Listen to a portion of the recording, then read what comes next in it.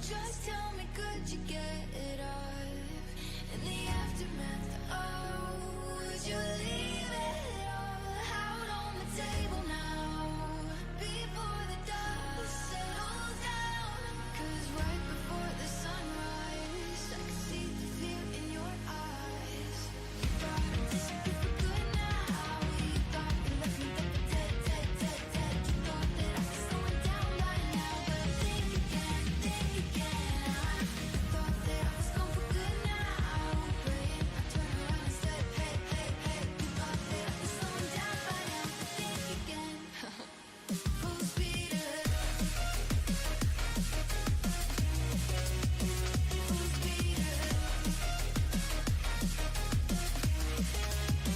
Full speed ahead.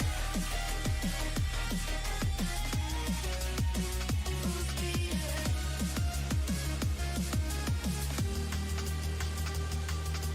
It's you and me, we're going and we're going head to head. I'm coming at you like a bull, all I see is red. Fire in my righteous side, so you can't hide. 'Cause I'm the light illuminating every shadow off. I'm coming for you, I can see it that you're running lost. I've been reading the signs, I feed the fear in your mind. You thought I'd disappear for good now. You thought you left me dead, dead, dead, dead, dead. You thought that I was slowing down by now, but think again, think again. I thought that I was gone for good now, but I turned around and said, hey, hey, hey. You thought that I was slowing down by now, but think again. Full speed ahead. Full speed ahead. Full speed ahead. Full speed ahead. Yeah, listen up, I got the holy light, I might be mad, and I got trouble here for you in my right hand. 'Cause you've been left now, won't feel right, so justified. I won't let the people down, gonna raise them high. We're getting louder every day, we're amplified. Done it with the light, you're gonna wanna be on my side.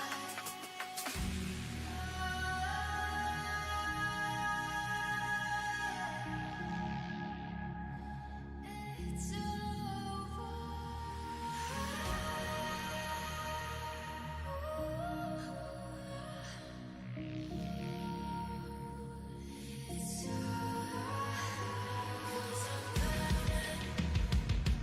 I'm coming for you, yeah, you know it. Full speed ahead, yeah, yes, I'm coming for you, yeah, you know it. Full speed ahead. You thought I'd disappear for good now. You thought you left me dead, dead, dead, dead, dead. You thought that I was slowing down by now, but think again, think again. I thought that I was gone for good now, but I turned around and said, hey, hey, hey. You thought that I was Hey yo, what's going on, guys? Welcome to the stream. How are we all doing today, guys? How are we all doing? It's good to see ya. We're back at it. We're back at it. Last stream for like 2 weeks, guys. It's gonna be like 2 weeks, man. I'm not gonna lie. I will miss streaming, but at the same time, you know, I'll be sitting around the pool with a cocktail and at the beach, and you know, so I can't wait. I can't wait. But yeah, last stream, guys, and then tomorrow I'm away and we'll be back. I think we get back on like the 16th, 17th, so either the 17th or the 18th. There's going to be obviously back to the content. I do have some videos to go up over the weeks we're away. Sorry, I've got like 5 or 6 videos to go up, so there won't be one every day, but like every other day. So definitely look out for those. The very first time I played integrated strategies will be going up Tuesday, and then we've got a bunch of other videos to go up over the period I'm away as well, guys. So hopefully there's some content for you guys to enjoy out there, and you'll have to let me know. Be sure to let me know what you think in the comment sections, all that good stuff. But yeah, we got some stuff to talk about, guys. E2 list behavior continues. The E2 list behavior continues. So we're gonna have a little look at that as well. Because we did it. We actually did it last day as well. I wanted to do it today on stream, but somebody was like yesterday, like, "No, dude, it's the last day for the event, so you're probably not gonna be able to do it tomorrow." I was like, "Shit, man, we're gonna have to get on it then. We're gonna have to get on it then." But I did record everything, so we'll check it out. We'll check it out. Let me change songs here. But how are we doing anyway, Lo? Let me see what's going on in chat. Let me see what's going on in chat. Where's chat? Let me get chat up. We've got a bunch of stuff to talk about today, guys. We've got a lot of stuff to look at. We've got a bunch of videos that people have sent me to react to. We've got stuff going on in the gacha space. I still haven't even seen anything that was going on with 2.4 in Wuthering Waves as well, so we might take a little look at that also. And then obviously we're going to play some Arknights also. Guys, if you didn't get a chance as well, be sure to check out my Stellar Sora video. I enjoyed making that video, actually. It's not done terribly, but it had so many impressions, but it just didn't get the traction. But, you know, it happens sometimes. It's no big deal. But, yeah, you'll have to let me know what you think about that. Because I really like Stellar Sora as well. But let me get chat up, see what's going on. Yo, Mr. Comment, what's going on? Paradigm Ends. Rosandru, welcome to the stream. Apollo, yo, what's going on? Plus minus. Kino, welcome to the stream. Minman, how's it going? How is everybody doing? What's going on? Lorix, welcome. Hopefully you guys are having a good weekend as well. Hopefully you guys are gonna have having a good weekend. Sorry, man. It doesn't feel like a Sunday for me today, obviously, because, like, you know, there's no. Well, I'm gonna get up early. I'm gonna try and hit the gym tomorrow before I fly. But yeah, it's weird. It's weird. I can't wait. I've already got a. Oh, do you know what I actually did as well, chat? I installed Arknights on mobile as well, so I might have to play a bit of Arknights when I'm away. Apparently, there's some good story stuff coming while I'm away. Apparently, we're going to check out some of the content that's upcoming in Arknights as well with some videos today. How did I like integrated strategies? I actually really liked it. You'll see in the video what I thought as well, because it's like an hour and 20-minute video. So it's a longer one, so it's kind of like a mini stream, I guess. So you'll have to let me know what you're thinking there. Very first time, and you've got to understand, like, I don't know how to rate my first run at IS, because I went in totally in a vacuum, guys. And I mean totally in a vacuum. I might have seen B-roll footage of IS runs when I've just been watching other videos, but I have no idea, like, what it's about. I went in totally blind, to the point where at the start of the video, I literally go in and I'm like, shit, I have to Google which stage is which, because I remember people saying you don't want to be going into certain stages. And also, I thought story was going to start coming up, and I was like, am I supposed to be skipping this? I don't know. So, yeah. But hopefully you enjoy it. I did. I enjoyed it anyway. Robbie's vacationing without us. Oh, man. I will probably put up some posts over on YouTube, like just on the community tab. But yeah. I can't wait, man. I need it. I'm telling you. It'll be good as well. We'll have a full reset, and we'll be back on the grind fully when we get back, guys. We're going to have plenty of stuff to do as well, because Poppercom comes out today, right? So we'll play that when I get back as well. We're going to do some IS streams as well, guys. Hopefully we'll have some news regarding Enfield as well, because I think the beta that's going on at the moment, you know, the mobile one, I think that ends on the 5th or the 6th, yeah. So hopefully some news, even if it comes from Hypergryph themselves, comes out over the next 2 weeks, or maybe we'll have some stuff to talk about when we get back regarding that. Obviously, we've got the Zenly Zone Zero 2.0. We've got a Theory of Restart. We've had a bunch of games releasing just coming out. Re-Remento. What was the other one? Mirren, whatever it was called. I'm still yet to play that. We'll play that when I get back as well. Yeah, we got so much to get into over the coming weeks and months, guys. I'm looking forward to it. Be prepared to hear scathing criticisms about you. You know what? I'll take it. Some people was telling me in chat, was it Dr. Is it Pitanga or something? That was like, you might have him pull your run apart. So we'll have to see. Not gonna lie, this new ranking thing is really throwing me off. Yeah, I'm not sure if I'm the biggest fan of the way it's worked, if I'm honest, Kino. I don't worry about it. Don't let it bother you. But, like, yeah, I think it could definitely be done a little. I get it. I think it's to encourage people to talk in chat, you know, because it just, like, flies. But I don't know if it's done in the best way, personally. I think they could go about it, and it probably will get tweaked. YouTube tend to do this. They release something, and then slowly it gets altered and changed a little bit. Yeah. So we'll have to see. We'll have to see. But yeah, I do think it could do with some tweaks for sure. Um, I don't know how it works as well exactly. Like, does it like how does it stop spam? Because like you would think that people would just be spamming to get the stuff on screen. Because some people will do that. You know, I know you'd be like, why would they do that? But you know, people will. I'm curious to how it's what's here. Time to spam, boys. What's going on, my love? Kneecap, how's it going? Yeah, it's distracting, right? Yeah, it's like, yeah. Yo, Skybird, what's going on, man? Welcome to the stream. Yeah, I don't know, man. I'm not a fan of it. I'm not a fan of it. Doesn't look great in chat either, really. Jesus fucking Christ. No, our gacha chart is shady, but Arknights making almost 40 mil. Extra Ultra and Wizard skins carried that. I just know. We're going to have a look at that, actually. Again, we all know, you know, not to take it as gospel. I think the revenue chart, though, is just a fun thing to look at, right? And I think it probably is sort of semi-accurate on trends. And what I mean by that is the top 10 probably are the top 10. You know, kind of, but like other than that, we don't know exactly. But I do want to have a look at it. There's a particular game I want to have a look at, really, which I've been mentioning. I'm just curious to see what's going on over there. Leo, what's going on? Welcome to the stream.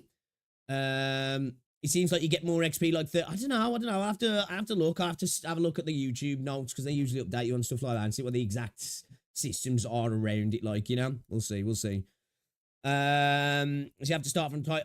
I don't know. You reckon that's how it is then? Okay, maybe. I like the plain chat. Yeah, I think if they're gonna add something, they need to make it what? It just doesn't look great either. I'm not gonna lie, it just doesn't look great. Right? Like, I think it would be better if it maybe just made the message change the color of the text or something like that. I think that would probably be a little bit better if I'm honest, because they just don't look good either. You know, I just don't think they look good. So I don't know. We'll see. It'll probably change anyway. YouTube do this. They roll something out, and then 6 months to a year later, it's a totally different system altogether. You know what I mean? It should be toggleable. Agreed. I wonder if I can turn it off. Actually, that's a good point, Skybird. I'll look at that after the stream, guys. We might see if we can turn it off because I'm not a big fan of it. I'm not really into it, if I'm honest. Feels like he doesn't add anything. He doesn't add anything at all, does it really? You know? Like a border around that. Yeah, something like that. So it's just super like just non-distracting. It's slight little accent to somebody's text or something. Like you say, little ring around their profile picture would be much better, actually. And just have it like bronze, silver, gold if they was going to do it. But yeah, I'm going to look into seeing if we can actually get it turned off, actually.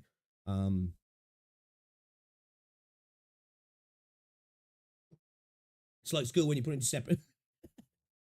I do apologize if I say like ass tonight, guys. I today got a bit of the sore throat, which is typical now because we yap all the time. But yeah, I went out for food last night and ended up having a couple of beers as well. So like, obviously, you know, I think that's done me. Yeah, I think that'd work a bit better, wouldn't it, Skybird? I agree. Yeah. Oh, as changes go, is it benefiting things? I don't think so. I'll get the idea. It's to encourage interaction in the chat to help push, you know, analytics and all that sort of stuff. But it's artificial at the end of the day, isn't it? If that's all that people are doing it for, I think YouTube should be trying to encourage more natural ways to encourage people to interact with streams rather than just like, hey, do you want this little badge? I don't know exactly how they would do that, but I think a lot of that is up on streamers as well to be, you know, making sure they're generating content that makes people want to talk right and engaging with their viewers as well. I think really. Hey, Sweet Dreams, what's going on? Welcome to the stream. Quick guys, type double spacebar to make your essays look longer. What's going on, Heinshell? YouTube really love adding some strange and unnecessary features and changes. They do. They are the masters of adding things that didn't need to be added. It's what they do. What do you think? What do you think they do with all these billions of dollars they make? You know, for stuff like this, right? So yeah. But how are you guys anyway? Have you all had a good weekend? So people have been sending me in some stuff into React Smash as well, because obviously, well, guys, we gotta talk. Guys. We gotta talk. We did a thing. We actually did a thing. We cleared the Witch King. We beat his ass. We beat his bitch ass. And do you know what? I'm not gonna lie. I was sweating. And I'm talking literally sweating. at the end of the stage. Like, honestly, I was like, I wiped my brain. I was like, holy shit, man, I'm sweating. I don't know how close I was for it to being over, because it seemed to take a while from when his health reset to when I actually killed him. So I've got it recorded. The audio, the recording's a bit scuffed because I was watching some streams, and I had Tech stream up, and then some Asman Gold stuff was going on. They were talking about Hitler 2.0, and I was like, oh shit, I'm recording. Let's just mute OBS so I can like keep watching the streams and stuff. So yeah, the halfway through like the recording, the audio goes off, but yeah, it's no big deal. I tried to get some, you know, the auto run, just so we've got audio. It's scuffed, man. It's just fucked. It's just totally broken. When I try and do the auto deploy, it's like stuff's happening that just didn't even happen. Like to the point where operators are dead. They're in different places because they got teleported by the Witch King. And you can even see where I'm putting down Silence's drone, where the units are supposed to be. It's just absolutely broke. So yeah. Yes, Duck Lord. Yeah, I did it yesterday. Before I went out. Somebody in Discord was like, dude, if you're planning on doing the event, it ends today. So I was like, shit, I'm gonna have to do it now. And it probably took me about the recording I've got is probably about an hour long, but there's like 2 recordings. So like half of the one is just all fails, and the other one's like some fails and then actually doing it. So I've got that recorded. Yeah, stage mostly R&D based. Yeah, the recording's totally broken on the auto deploy. It just doesn't work. I tried it a couple of times, and like I'm leaking, which obviously didn't happen. But then like Pinecone was getting teleported, that just didn't happen. Because like when I was watching it through last time, I was like, wait a minute, that didn't happen with Pinecone. And then like you could see where operators had got wiped out, and I'm putting the drone down there, but the operators were there, so it was just it was messed up.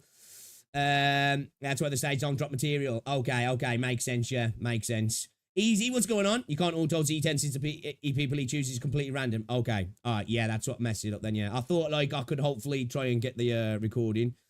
Nice one, Holding, not using the E2 units, right? We stalled once again, guys. Fez, what's going on as well? Welcome to the stream. I saw you in chat there. Yeah, we managed to stall once more, guys. Once more. Yeah, it is actually Duck Lord. I think it is, isn't it? Yeah, it's our first event, boss. Yeah, actually, you're right. Let's go. W. To be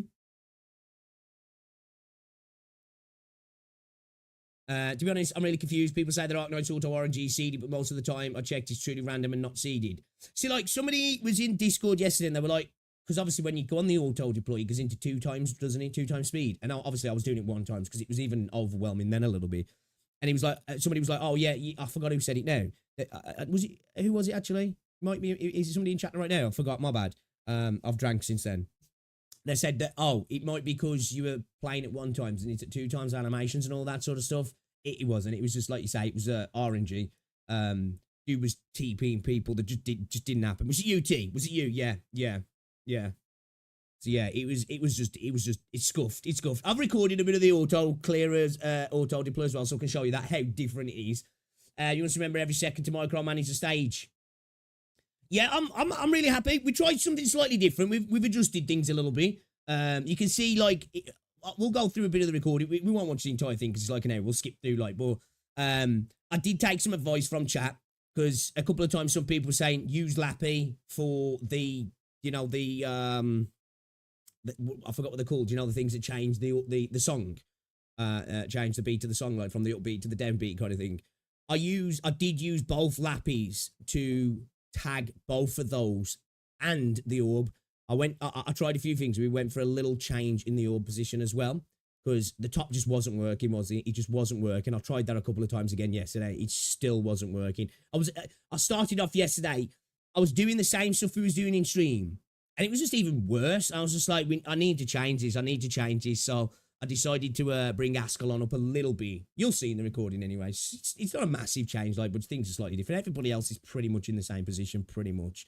But yeah, we tried a bit of cliff art as well. I even tried cliff art in there because I thought I was being smart, and then I was like, yeah, this isn't working. This isn't working at all. What's my opinion about Stellasaura in terms of a gacha? I really like Stellasaura. I played a bit again last night. I really like the game. Now, I think the gacha system definitely is far from perfect. No gacha system's perfect, but the rates are not great. Having no pity is a shame. You know, pity not carrying on. Like, even if the guarantee didn't carry over, but like or just like your pity, well, you guarantee be kind of carrying over then. Like, I don't know. I think just having a pity into the system would make it a lot better. Because again, I'm not tied to the Hoyo way of doing things. I still think there is potentially better ways without just doing the, 50-50, then you've got a guarantee. Like, I don't automatically hear there's no guarantee, so it must be bad. But the rates are a little bit lesser than what I would like. But that being said, again, this is all RNG. In my first 10 pull on the limited banner, I got 2 5-stars. Both were neither the banner unit. So I've got the potential now. If I go, I think I've done 20 plus pulls or something. So say I go 140 pulls and then I get the unit at 160. I've got 3 5-stars on that banner. There's a potential to like come out with multiple 5-stars to 160 pulls, really. And I think the likelihood of that happening are low, but they're there. It's definitely there, But I think a lot of people, especially outside of JP and CN, will probably be turned off by the gacha system, if I'm honest. It just auto replays your movements. Okay. Claude's all to come in June the 5th. I don't know. I'm going to have a look at him properly, Duck Claude, because I really want you. And there's a couple of other units I'm looking at as well. What's the other one? Is it Nikras? Is it the one that's got the she kills units and then like summons like spirits in their stead, like? It's very similar to Azure Lane. Is it? See, I don't really know. I've never really played Azure Lane. I played a bit of Blue Archive. I'm glad you stuck with E1 the side. I think the game shines when you limit yourself. I agree, Wolf. I agree. I was saying this yesterday. Don't get me wrong. I think sometimes it's probably a little bit frustrating for some viewers. And I think sometimes myself, like, I even look at E2 units. I'm like, man, that unit looks cool. Like, I couldn't believe how different Serta looked E2'd. And I really want to do it. And I am going to do it at some point. But, and I'm going to be forced to. I know I am. It's not going to be a choice, like, either, anyway. But I think this is where Arknights shines, is that it's like, I don't want to play this game with, like, I don't mind having meta units, but I don't want to, like, just go all in on that stuff, because, like, that's where the pleasure comes in this game.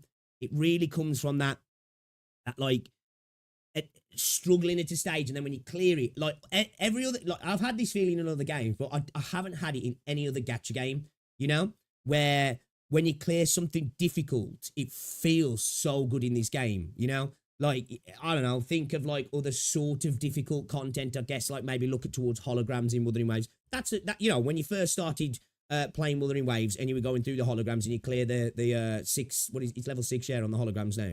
You clear the final stage on the holograms. That's a good feeling, but it's still nowhere near as close, Because, like, I don't think I ever spent as long on any particular piece of content in any other gacha game struggling than I have on, like, individual stages in Arknights. And I think as well that with Arknights, it's not just like, oh, okay, all right. I know there is units that can, like, make some stages inconsequential. I do know that, but, like, the variety and the strategies and the different alternative ways to go about it. That's why I can't wait to see some of the stages that people have sent me now to react to in how people have actually cleared this stage. Because, like, I'll look and I'll be like, holy shit, man, I made it so hard for myself. But that's the beauty of this game. There's so many different ways to tackle content, isn't there? Like, even when we was doing the Lapio event, some people say, man, I've never seen people doing what you're doing. We didn't get to the end of it, but still, it's like, okay, that's cool to hear that, like, nearly 6 years in, people are still seeing people do stuff that's like, man, I've never really seen people do that, which is really good, where you just don't get that in other gacha games, do you? Really? Yeah, Duck Lord, yeah, I know. It's going to be a sad day.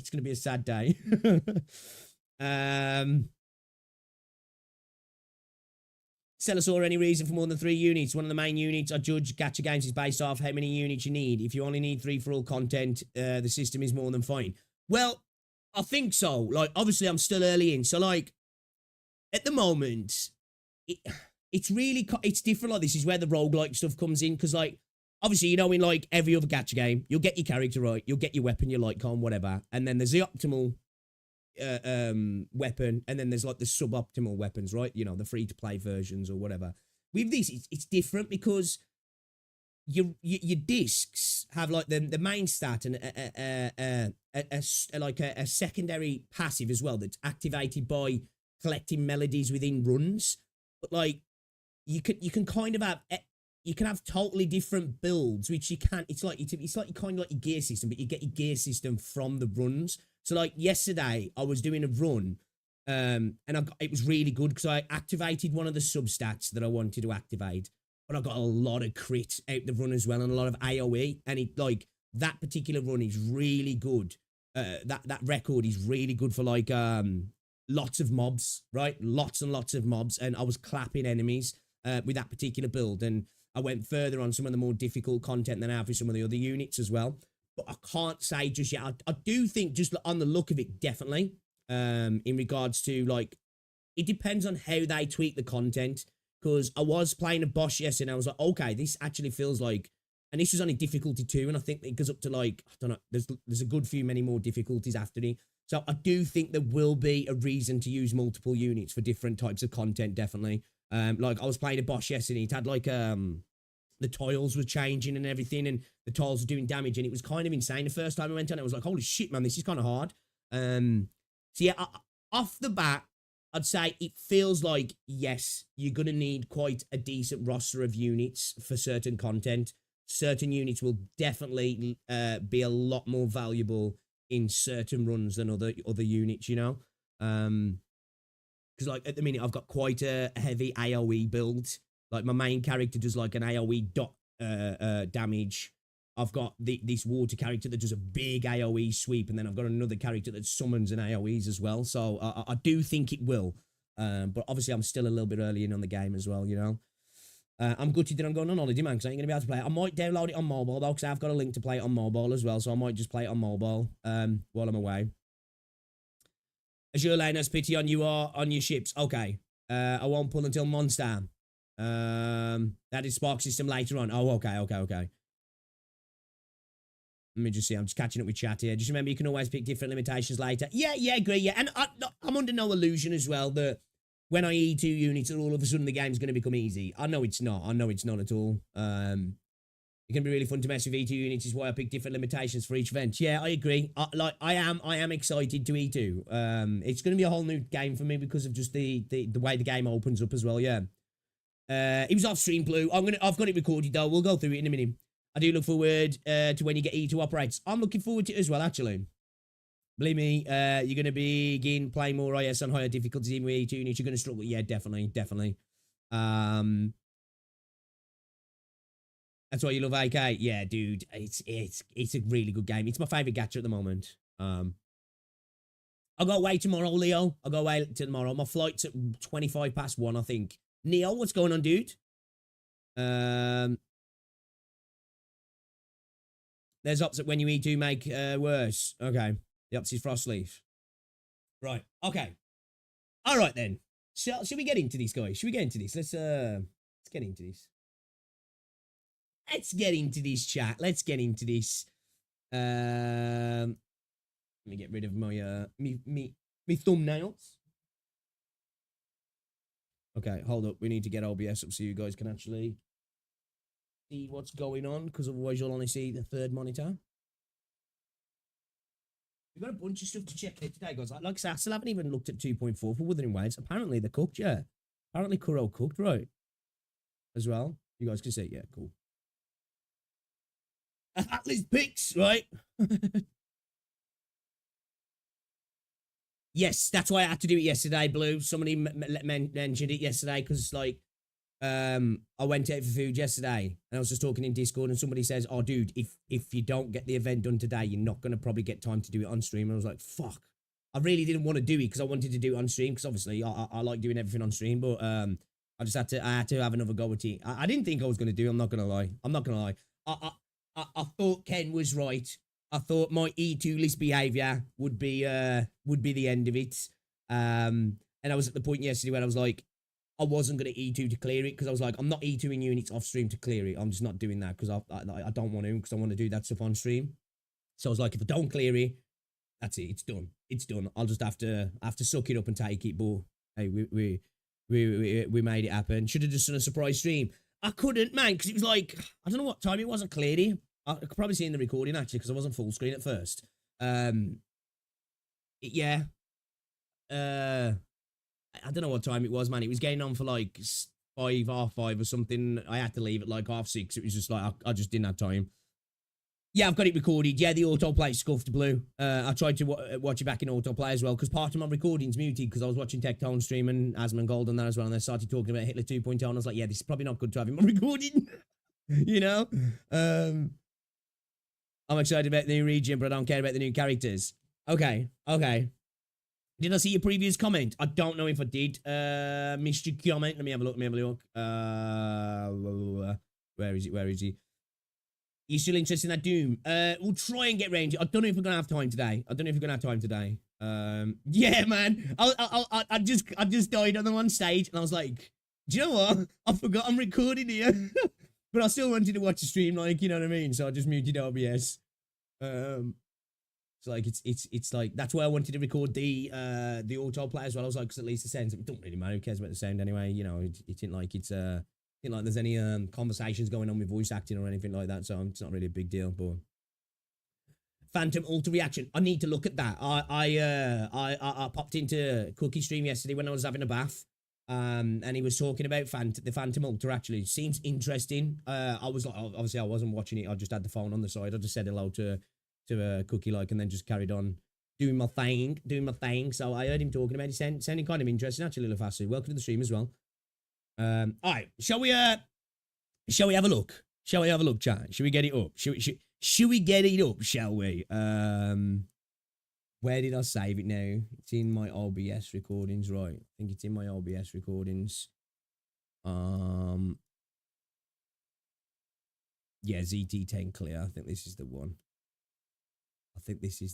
Chat. 30. Tech-Tone jump scare. My bad. Tech-Tone jump scare. So, started off. Asking your parents to pay your bills. This was the whole situation with this is why I muted it, because it's like it was the whole thing going on with Paimon because she's quitting, right? She's quitting Genshin Impact. So yeah. We went through here. This is me trying some stuff, right? Let's make it bigger. This is me trying some stuff here. I had a couple of you could just mute the audio. Yeah, I can mute it. You don't can mute it. Save having to put that on. Yeah. That's why I did it, man. I got part way through and I was like, oh shit, I've still got the sound on. My bad. So yeah, it was all about Paimon's leaving apparently. Yeah. So we did a couple of things here.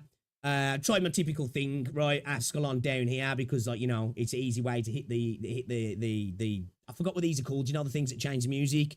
And then I thought, you know what?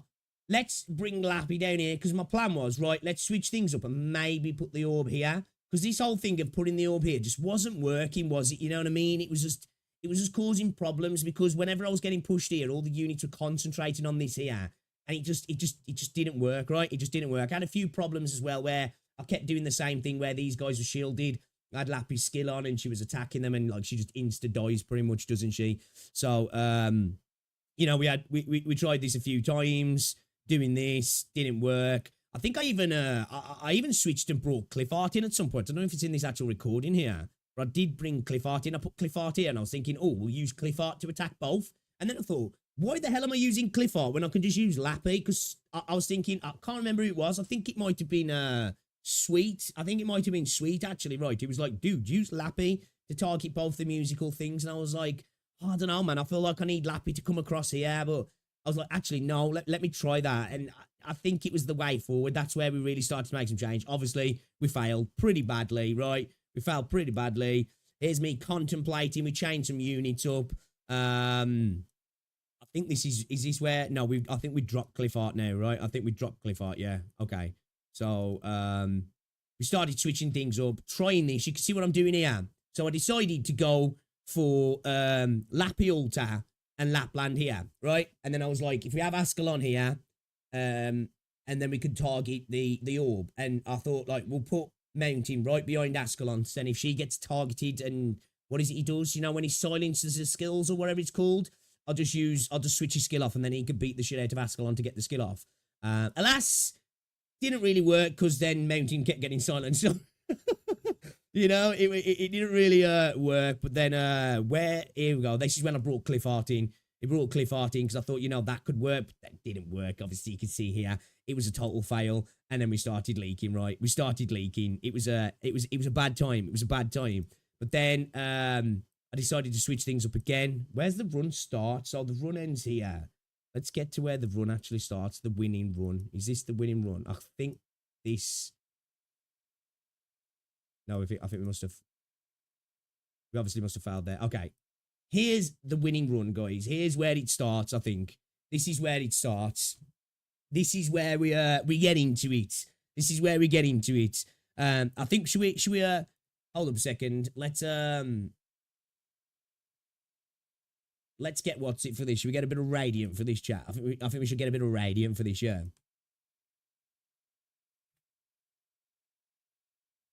Get a bit of Radiant in the background, yeah? I think it'll work. Right? You don't understand, guys. I was hyped. Dude, that's not even all the tries, Apollo. That's not even all the tries. That's just the prize for this actual recording, right? Oh, shit, I fucking stopped the recording. My bad. Let's get to where it starts.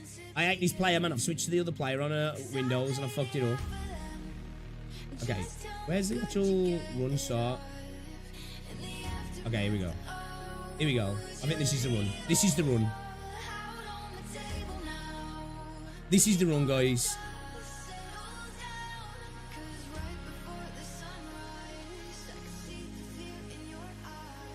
Hey, what's going on, Virgo? Yeah, we're just having a little look back at it. Just having a little look back at it. Yo, Cheese, what's up, dude? Welcome to the stream. I'm kind of annoyed that I fucking did mute the audio, though, man. I should have just turned the stream off, bro. Obviously, I was just chilling. It was Saturday. I thought, like, you know, I didn't expect to clear it. I'm not going to lie. I'll be honest. I didn't think I was going to clear it, right? So, that's why I didn't really think about it, right? So, plan here was I was going to use Mountain just to clear this out, right? And then the idea was, in my head, I was like, we'll pull Mountain back and I'll put Matt Horn behind him. And then we'll have Lappy here so she can target both of these, whatever they're called. And then she can also do some damage. And then the plan was the orb goes where Mountain is. So Lappy Alta can target the orb as well. And then we can start bringing units in to really start putting some damage into them. I did try Totter a few times as well, but Totter just wasn't getting any use, really. So I just had to drop him. I think Totter was probably a useful play, but like I wasn't able to bring him in and you know, make use of him properly. So I just decided to drop him, and I was like, we'll go point cone and click, because a few other people did mention click before, right? There was like the stuns might be helpful, and I was like, you know what? Click's usually been quite good for me. Fuck it, let's try click, right? You know. Back-to-back Lappies, man. Telling you, the best wife, and I'm not gonna lie. I think Lappy was the most important unit here because that, you know, the skill damage that she does targeting the stationary units came in so clutch. I'll probably do it when I get back off holiday, Choice. I'll go as far as I can without E2ing. That's the plan anyway. I'm going to see how far I can go. So, I can speed up this recording a little bit here. We'll just speed it up a little bit so you guys can see what's going on. It's kind of 2 times speed now, right? Yeah, dude, I keep forgetting to switch it back, bro. But you know what? It was alright. It was actually alright. It worked out in the end. So you can see here, starting to dump some damage into the cellos. Gravel coming clutch. I decided to drop Phantom because I was like, I need another unit to put some damage out there, right? Matt Horn just got murdered. So like, what I was thinking here as well was we had too many units around this area and they were just getting murdered. So I was like, in my head, I was like, right, he's got 3 areas he lands, right? So we can't get away from all three, but let's try and get away at least from one and partially away from the other. So we're only really taking major damage when he's over here. So much like, you know, we're not getting multiple units hit here. But yeah. All right, let's continue. This is just 2-speed, right? If it works, it works, right? That's what I thought afterwards. Do you know what? It's so frustrating that I didn't do this on stream because I actually was so fucking hyped, chat. I was so hyped. It was insane. I was genuinely so buzzing. That's me trying to plan where I go with click. I couldn't think what to do. I was panicking. I was like, what am I doing? I don't know where to put my units. I started using mountain as a meat shield. Everybody, at one point, pretty much everybody became a meat shield. Myrtle did. Mountain did. Matterhorn did. You know, everybody was just getting chucked out there to just basically tank hits. So everybody else could stay alive. Because obviously the main goal was like keep everybody on the orb, right? She's starting to do some damage to him here now. So you can see Point Cone was clutch as well. You know, Serta gets TP'd, rip. See, like, what happened here? You know, on the auto deploy, Point Cone's here. For some reason on the auto deploy, she got TP'd over here. And then everybody was dead here as well. And you could just see me putting down the silence drones and there's like nobody there on the auto deploy. This feels like we're doing IS runs. Dude, the panic was real, man, I'm telling you. So now it's just like, we got him. You guys can't see because my face is in the way. Hold up. Let me move myself out the way. Because when he's over there, you guys can't see, can you? Let me put myself down here. So we got a good amount of damage on him now. I was like, I kept panicking where to put click. I was like, click needs to be brought in somehow, but... And then I thought, actually... Let's save click maybe for down here. And then I don't even think I did use click down here in the end, actually.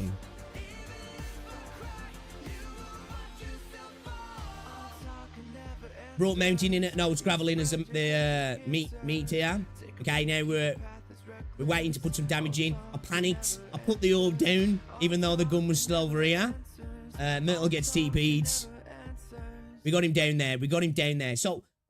You guys are saying 300 seconds. I swear it took longer than 300 seconds. So, second stage now. Second phase. This is like we've only done this once before. This is only the second time we're getting into this phase, actually, and I cleared it. So, I'm really happy about that. You know? I thought, like, in my head, when I started playing yesterday, I was like, I'm going to get into the second phase today. But I honestly didn't think I was going to clear it. I did put click down there. I forgot. Yeah, did I put click down? I don't know if I deployed him. I didn't think I put him down there. Is click a boy or a girl now? I forget. I think I decided against it because of these guys. Yeah, that's it. Gravel was coming in clutch as well. I'm not gonna lie. Gravel was coming in really clutch. This was now, it was just a point to like try and stay alive as long as possible. And I thought, you know what, we'll throw click in here. She can clear these guys out. When we get the orb down again, click's going to be good for the orb, right? Click is female, yeah? Okay, cool. No one tell him. I was like, I don't know where to put gravel, so I'll just throw her there. Because that way then she's going to be doing less damage. I mean, if she gets hit, like, because of the cross. This is just pure panic mode now. You can see where I'm just like, I don't know where to put units. To get the orb down. Start doing a little bit of damage. Lappy and Lappy Ulta coming in absolutely clutch.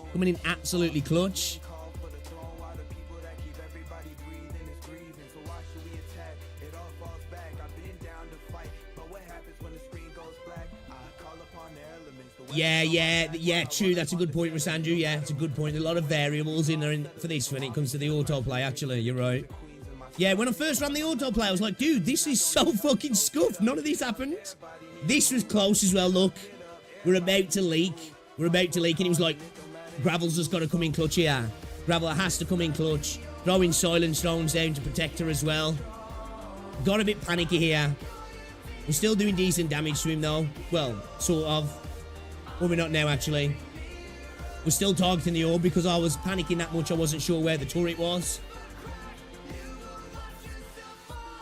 This is just Operation Keep Gravel Alive, basically, most of the time. Keep Gravel alive, get Mountain in his meat shields, and, you know, go from there. But yeah, now Lappy's just pinging him constantly, which is good. I think she pretty much stayed on him for the rest of it now. So now we're just banging him full of damage now. That one's blocking it now, right? Do the enemies block it? I thought, you know what, fuck it. Lappy's gonna have to be a sacrifice here. We're gonna have to sacrifice Lappy. Didn't last too long. I think she got teleported in a minute, so she was facing downwards. So we scrapped Lappy, and then it was just like, right, Gravel, Matterhorn, your job now is just to die. You know what I mean? It's just to die. Or stay alive as long as possible before you die, anyway. Starting to chip away at him now. This is when I got to the point where I was like, dude, I think I might be able to do this. But all in my head was like, I'm going to run out of time. I'm going to run out of time. It's coming. I feel like it's going to happen. And I'm just going to get in. Like, if that had ever happened, I'd have been so angry. I'm telling you. Because, like, it had to have been close. Now it's just like, keep Matterhorn alive as long as possible. So the target can, the turret can target him, sorry.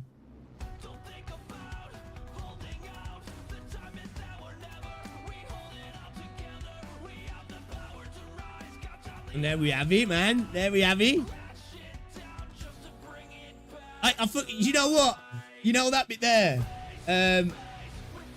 Where the story bit comes in. I was so gassed that I'd cleared the stage. I forgot that it was the event stage. I forgot that it was the event stage. So I even went into Discord and was like, oh, I forgot now, guys. Can I skip the story and come back and watch it? Because I still thought it was the story. And I was like, oh, actually, it's the event. I need to read the story later anyway. So, yeah. I had like 10 seconds. It was close, yeah. It was close, right? I can feel you shaking in this part. Dude, I'm telling you, I cleared it. I was like, yes. And then, like, I felt my forehead. I was like, oh, my God. I'm not even just figuratively sweating. I am literally sweating. I got flabbergasted. I'm telling you. I was like, fuck. I need to know if I can skip this. And then I was like, actually, this is the event, man. What am I on about?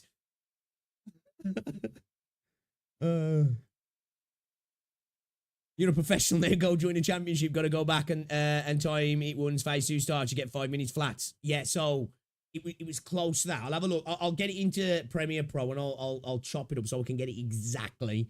But it was pretty close. I think it was pretty close. No, I didn't, Linthorf. I used the selector packs. I bought the selector packs and chose them.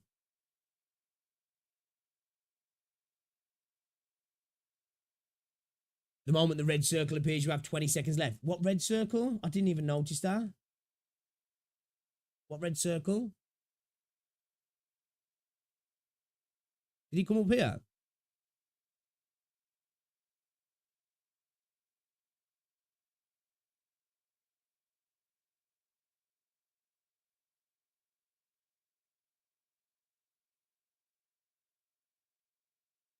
Around him?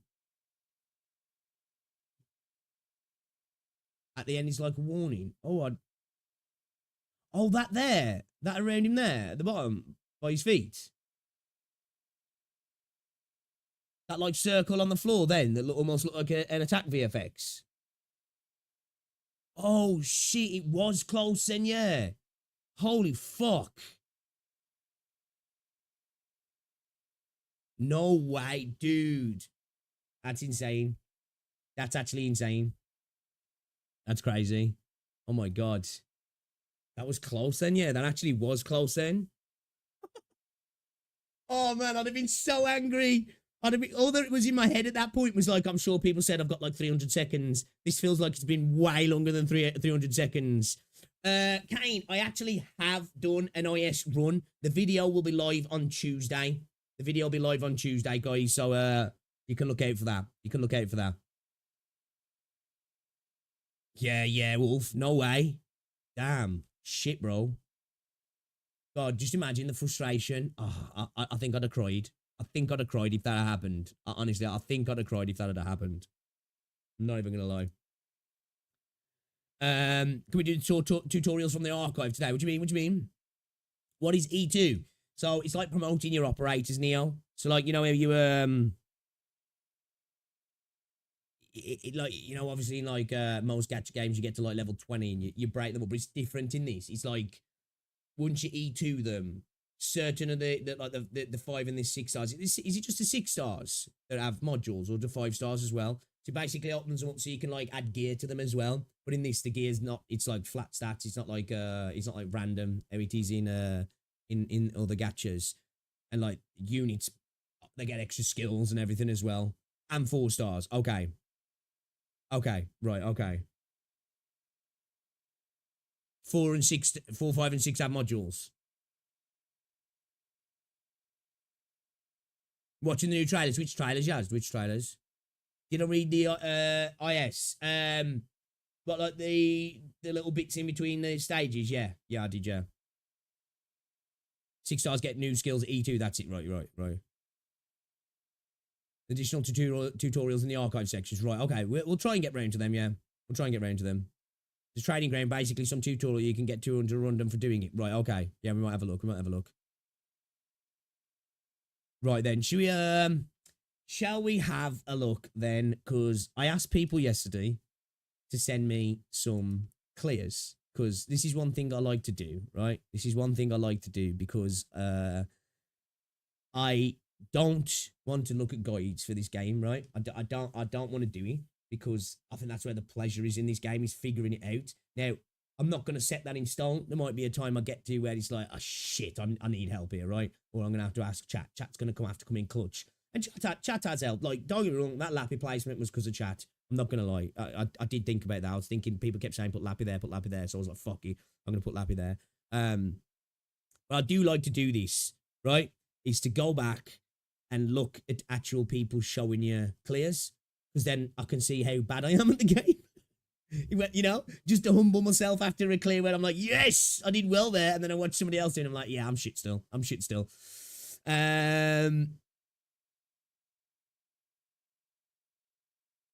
So it's like copies without the gacha. I suppose you could make it akin to that in the fact of like when you get access to skills, because some gachas do give you access to extra kit. But it's more like just when you promote a character. I forgot what's it called in WoW now. You know, when you have like a breakthrough, what's it called? You know, when you go from 20 and plus, you have to use different materials to be able to be on 20, like level 20. I forgot what it's called now. Yes, I did, Nelstar, yeah. Limit breaks, ascending, yeah, whatever term you want to use.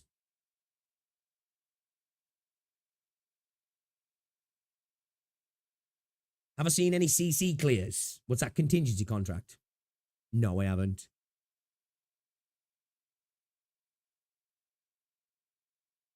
So it's like, imagine you get to, say, let me describe it like this, right? You're playing Wuthering Waves, right? You level your unit up to level 60, right? And then at level 60, you can't level them anymore, but you can promote them. And say, so you ascend them, so you have to get some materials, and then you ascend them, and then you go back down to level 1. But this time you can go up to level 90. But now you've got access to an extra skill, and then you can put gear on the character as well. Imagine it like that. That's how I'd describe it as a... If I had to do a direct comparison to Wuthering Waves, say your limit was 60, you break through, then you go back to level 1, and then you can go all the way up to 90 now, and you've got extra stuff on your kit basically.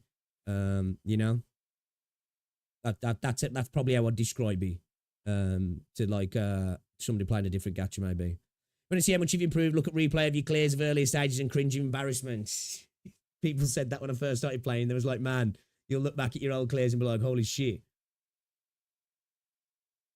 Watching other peeps do better than you is kind of satisfying though. Yeah, I was gonna say when we did that what was it, that like, you know, that stage with the freeze drones? We watched, I can't remember, did we watch, was it Kyle we watched do it or somebody else? And it was like, damn man, they made that look so easy. I struggle my tits off, you know what I mean? You should have saved your clear of ZT10 with just Walter. You should react to any CC clears to it was a limit 10 game Arknights. Okay. Yeah, basically, easy, yeah. Yeah, pretty much, yeah. We put in weekly mat supplies in chest events. Are they? Oh, thank you, Mr. Comment. I appreciate that. Kira's just a different breed. You don't lose any stats either when you're Elite 1-2 for the person that was wondering. Is that who it was, Leo? Yeah, thank you, legend. Thank you. Right, okay. What we got here? Is this clears of that stage? Is it? Okay, here we go. It's taking us back up to it then. Okay, Zero Sanity Lowy. Oh, I've heard of this person. How a madman clears ZT10. Okay, all right. Okay. Are we gonna get mega humbled, chat? Are we gonna get mega humbled here? Are we? Okay, let's have a look then. A ZT10 clear from somebody who's actually good at the game, yeah? Because I made it look probably kind of rough, right? We just scraped by as well. This is an E0. Oh, shit. Okay. All right. Okay, let's have a look at this then. I'm curious now because, bro, how are you getting all that DP into there? Because I struggled, man. You've seen even then, we had 20 seconds left, probably 15 seconds left to clear. And I was putting out as much damage as I think I was possibly able to do. Let's have a look, man. All right, fuck you guys. Level 1s, all level 1s.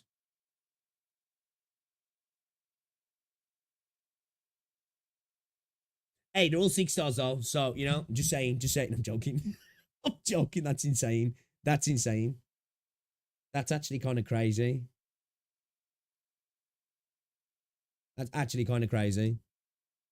That's ridiculous.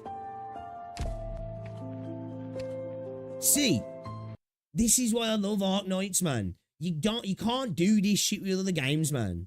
You just can't do this shit with other games.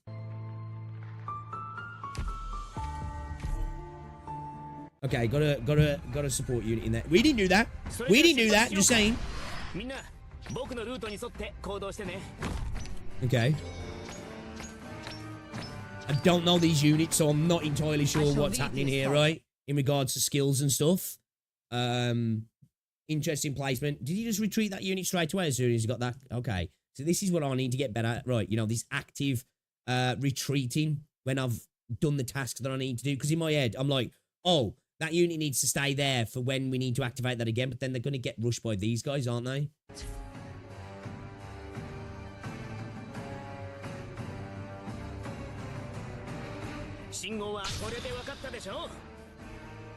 I'll take care of this place. Okay. Volcanic stuff contains lots of originium particles. That's not. Okay, we've got this tower activated as well now. Definitely play very deep here as well, right?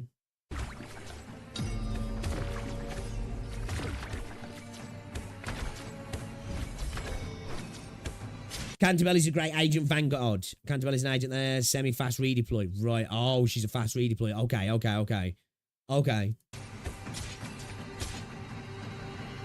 You've gone astray. See, this is knowing the stage as well, right? To be able to put a unit here now to deal with this. Okay.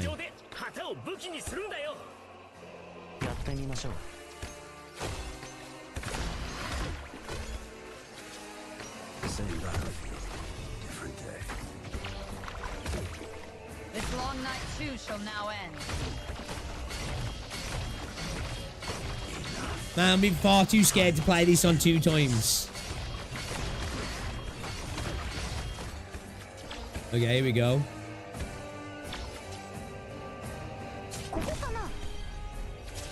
Who was that? Okay. Have we got some gravel usage here? We got some gravel usage here. Okay. What was that unit that just got put down? Kafka.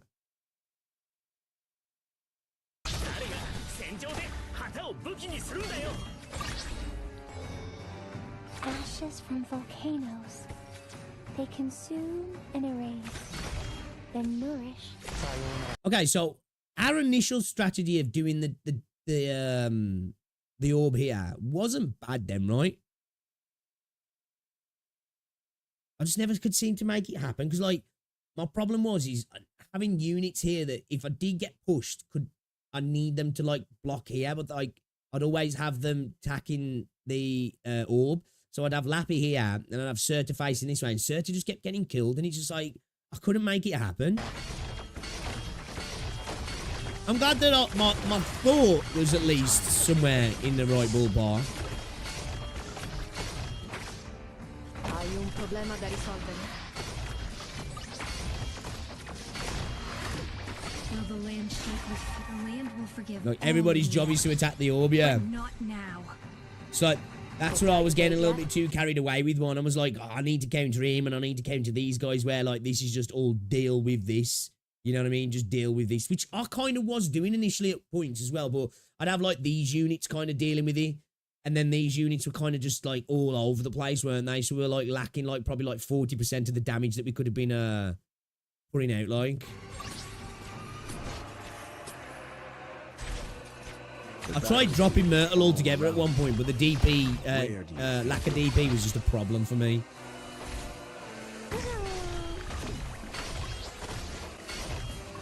Okay, meat shields, like to see.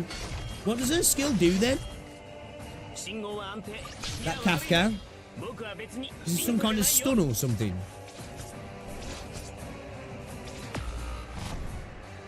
Sleep. Ah, okay.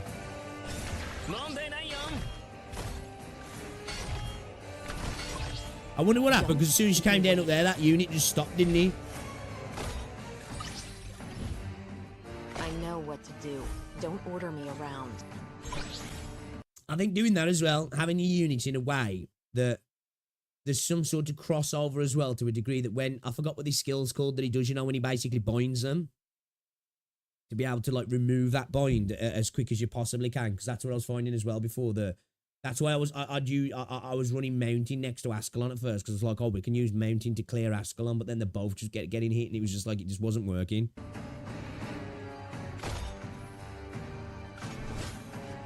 Oh, your operators can't attack them while they're asleep, so it's basically a stall tactic then, yeah.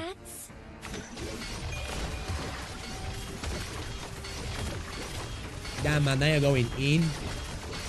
Any orders for me?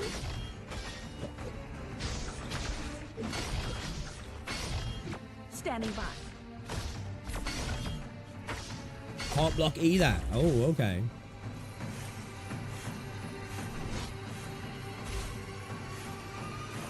Bro, who's that healer? Who the fuck is that healer? Holy shit, man. That heal speed's insane.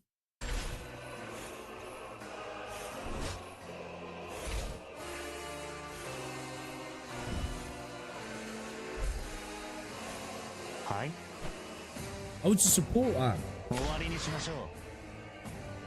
So that's our target? A skill makes a heal. What does she buff then? What does she do when a skill's not on?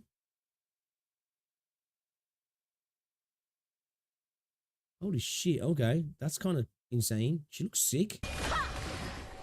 I know what to do. Don't order me around. Here we go.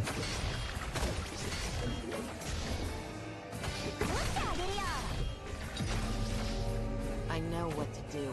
Don't This order dude me already around. prepping for the TP. Position, right?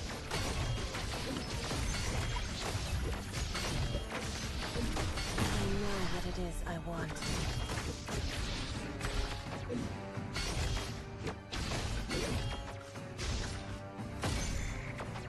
What is it?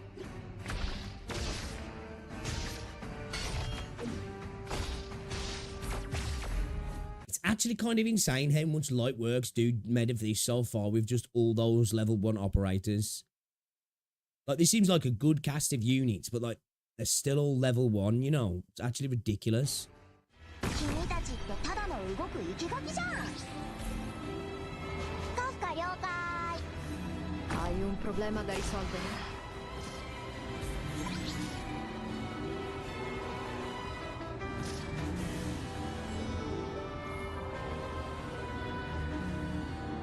That music slaps, doesn't he? I'm not gonna lie, I can actually appreciate the music properly here as well. I couldn't appreciate anything in this stage when I cleared it, because it was just like stressed the whole way through.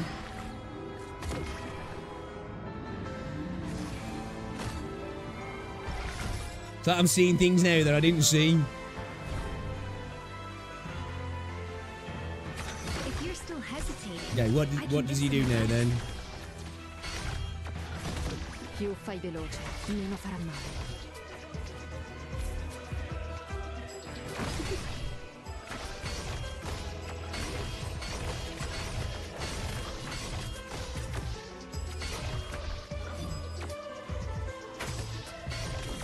Target. Time is limited.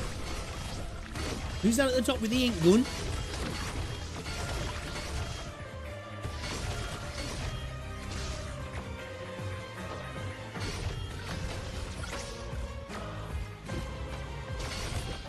Oh, is that channeled or is it? Oh, I thought it might be, but I was like, I don't know if that actually is. By Ember. Okay, that's cool. I like that. Man, the music slaps so hard. I know what to do. Don't order me. Same around. archetype as Pinecone. Ooh, okay. Laying suppressive fire. Owns that with a skin as well, yeah. Yeah, Vergun, yeah. I've started to get a little bit better at that myself, actually, but it's something I've still got to work on. Like, I don't do it quick enough. I do it and I get into hesitation.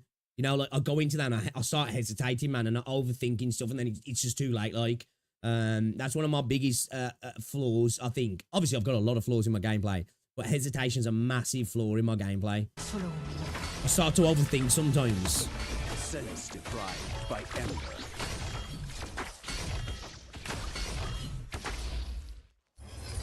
Yeah, we can do Mr. Comment, yeah. Assumo le posizioni designate. So the plan for phase 2 is just rotating FRDs to bait his attack, it looks like. That's kind of what my plan was when he went to this stage. It was like, right, I just need people to be meat shields now. That's why, like, you know, I ended up, even Lappy became a meat shield at one point. I was just like, we've just got to always have a unit on deck, ready to just be beat up, basically. And then if we can, we've got Silence's drone to try and give them some survivability. Okay, smart. See, I didn't do that. I'll just let them die all the time. I did. I've got to do that more as well. Retreating as well. Like when I know a unit's about to die, rather than just letting them die, retreat them. Hi. Sayonara. From my experience in event / story, never hesitate. Wasting time will still lead to failure. Yeah, exactly. Yeah, I agree. I just can't help it. I just can't help it. Engaging. Here we go. That all you got?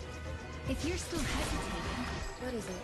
I remember your face as well now.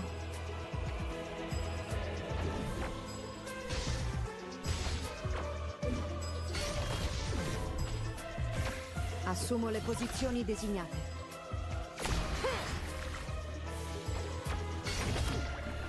I'm listening. So even like that here, like you got somebody who's a really good player like this, who's like even then and like, ooh, what? Ooh, you know, there's even a little bit of a hesitation there for him as well. Panic is never gonna help. Yeah. Hey, saying that though, some panic placements have saved my life easy.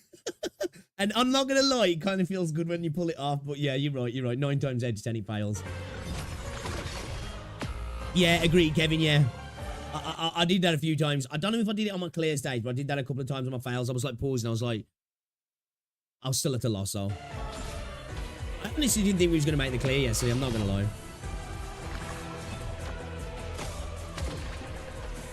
Yeah, easy. You're right, yeah. Your shadow.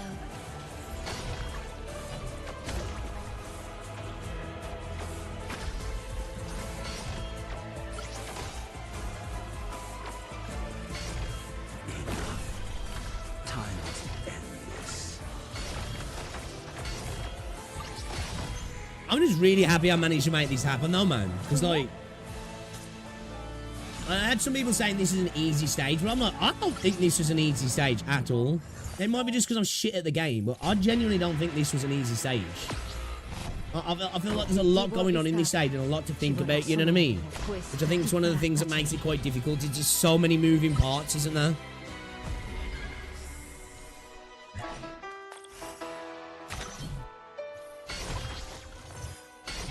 And the music goes so hard.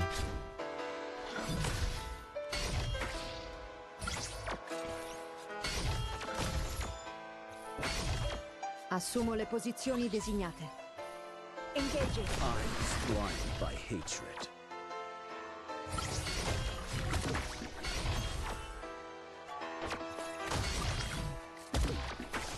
It really is just about, like, this point, right?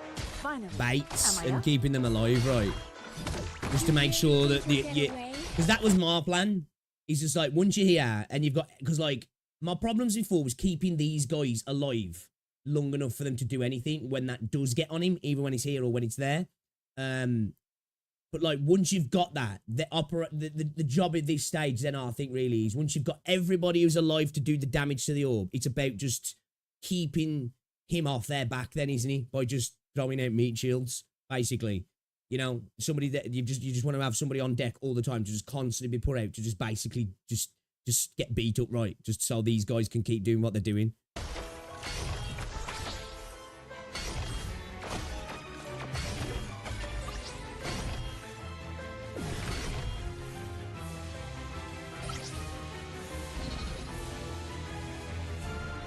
Something you can observe here and you should begin doing is selecting units for the slowdown so you can gauge the situation better. Yeah, I agree. One of my, like, I think my strategizing is improved a lot, right? You know, planning, positional, stuff like that. Obviously, I still fall short a lot of the time. And using units sometimes how they want to be used. But I still struggle a lot on in-stage management, you know, retreats, using the slowdown, adjusting things on the fly. I'm still struggling with that a little bit, I'm not gonna lie. Any orders for me? Obiettivo avvistato. Brain is getting bigger. I don't know about that. Maybe I did a few wrinkles. This is the position, right? Man, the music goes so hard though. Picked out your bait yet? I tuned this all out when I was playing this.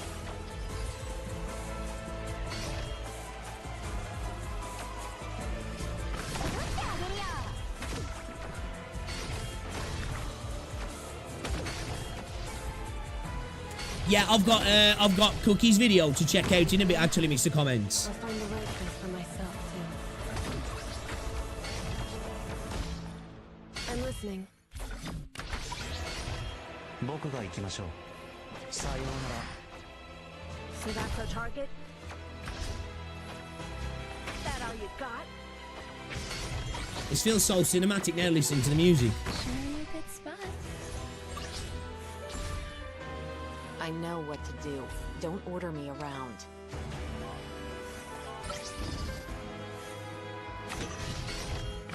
Yeah, I can't wait to listen to the next concert. I'm really looking forward to that. Hopefully, August, yeah?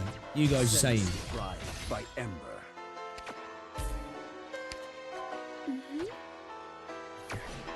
Yeah, Leo, true, actually. I tuned that out, though, if I'm honest. I'm not going to lie. Once I got to this point in the stage, I wasn't even listening to the stream in the background. Assumo le posizioni designate. I think all I could hear was my own heartbeat. I'm not gonna lie.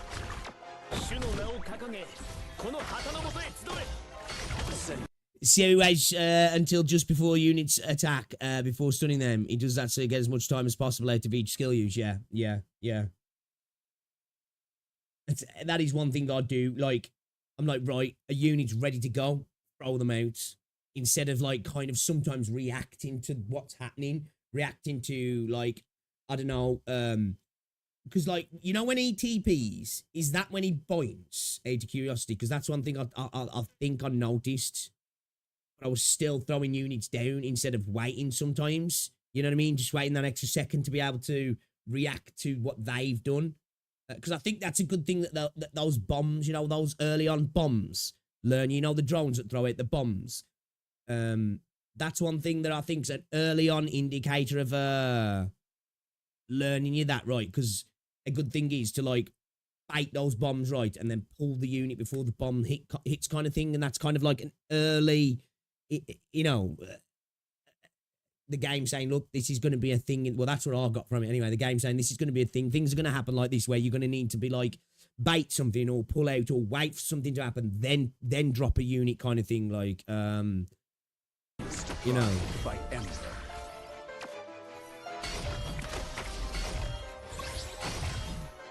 Monday night, 君たちってただの動く生垣じゃん。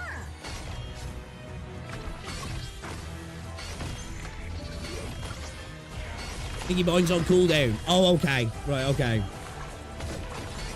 See, I thought it was after the TP, so yeah. Again, I was missing a lot of mechanics. I'm not gonna lie. I was panicking through this entire clear. I was. It's easy to hear your heartbeat when your heart's in your throat for real. I can't believe I was 20 seconds off failing. That's actually crazy. I didn't realise it was that close. That makes me even more happy about my clear, you know. I'm not gonna lie. That makes me even more happy about it. Questo ti farà tacere.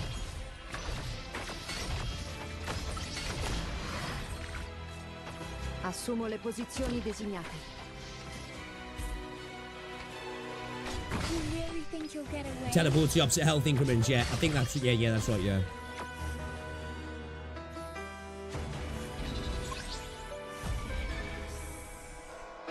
Sense drive by Ember. Rolls in the final stages now, right?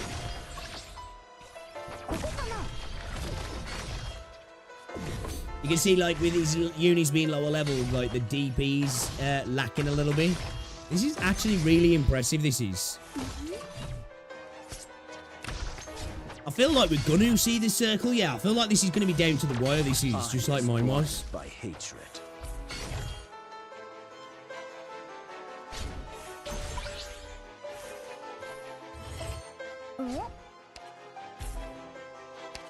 I'm listening. Picked out your bait yet?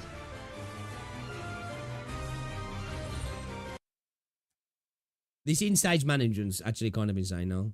After playing a couple of episodes, main story and events in Arknights, what's your opinion about Arknights content having unique mechanics every single event? I hope this carries over in Enfield. I'm actually genuinely impressed by it.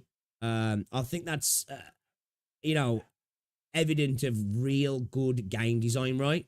To be able to be this long in the game and continually, as you guys have been playing the game longer than me, saying that there's new content, new mechanics being added to the game constantly that, like, for me so far, are vastly different to some of the stuff that I've seen.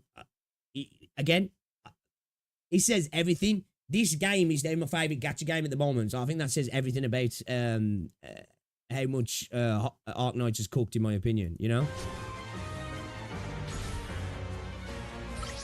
It's long when you're tense, right? Hai un problema le tue ultime parole?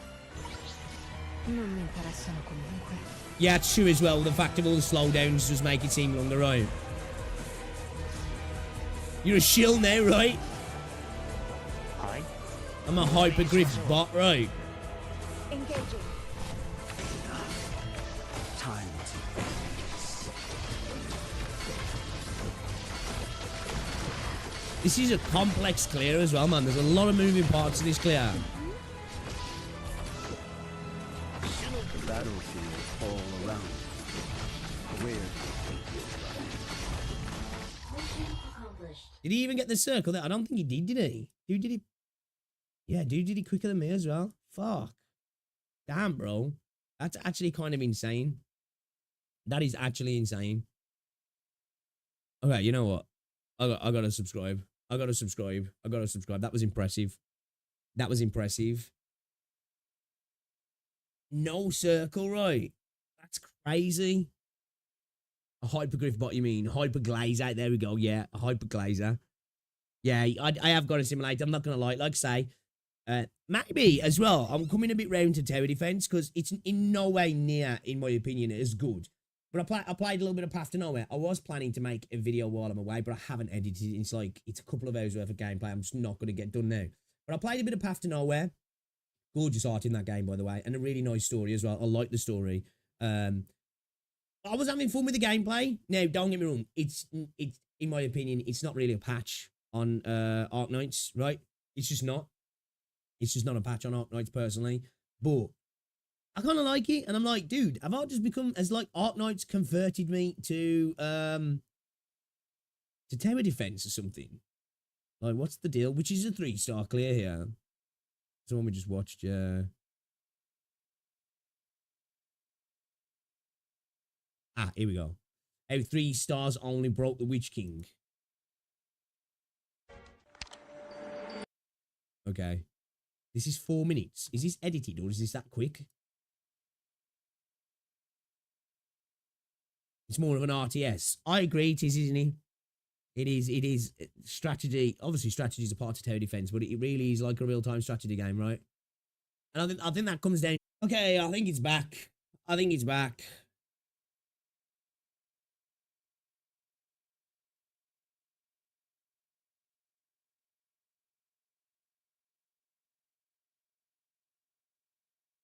I think he's back, chat. Dude, I've got to get in touch with my internet. I've got to get in touch with my internet provider, man. This is ridiculous now. It's every stream, right? Every single stream it does this. And I don't understand what's going on either because, like, I've got no net, but my modem, my router doesn't say my net's gone down. You know what I mean? It just doesn't say my net's gone down, so I don't know what's happening. It's just like it cuts off, but my router doesn't even detect that my net's gone down. Like, every single stream, man. It's getting on my nerves. I pay so much for my internet as well. You know? Absolutely ridiculous. Right, easy? Actually, honestly, like, I am tempted to maybe see about going somewhere else because this is a joke now. Like, they don't ever, like, give me any explanation for anything as well. And it's like, every single stream, but it's like micro cut-offs. You know, it's just for a minute. And then it comes back. But it's doing it every single stream now, isn't it? It's so frustrating. Like my internet now, my internet's like 1100 megs MB down and like 150 to 200 up. Like, I don't know what's happening. I don't know what's happening. I'm getting controlled. That's what's happening. Yo, guys, let me just take a moment before we start watching this. Drop a like on the stream. We lost a bunch of viewers then because, you know, Virgin hates us. But if you haven't, guys, drop a like on the stream. We had like 100 people in here. We haven't even hit 50 likes yet. I think for clearing ZT10 with no E2s is worth a cheeky little like, right? A cheeky little like. Right? The Witch King cursed me, right? Yeah? The spine on your router. Dude, it's wild, man. Like, usually, like, if your neck is down, you can see, like, your router flashing, can't you? Like, whatever indicators that particular router lets you know that, yeah, either your internet's spotty or it's off or it's updated or whatever it might be. But it's just like, nah, no problems here, boss. No problems here, boss. I don't know what's going on. It's like Virgin are, like, watching me. They're like, oh, this dude seems to be using a lot of bandwidth. Let's see about that then, shall we? Let's see about that then. This happens to me where it cuts off for a few seconds, sometimes a couple of minutes. Yeah, it's wild. Super frustrating. It just doesn't do when I'm not live as well. Like, so I had this big problem for a while back in the day with Virgin. That's why I had to upgrade my package. I don't think they'd do it anymore, but they'd throttle my internet because, like, I was using a lot of bandwidth. So, like, usually when I'd be streaming, it'd get about 2 hours, 3 hours into my stream, my internet would just get shit. It'd go down, like, to really slow speeds. And they were throttling me. So I paid for a package that, like, you know, it's literally designed to cover people who use it as business and for streaming as well to make sure you don't get throttled. And there's, like, part of me, like, I don't know if they are doing something on their end on purpose just to fucking fuck with me. You know, I don't know what it is. It does my head in now. It does my head in. Anyway, should we have a look at this 3-star clear, shall we, guys? Should we have a look at this 3-star clear? Yo, mate, thank you very much for the follow. Appreciate you. Appreciate you, guys. You're over on Twitch as well. Refresh. It should fix it then, because it might still be stuck for you guys. But yeah, all right, let's get into it then. He only broke the Witch King with 3 stars. Yeah, but let's see how trash I am at the game, right? Because this was a big deal for me. Let's see a 3-star clear of this then, because this is insane. This is insane. Are you fucking kidding me, bro? Not only 3 stars, but bro's like, I don't even need a full squad.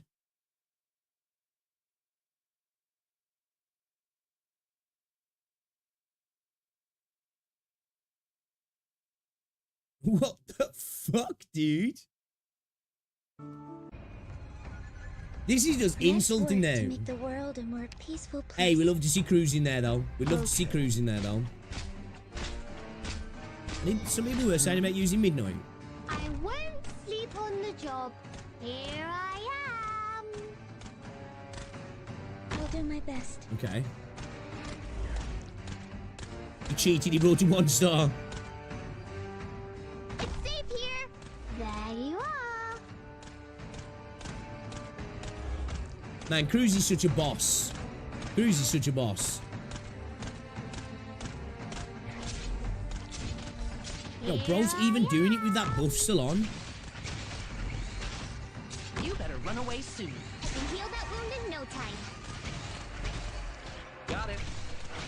See, like, when they usually get to me with that buff on, I'm panicking, then I've got to change the music quickly. There you are.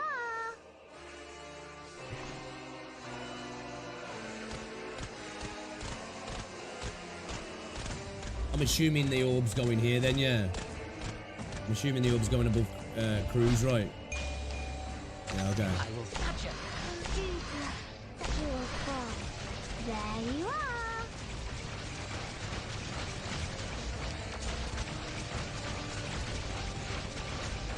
Holy shit, how fast is he clearing those off?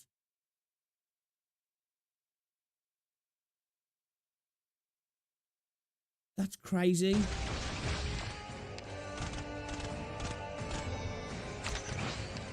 There you are. Okay.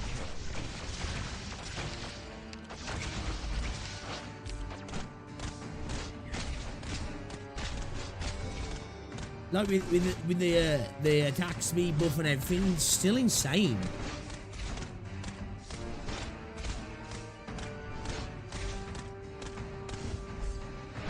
Does make a big difference though, doesn't it, the attack speed I buff? can heal that wound in no time.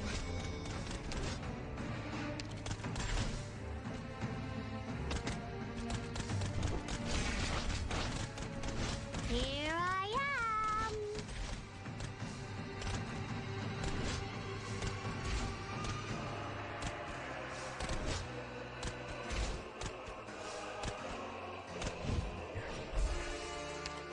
Okay, here we go.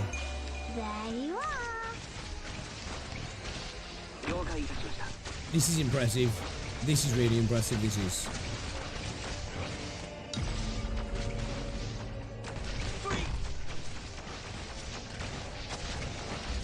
I've arrived. What the fuck?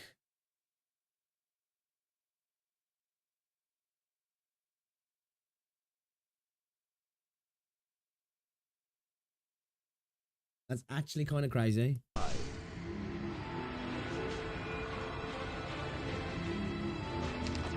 Down you go.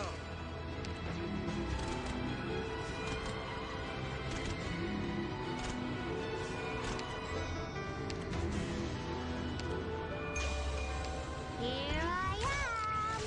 Locked on. This is super impressive. This is super impressive, this is. Doctor? Please, come with your senses. Gladly. I think I should just uninstall the game now. What the fuck, dude? Way to take all the excitement out of my clear. Thanks, chat. Thanks, chat. I was like, yo, I cooked so fucking hard. E1, no E2s, boys. Let's fucking go. Let's go. Let's go. You didn't expect to do it, did ya? And then I see something like this, and it's like, bruh, what the fuck? That's actually crazy. That's way more impressive than the last clear. This is really, really impressive. That's like smart use of like the melodies and everything. Like, you know what I mean? Doing it at the right time. That's actually kind of crazy. I'm really impressed by that. I'm genuinely really impressed by that. Obviously, like, I know people have shown me that, like, somebody doing, like, a one-tile thing before, which I thought was insane. But after, like, playing this boss and how I struggled with it, to see somebody do this is kind of crazy. It's actually kind of crazy. He cooked well. It's just there's always a doctor with lower sanity, right? This is probably practice. Oh, yeah, that definitely doesn't take anything away from it, though, you know? That's impressive, that is. I think that's really impressive. That's, you know what? Who is this? Who is this that you've shared me to here, guys? I love Amir. Yeah, I'm going to have to drop them a sub. That deserves a like, man, because that's actually crazy. That is crazy. Now he's just clearing off the rest of the unit, yeah. Take aim. Dude killed him so fast. Half the fucking mobs are still ready to come. What the fuck? Here I am. Couple times left. Don't worry, we're impressed too. I'm glad. All of us got hit with this video. Nice. It is Down you go. actually cracked. Actually cracked. I will smash it. Don't please cut your sentences. Second Sheila, here I am.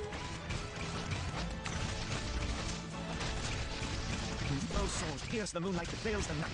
Take aim. Please do a hack. Mission accomplished. Okay. All right.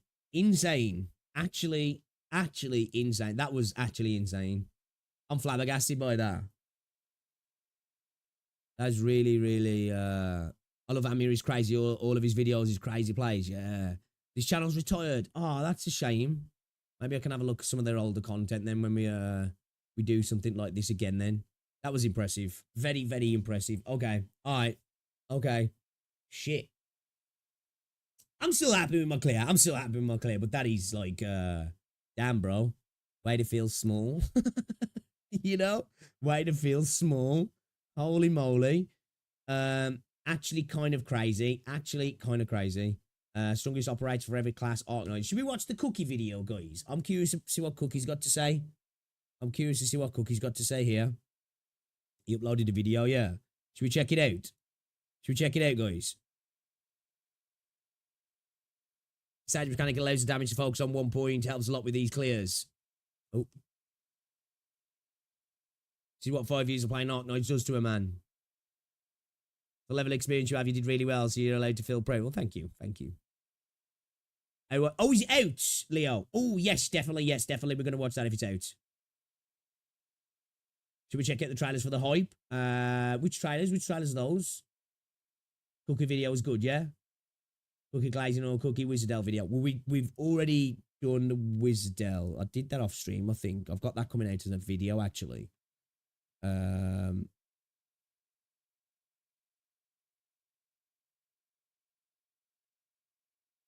There's a couple of videos I got here. We've got the top 10 Arknight MILFs. Top 10 Arknights MILFs. Arknights is the freshest it's ever been. I did want to check out the Yishuan character demo as well for Zenless, because apparently ZZ cooked.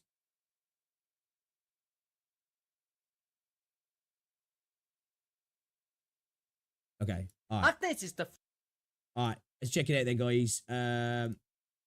I do like Cookie. I think he's a great content creator, great ambassador for Arknights as well. We've watched plenty of his videos in the past. We're going to drop a preemptive like because I know it's going to be a banger. Arknights is the freshest it's ever been. Okay. That, for me, is a pleasant thing to hear as somebody who's just started the game. It's all fresh to me, right? But to see the, veterans have still got this opinion of the game is impressive after, 6 years now, right, with it being in CN. Actually kind of crazy. Again, just want to preface this video by saying Arknights at the moment is my favorite gacha game. It's overtaken Zenless and Wuthering Waves now as my premium prime #1 uno numero gacha game. I'm having an absolute blast of it. So let's see what he's got to say then, guys. Let's go. Arknights is the freshest that we've ever seen of it to be. Do you agree with me? When I say fresh, I don't just mean the quantity of the content, but also the quality of content. In this video, let's talk about the game state right now and how much it's improved since its beginning days. Arknights had an interesting or funny beginning during its game launch. I like this sort of stuff because obviously I've not been around from the beginning, so it's good to see the perspective of veterans. Where in its first year, you have a lot of people coming into the gacha game, saying that it might be one of the best gacha games to release in a long time. But during its debut, it suffered a major problem, which is the lack of content. A lot of people were highlighting how once you completed the main story content, or even if you finished the event stages, there wasn't much else for you to do. Or you're just... That shows as well real progress. Obviously, I wasn't around then, so I can't attest to this, right? But I believe Cookie. You guys will have to let me know as well. Was it a little bit lacking? But obviously, coming into the game when I have, it feels there's so much content. I've got so much to get through. Obviously, the story. You got the end game stuff, you got the IS stuff, the CC stuff, the RA stuff, but then you've got these constant flow of events, and they're not just little shitty events like something like Wuthering Waves, or even some of the smaller events in Zenless Zone Zero that just like, okay, one and done kind of thing, it's over in no time. They actually feel like, satisfying, additions to the game, like chunky additions to the game. just doing is farming daily, checking on your base, and very quickly you There start are a lot of turning problems yourself on off from launch. the game. There was slight attempt to keep the game interesting, where you see the release of Contingency Contract. But in its first year, it was just in beta, and by the time that Season 1 and 2 came out, you have a lot of people who's already getting disinterested in the game. So you start to see a bit of a player drop off, and people were turning their eyes towards the next big hit game, which is of course Genshin Impact. It's understandable. Some of you in this video might have quit Arknights before. I think a lot of games were probably like, oh, fuck. You know, when Genshin dropped, oh, shit, man, we've got to step our game up now. Because you wanted to play whatever was the next big game title. And there is really good reason for that. Arknights didn't have much for you to do. You could be reading the story of the game, but a lot of people don't want to take the time to read a visual novel by themselves with no voice acting or animations to look at. And maybe you could try to replay Ian's the stages, never beaten the do those allegations. interesting faction stuff, lower tier, lower rarity kind of runs, but for most of the casuals, they don't really care about these stuff. Just pull my characters. If there's gameplay, I play. If there's no gameplay, I'll just go play something else. There's a way to say that there's a value. Not gonna lie though, that's the beauty of being a tourist. You know, I always say to people, that's how you should play these games, right? Whenever it gets a little bit dry, go play something else for a little bit, man. It's the best way to stop you getting burnt out on the games that you like as well. Excuse for Arknights. Trying to push yourself through a game when there's nothing to do. It's the very first major game title by Hypergryph. So in its game launch, you can imagine they don't have that much of a budget to become innovative, to do all the biggest crazy things, whether it's the form of art, whether it's the form of voice direction, and how much gameplay is involved. But I'm pretty certain that as the game launched and they received so much funding, thanks to the launch of Skadi Banner, Chen Banner, Blaze Banner, where so many of the CN players were pouring in millions of dollars, they probably see opportunity to put so much effort more. I guess a based CN moment again. Yeah, we got to thank CN, right? Definitely WCN. Thank you very much. Well, out of curiosity, I'm sure it was, but what was the artwork like when the game initially launched as well? Has that seen an improvement? Because obviously I've only seen the game as it is now. It's just got fucking insane art. Has the art always been really good? More into their passion project, and then it's only years after that we really see the game improving. The first little tidbit that we see an actual improvement is Phantom Crimson Solitaire. Of course, there's KOB Fungi Abyss, but that was just a test bit. It wasn't a permanent game mode yet, just like Contingency Contract Beta. Okay. In this Integrated Strategies launch, that is the very first permanent game mode that we got. And the fun thing about video coming out on this Tuesday, guys. If you're watching the live stream now, if I do upload this as a video, it's probably already gone up on the channel. You'll have to let me know what you think of my very, very first run. about Integrated Strategies is that every time It's you always play been great, yeah. there will It's got never better with be the time, but it's same always been good, yeah. experience. It's a game mode that really forces you to think, to adapt, and you learn a lot, especially when you put the time to see where you can place your snipers. Can't your wait to play casters, your more when we get defenders, back. We're gonna how do some all the various IS operators streams. can interact and synergize with each other. It's also the first game mode that puts the lower rarity units into the spotlight. You can see how your 3 stars, 4 stars, and 5 stars can work together with the 6 stars to clear so many of the stages within Integrated Strategies. As mentioned, this is just a little teaser. You know, I can't it was wait to play still more. Not like the big I can't golden wait to age play of more. Arknights. But speaking of golden age, that time period also have a slew of wonderful events where you can see the quality of the mechanics they think of, the enemy mechanics, the boss mechanics. Yeah. It's a lot more fun and interactive. And even though it does put some of the Just like the stage design as well, the stage mechanics, but the stage design, you know, tile placements, elevated tile placements, that sort of stuff. Like it's super impressive to me of how much the stages change the way the game plays, which makes sense. But you know, just slight little changes sometimes make a massive difference to a stage from a previous stage. stronger units into E2s a have bit definitely of a pressure improved. Situation. It's a lot more fun than just I've done putting one all run, your strong Kane, people there. one You run. really need to We'll be care about learning the how to play it when I get back from generation, holiday. How much stalling you want to do, how much medic that you want to have in play, how much of the burst power that you want to put into a single boss or the enemies. Yeah. So there is a bit of the improvement to say, whoa, the developers are working hard.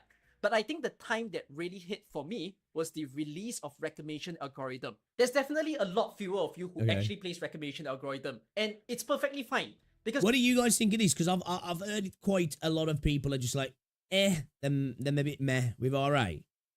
What's the thought process on that, guys? Reclamation Algorithm is so amazing that it doesn't even feel like you're playing Arknights anymore. In fact, RA just looks like it's a completely You like different RA? game. You know, like a DLC or just like a season 2 of some other game spin-off. Okay, It's that's a cool. crazy game mode to be within a mobile game of Arknights because the way that you play is just so different. You really the like it idea now, of it's not for resource everyone. collection, the idea of constructing your map, constructing your base, the idea of map exploration. It's an Constructing your base.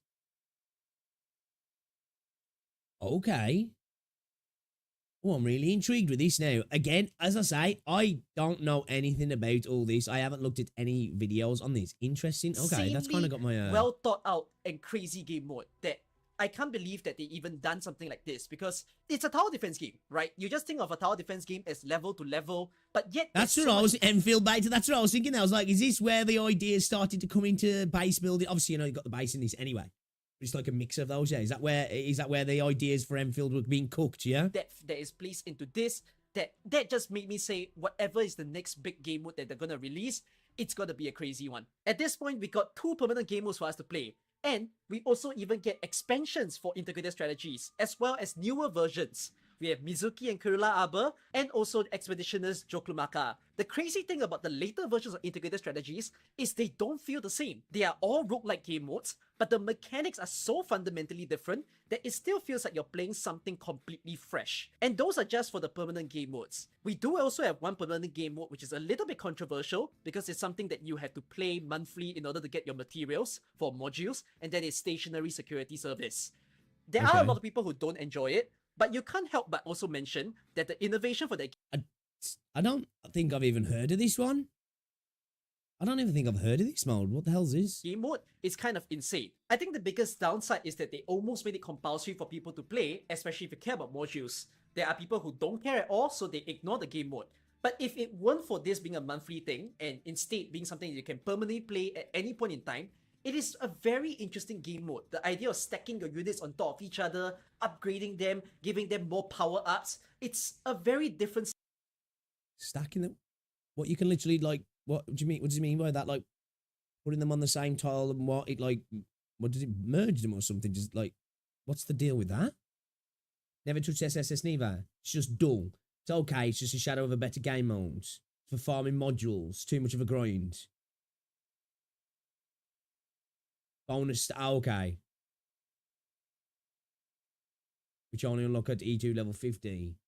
Well, I can't wait to give this a go then. Even if, like, you guys are saying it's not great. I'm interested, you know. Style of gameplay as well.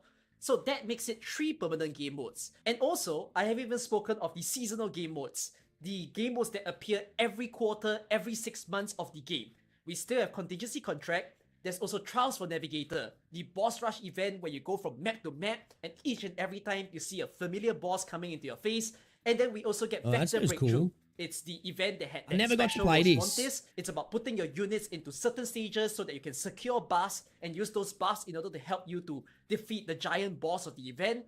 Then we also have Stronghold Protocol.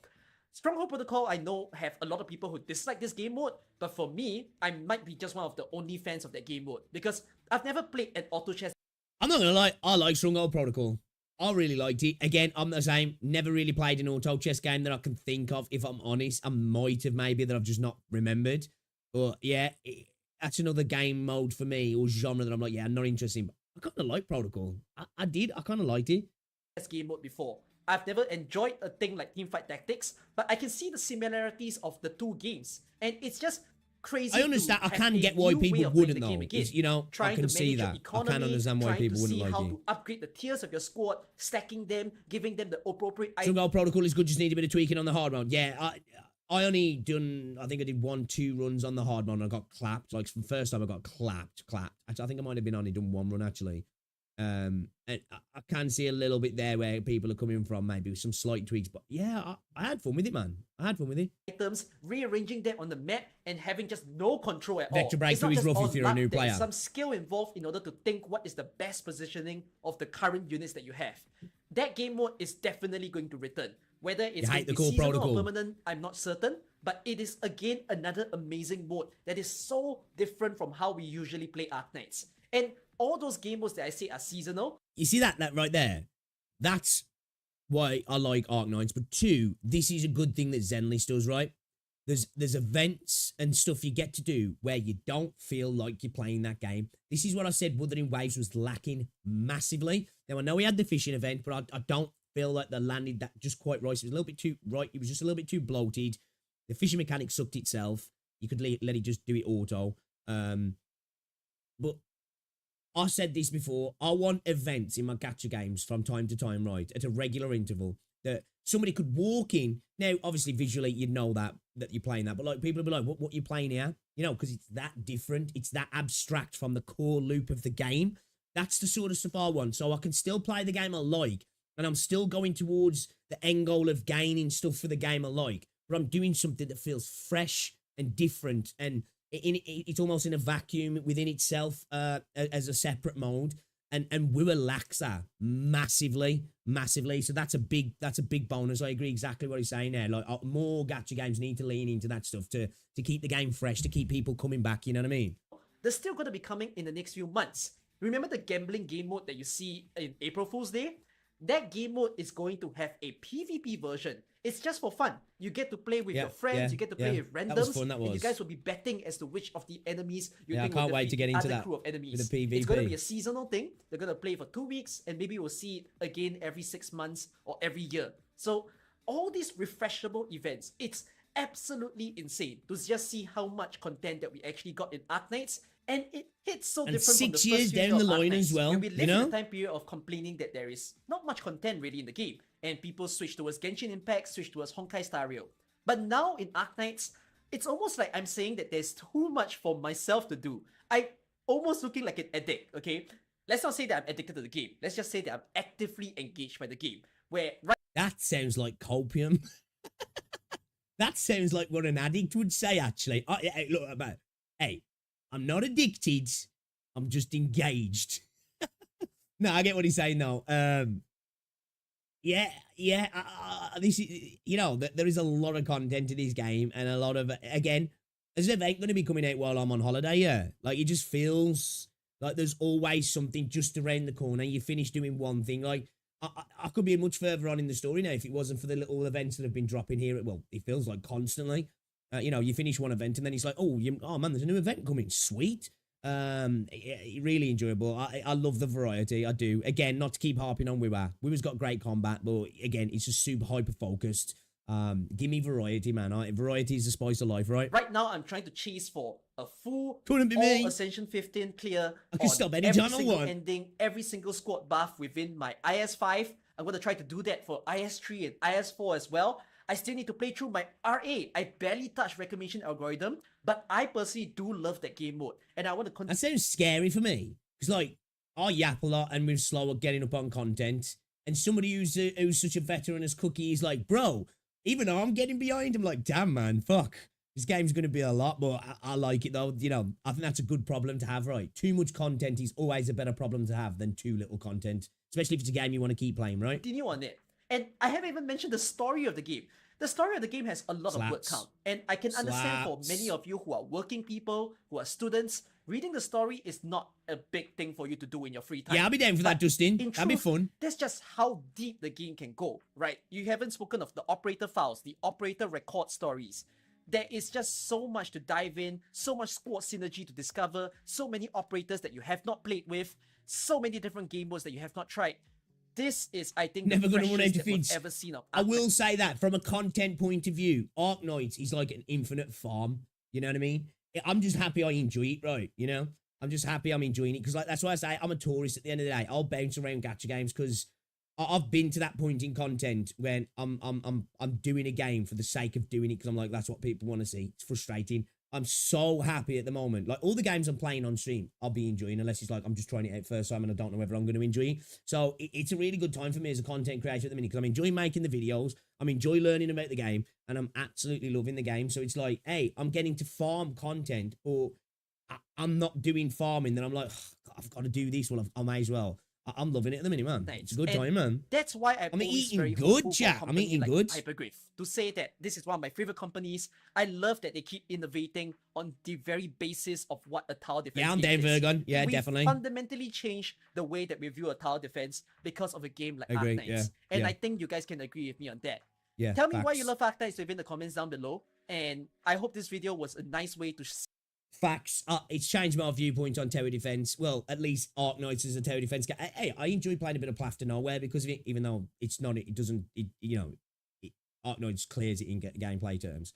Why I love it at the minute. Story's great, universe is great, music fucking bangs, variety of mechanics in stages, variety of characters and the way their mechanics work, leading on to the variety of how to tackle content in the game. I'm loving the exceptional amount of variety in how you can tackle things. It's the strategy, the planning, starting to learn the game, learning in stage management. There's just so many positives about the game. The variety in content, the amount of events that's getting thrown at me as a new player, and obviously as continued players as well. There's so many positives about this game. It's actually unreal. And again, you guys are mentioning Enfield there. I agree. Hypergryph have to take what they've been doing here and bring it over to Enfield, right? And what I mean by that is the variety of content, the introduction of consistently different ways to play the game. Whether it's just side little silly stuff or stuff that's injected into the game as permanent end game modes. Obviously I think it will be a lot harder to consistently maybe bring that into a game that looks like it's going to have the scale that Enfield's going to have.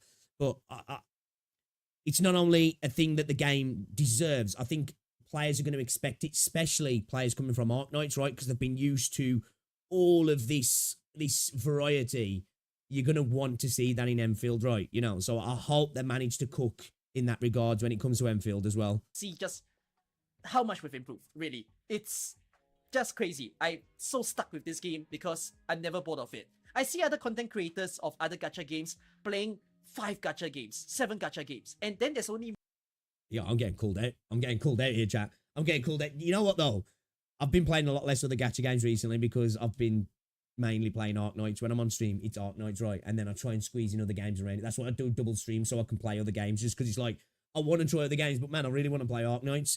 Do you know what? I feel bad, though. Like I say, I got burnt out on Wuthering Waves, and hey, who knows what time will bring in regards to Arknights. But I think it's easy to get burnt out on a lot of gacha games, really, because they just lack content, right? They just lack the content. I suppose I'm lucky coming in when I did to Arknights, because I didn't come in at the start when there was a little bit of a lack of content. I've come in when, as Cookie says, it's as fresh as it's ever been. There's just verdant plains of content, and yeah, it's a good time, man. It's a good time. Only plays I one. got People exposed, ask me, right?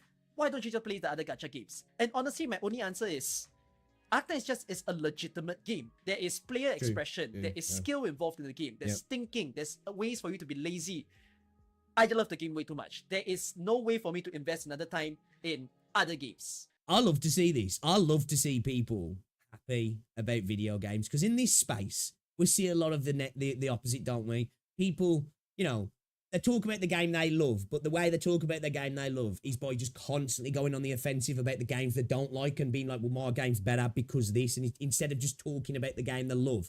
And you can see a genuine passion from Cookie here. I love to see this, I do. As somebody who loves video games, I love to see people enjoying video games. It's really nice, man. This is wholesome, this is. The only game that is live service that I feel like putting time into would probably be Enfield. And other than that, let's go. I really don't see myself playing another game. Enfield mention. Thanks, Arknights. You've been an amazing game. Let me know how you feel, and I'll see you in the next video. Bye-bye.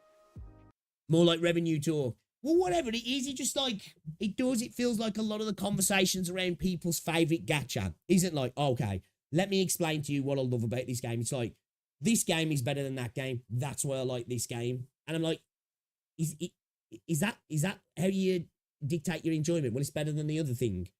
I love to see this. I love to see people just genuinely, passionately talking about video games that they enjoy. I'm really happy I found Arknights. And you know what?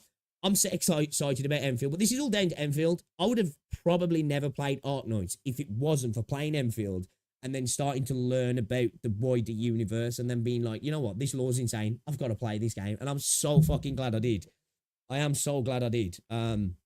Because it's been such an enjoyable experience. A refreshing experience as well in this space, a definite refreshing experience. It's different. My interactions with the community, for the most part as a whole, have been really good as well. The content creators as well. When you're in Arknights, well, at least from my point of view, It's people playing the game, talking about the game, talking about stuff that's coming out in the game, talking about characters, and that's kind of the conversations that are going on. And then, like, you move to the Wuthering Waves side. I know I've got to bring it up because I play a lot of Wuthering Waves. It's like, all right, what are we talking about the game today? Well, today we're going to talk about how Huyo shills suck dick and how Huyo are fucking wankers. All right, let's talk about that all day today, yeah? Oh, a new game's coming out. Yeah, let's trash that game then as well. You know? It's just crazy, man. It's just crazy. It's nice to see. It's really nice to see. So, guys, shout out to Cookie, man. I really do like Cookie. I think he seems like a really nice guy, man. And I love to see this passion about a video game that somebody enjoys. It's really, really good, man. I'm happy to see this. Yeah, I'm glad that Cookie's still enjoying the game as well all this time later. It's a testament to the game, right? Testament to the game. It really is. Like the stream, we got 140 viewers. Yes, guys, man, let's go. Get some likes on the stream. It's very much appreciated as well. We are going to watch, we're going to watch You Takes Terror. We are. We're all fighting for reacts. Can we hit 150? Who knows? I do want to watch this though, guys, as well. I want to watch the Yishuan character demo as well. We've got a video here, Arknights Floperators, Chain Medics, Top 10 Arknights MILFs as well. Should we have a look at the Top 10 Arknights MILFs, shall we? We're going straight in. We're going straight in here. Simulation combat data updated. Holy shit, bro. I wonder what the fuck that was then, man. It's that fucking Zenly Sound Zero video playing. I've watched videos from Cloudy before, actually. Makes great content. Let's have a look at this then, right? Little palette cleanser, yeah? Little palette cleanser. Should we have a look at the top 10 Arknights MILFs, shall we? Because if Lappy ain't on these lists, there's going to be problems. There's going to be problems, guys, because she is the best wife, the best unemployed wife. All right, getting straight into it. This is from Cloudy, guys. Top 10 Arknights MILFs. Number 10. Let's go. Number 10, Ines. I mean, Ines and Hodor basically raised W. Bro, the thighs, though, you know, the thighs are long. Put it up there, right? You know, Lappy's too young to be MILF. How old is Lappy? How old is Lappy? Lappy isn't even that old, bro. I don't know. She looks like, hey, well, whatever. I'm still sticking it in there. So I don't think it's much of a stretch to say that But Ines Lappy is has a all MILF, the though. points on her MILF card bingo maxed out at this point. She's also aged like a fine wine, as all hags should be. With a whopping 20-something, I don't remember the exact number, years of combat. Oh, she's got 19 years of combat experience. Well, saying that, though, in Terra, that could mean you're 20. You know? That could mean you're 20 years old if you've got 19 years of combat experience, really. But yeah, okay. She's been around the block a while then, yeah. That experience. Mamma mia, I love me a woman that's got some years on her, you know. She also has, of course, that fine MILF physique, which overall definitely makes her suitable for this category. Number 9. Gladia. Gladia definitely has those parental vibes when it comes to the other abyssal hunters, you know? I mean, she got the mommy vibe, is that what she's saying? a lot of the time it basically feels like she's babysitting Scotty and Spectre, which, yeah, they definitely need a lot of that. However, dude, I love that design. Gladia's mother is actually a prominent NPC in the game, and, you know, a MILF can't exactly have a mother. Like, that's just not how it works. It's obviously going to detract from... Well, no, you got your MILFs, and then you got your GILFs, right? You know. I think it still works. Their MILF vibes. So despite Gladia's fighting since she MILF flew out the womb, right? she has to be low on the list because of her mother. Number 8, Penance. Penance is a beautiful, yeah, Penance is a fucking fire character from a visual standpoint. Fire. Beautiful lady who corrects criminals and sets them on the path of righteousness. And I personally would be the first in line to volunteer to be corrected by her. To receive she acts quite penance. motherly towards Vigil, even packing him spaghetti lunches. I need correction. Definitely gives her some points in the MILF department, as well as her overall general stern and... Bro, like, all that, none of that matters. The design does it all. Like, she is an insanely good-looking character in regards to the design. Like, I fucking love it. I really tall, do. Domineering She's free as well. physique. Number I know there's a lot of people being like, ooh, I wouldn't mind being that down there. All right, let's carry on. Number 7, Ascalon. Ascalon Hey, is great. definitely, She's yes. got the same MILF vibes as like Yor from Spy Family or I love you all from Spy Family. D from Nikke. She's a killer, but a hot one. She's got that perfect duality of, you know, being a badass, ruthless killer, but also being someone who you'd want to tuck into bed at night and kiss you on the forehead and call you a good girl. She doesn't really have motherly energy herself, but I don't know, man. You can manifest it, right? You can, you know, it doesn't have to necessarily be that. You can pretend it's there, right? You know, if you think hard enough, you can make it happen, right? You know, you got to work with this, man. You got to make it happen. You know, if it's not there, then you pretend it's there, right? You know, just to slot it in, right? You know, we got to work with what we got to work with, right? But you still want her to be your mother, which I think is about as much as you need when it comes to being a MILF. Number 6. I don't know about that one. Well, you can make her a mother. True. That one for me though, I'm not like, yeah. When I'm thinking MILF, I'm definitely going out my way to not think of becoming my mom, and my mom is just like, yeah, that's not a road I'm willing to walk. 6. Chubai. She's underestimating her ability to live in delusions, right? Warrior fighter mommy. Yeah, she's gorgeous. Tall, handsome, elegant, and could probably crush you with a pinky finger if you so desired. Which, yes, I do so desire. Please take You just come into the stream at the wrong time, yeah. me. I am ready. Chubai is a really great, stoic, mature character, which are characteristics that make her seem like someone who would be a great parent, a great mother, if I may specify, which gives her strong candidacy for the MILF category. Number 5, Shining. Ah, yes, big sis Sarkaz. Well, Shining may be a little conservative in the way she dresses, with her motherly... You know there's a lot going on under there, though, right? You know there is a lot going on under there.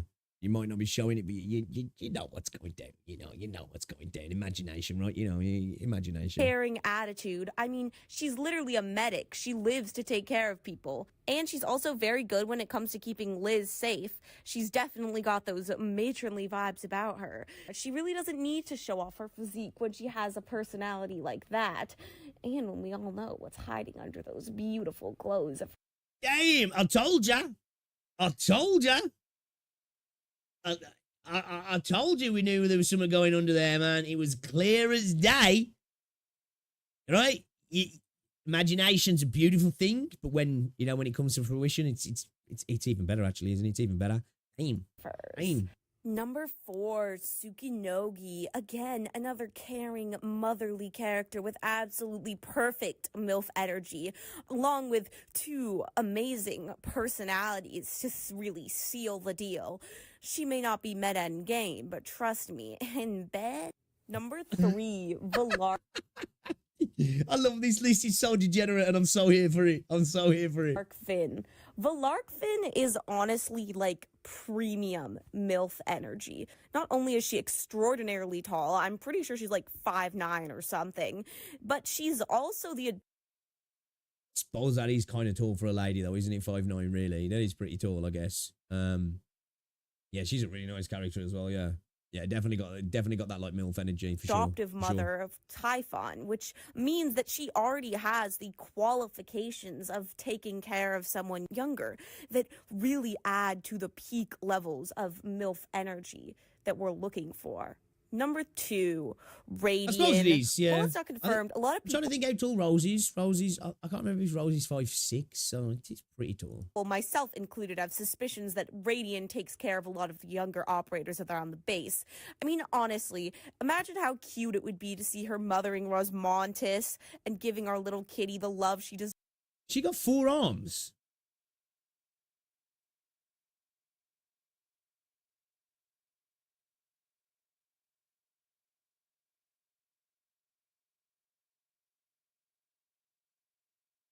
Five foot six. What's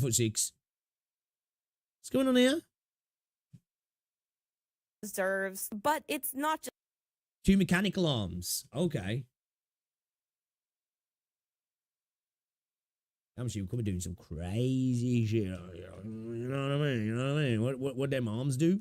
What them arms do? just the personality that gets her so high on the list. Yeah, it's the hands. With all those hands, imagine the amount of head pats she could give. Just imagine it. Number 1. Yeah, it's Vulpes Foglia. This entire video was honestly kind of... It's not a bad choice, though. It's not a bad choice. It's not a bad choice. Oh, man, I am sad that I didn't get her. I'm not going to lie. I'm not going to lie. Oh, it would have been number 1 on my list, man. Man, I know you guys are saying that Lappy might be too young. I don't know how old Lappy is, but, like, hopefully, yeah, it's okay.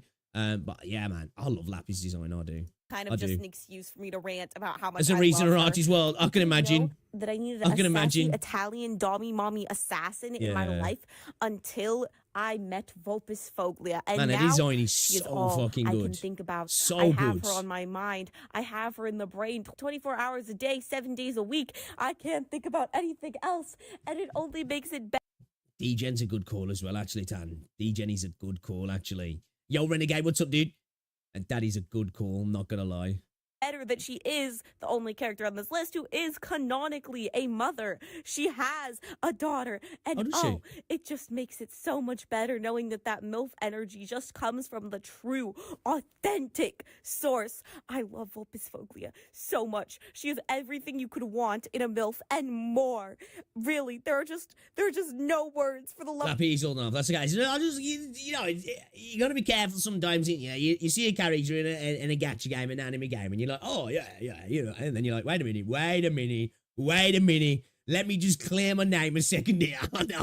We need to do some investigation because I don't want to be you know, levels of perfection that she attains. You probably heard that you should walk. Okay, that was a good one. I like it. Okay, so that was and that was walking but better apparently. The top 10 Arknights MILFs. The top 10 Arknights MILFs. What do we think of the list, chat? I think it was a pretty decent list. I think it was a pretty decent list. I bet Lappy's in her 30s.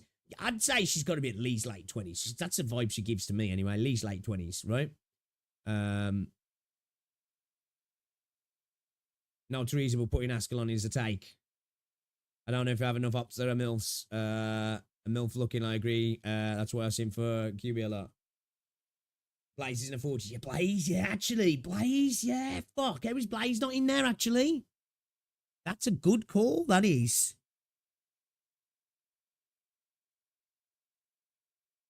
Yeah, I think that was a big schoolboy error there. Big schoolboy error. That's a good point. Blaze definitely should have been in there, in my opinion. Yeah. Blaze giving Dr. Piggy back rides and she's not on the right. Actually, that's a good point. You know, I never even thought about that. Yeah, you're right, man. Blaze definitely should have been in there. Blaze should have been there. Google Logos' mom. Am I gonna? Is this something I should be doing off camera, off screen?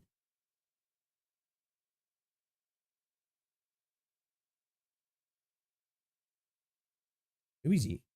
Ramal. Holy shit. That's a cool ass looking character.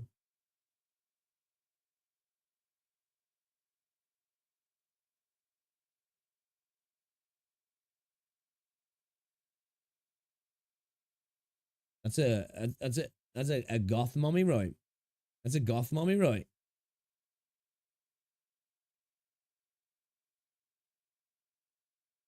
Jeez.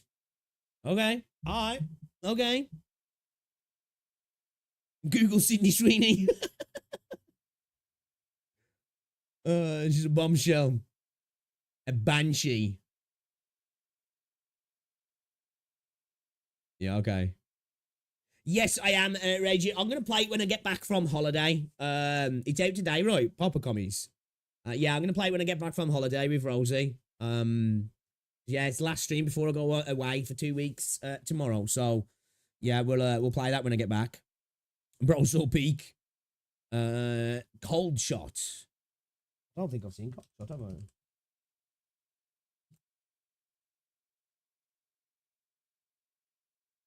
Oh yeah, no doubt. No doubt. Hot take. How's that a hot take? How's that a hot take? Bro, that is not a hot take. That is a base take.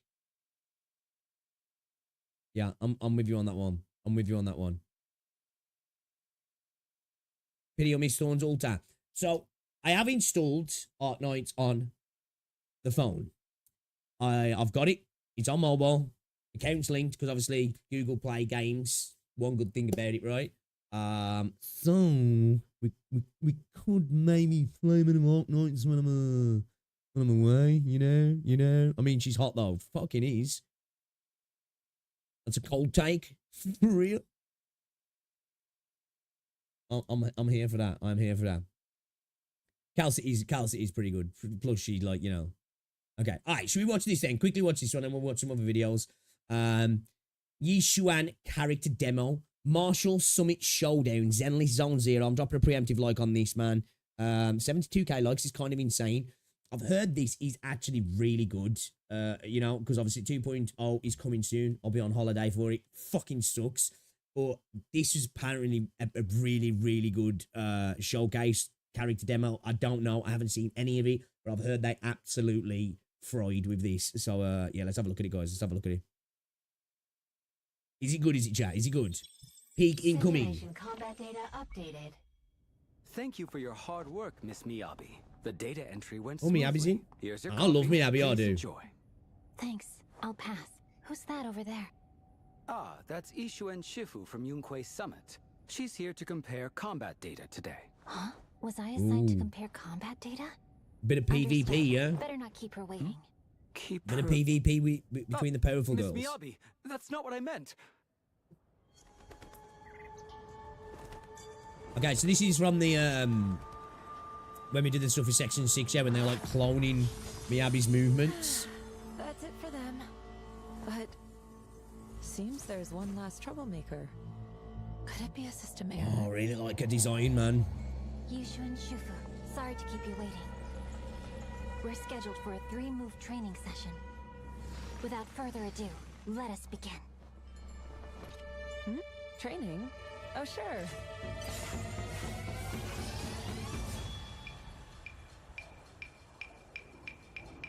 Oh, the music, man. Oh, the counter. I should have expected nothing less. No need to be polite. What I was saying... I understand. I was rude to hold back. Let's proceed with the second move. Oh, she knows it's real now.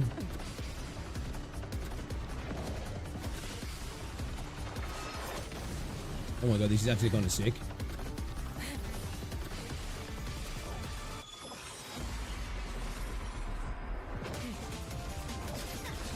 Bro, the animation for Zenless is insane.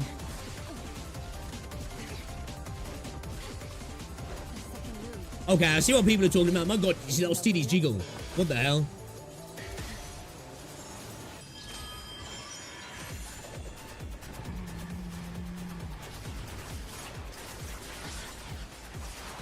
Bro, Miyabi is so cracked.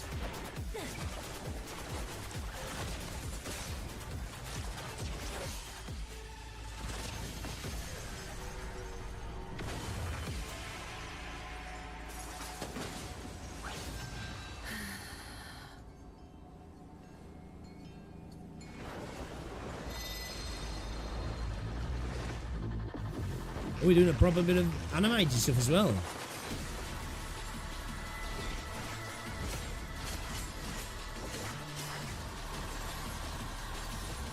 Holy shit, this is sick.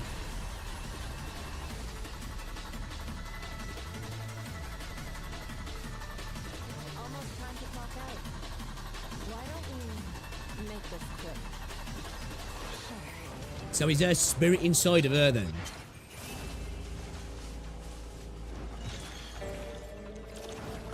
That's like a ink stuff, yeah? Or is this like a ink summons? Dude, that's so fucking cool.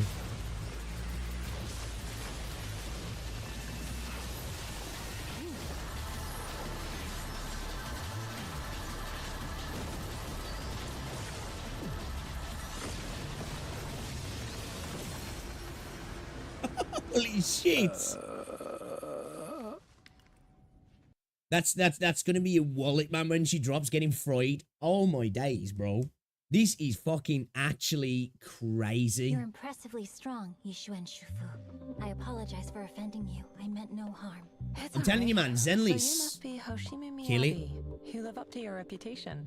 By the way, can we leave now? I'm terribly sorry. We're doing everything we can to repair it. Also, about the combat data from earlier. Is she actually a Void Hunter? By the way, I thought she was like Void Hunter level. Today. Oh? It involves having dessert with a new friend.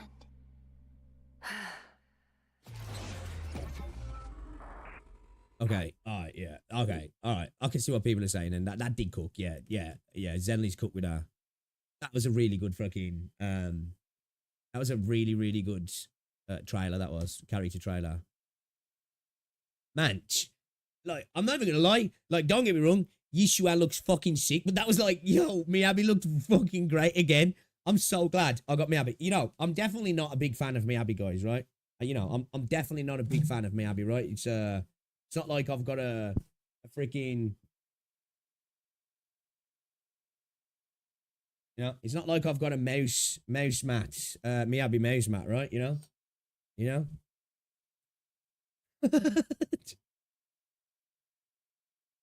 Dude, she does, man. I think she's a great character. I do. I really like her as a game character. I think she's fucking sick. Void Hunter level. Yeah, I thought so, yeah. I don't think so, Lufasa. I don't think so. I think she's just Void Hunter level, right? Yeah, Miyabi's sick, man. Miyabi is sick.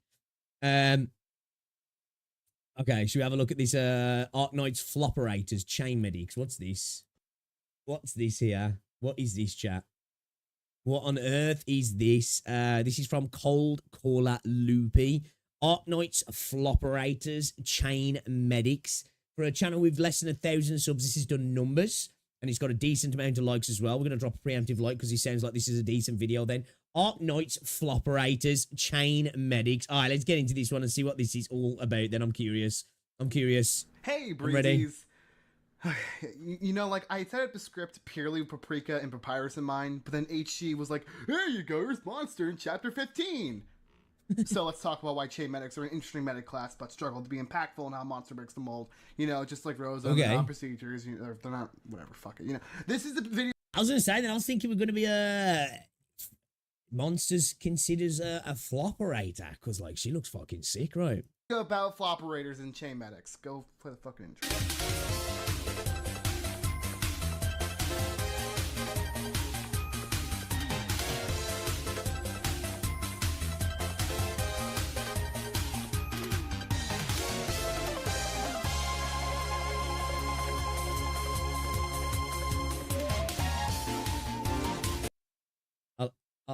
I like the intro. I like the intro.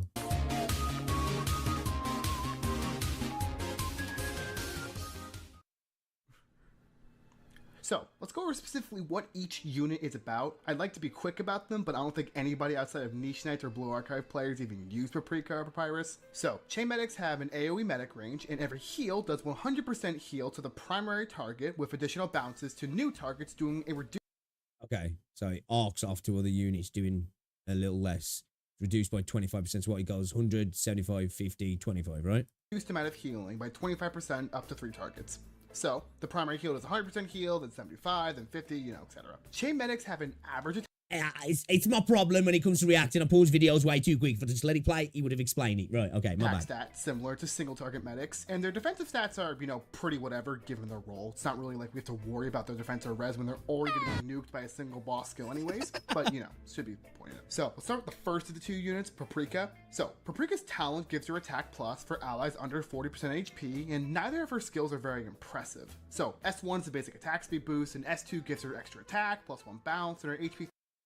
You know that chain heal there, the chain thing, that's something I would have liked one of the negative status effects in Wuthering Waves to have been, right? I would have liked that. I said that one of them could have been like a chain. We could have had an AoE. We could have had some dot mechanics. I know we've got dots, pretty much everything's fucking dots, but I thought that would have been cool, I did. Threshold for her talent goes up to 80% for an extra 150 heal, which is like, okay, but like she leaves much to be desired. The plus 150 heal is just plain awful, especially when other healing adjacent options at this point do much better in that department. And most of them are even just younger than Paprika in terms of the operator release order. Like, why the fuck are you even gonna use them when you have Corcus, for God's sake? Papyrus is at least a little more interesting, granting heal targets a barrier. Cool design. And it only lasts for 8 seconds. But like, it's like a bootleg Shining or Nightingale S2, but it's like for any damage source, which is cool, I guess. Papyrus's S1 gives a stronger heal and more barrier, which is really useful, and I'd argue this is her bread and butter skill since she can actually apply a pretty alright barrier, but it just sucks since it's based on her attack stat. Okay. That sounds pretty cool, though. That does. I like the idea of that. Meanwhile, her S2 lets her continuously heal one target. You want chains? Oh boy, do I have an event for you. Attack and plus 1 bounce. That's really good. But like, the only issue is she can't apply the skill in before they get a mod that removes / reduces their fall off. That'd be interesting, actually, wouldn't it? She has to lock Instead of being onto a 25%, target, it was like, cannot be herself. half like, of that. Even Vendella S2 can lock onto herself with her special effect. Like, Paprika's S2 is useless then. Like, what the? Why would you use this skill? Okay, so like before we get into Monster, this is a big problem amongst Paprika and Papyrus. They just aren't very good medics. Like, it's why you never see anybody use them. Paprika and Papyrus don't provide much utility in the class. Like, this is for a class full of units whose sole job is to heal and heal good. Additional effects are what separate them from each other. Like, Cal has her summon, Nightingale has her arts res, Myrrh has the side grade to like Lancet 2 if you want to do more Hello Drop heals, Eggy Alter breaks the game, etc. But Paprika and Papyrus just don't provide anything meaningful due to how generally useless their talents are. Like, the entire mechanic of heal bounces isn't really useful anyways, especially because the fact that healed is lowered per bounce. Like, if they had the highest attack out of all medics, that would be okay, but they quite literally share a similar attack spread to single target medics. This is a similar issue Chaincasters had on release. Their damage reduction per bounce made them near useless before mods. Like, why would you even use them?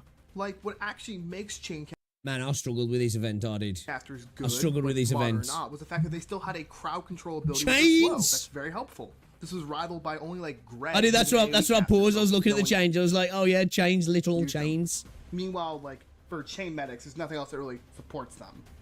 I think both characters heal just fine in general content, which if that's what you want, fine, more power to you. But in harder content, which is like where all the cool stuff is, you need something like more consistent and powerful. For Paprika, units in Arknights have thousands of HP, especially strong melee guards and defenders, you know, the ones you really want to be healing anyways. Crushers even have extra heal effectiveness built into their modules, so you want to capitalize on that. Is it the event mechanic, is he? Already have high attack, or have like strong healing skills. So, with the elephant now in the room, let's go over what makes Monitor so much better. So, firstly, she summons a Reconstruct, which is a melee tile only summon ability, and units around it get an attack boost, which is very generous. It's 15%, it's a lot.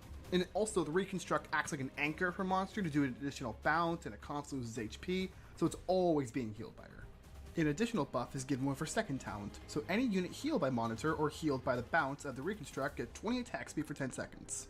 Like, this alone already makes her really good, and then anyone healed by her gets a 20% attack boost, which is like nutty. Like, how many of you guys are going to be going for Monster? Out of curiosity. This is what the Chain Medic branch needed the whole time. It's like more buffs attached to them. Something else that isn't just like, oh, I give barrier, or something like, oh, I give extra flat HP. It sucks.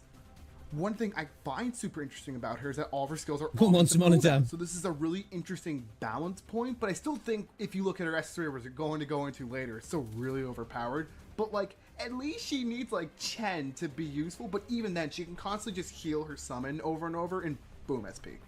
I mean, hell, it's not like she even has... Does her summon have the highest defense and attack in the game? Is that true? Big cooldowns. Like, look at this shit. It's like 15 SP each at M3. It's like, what the hell?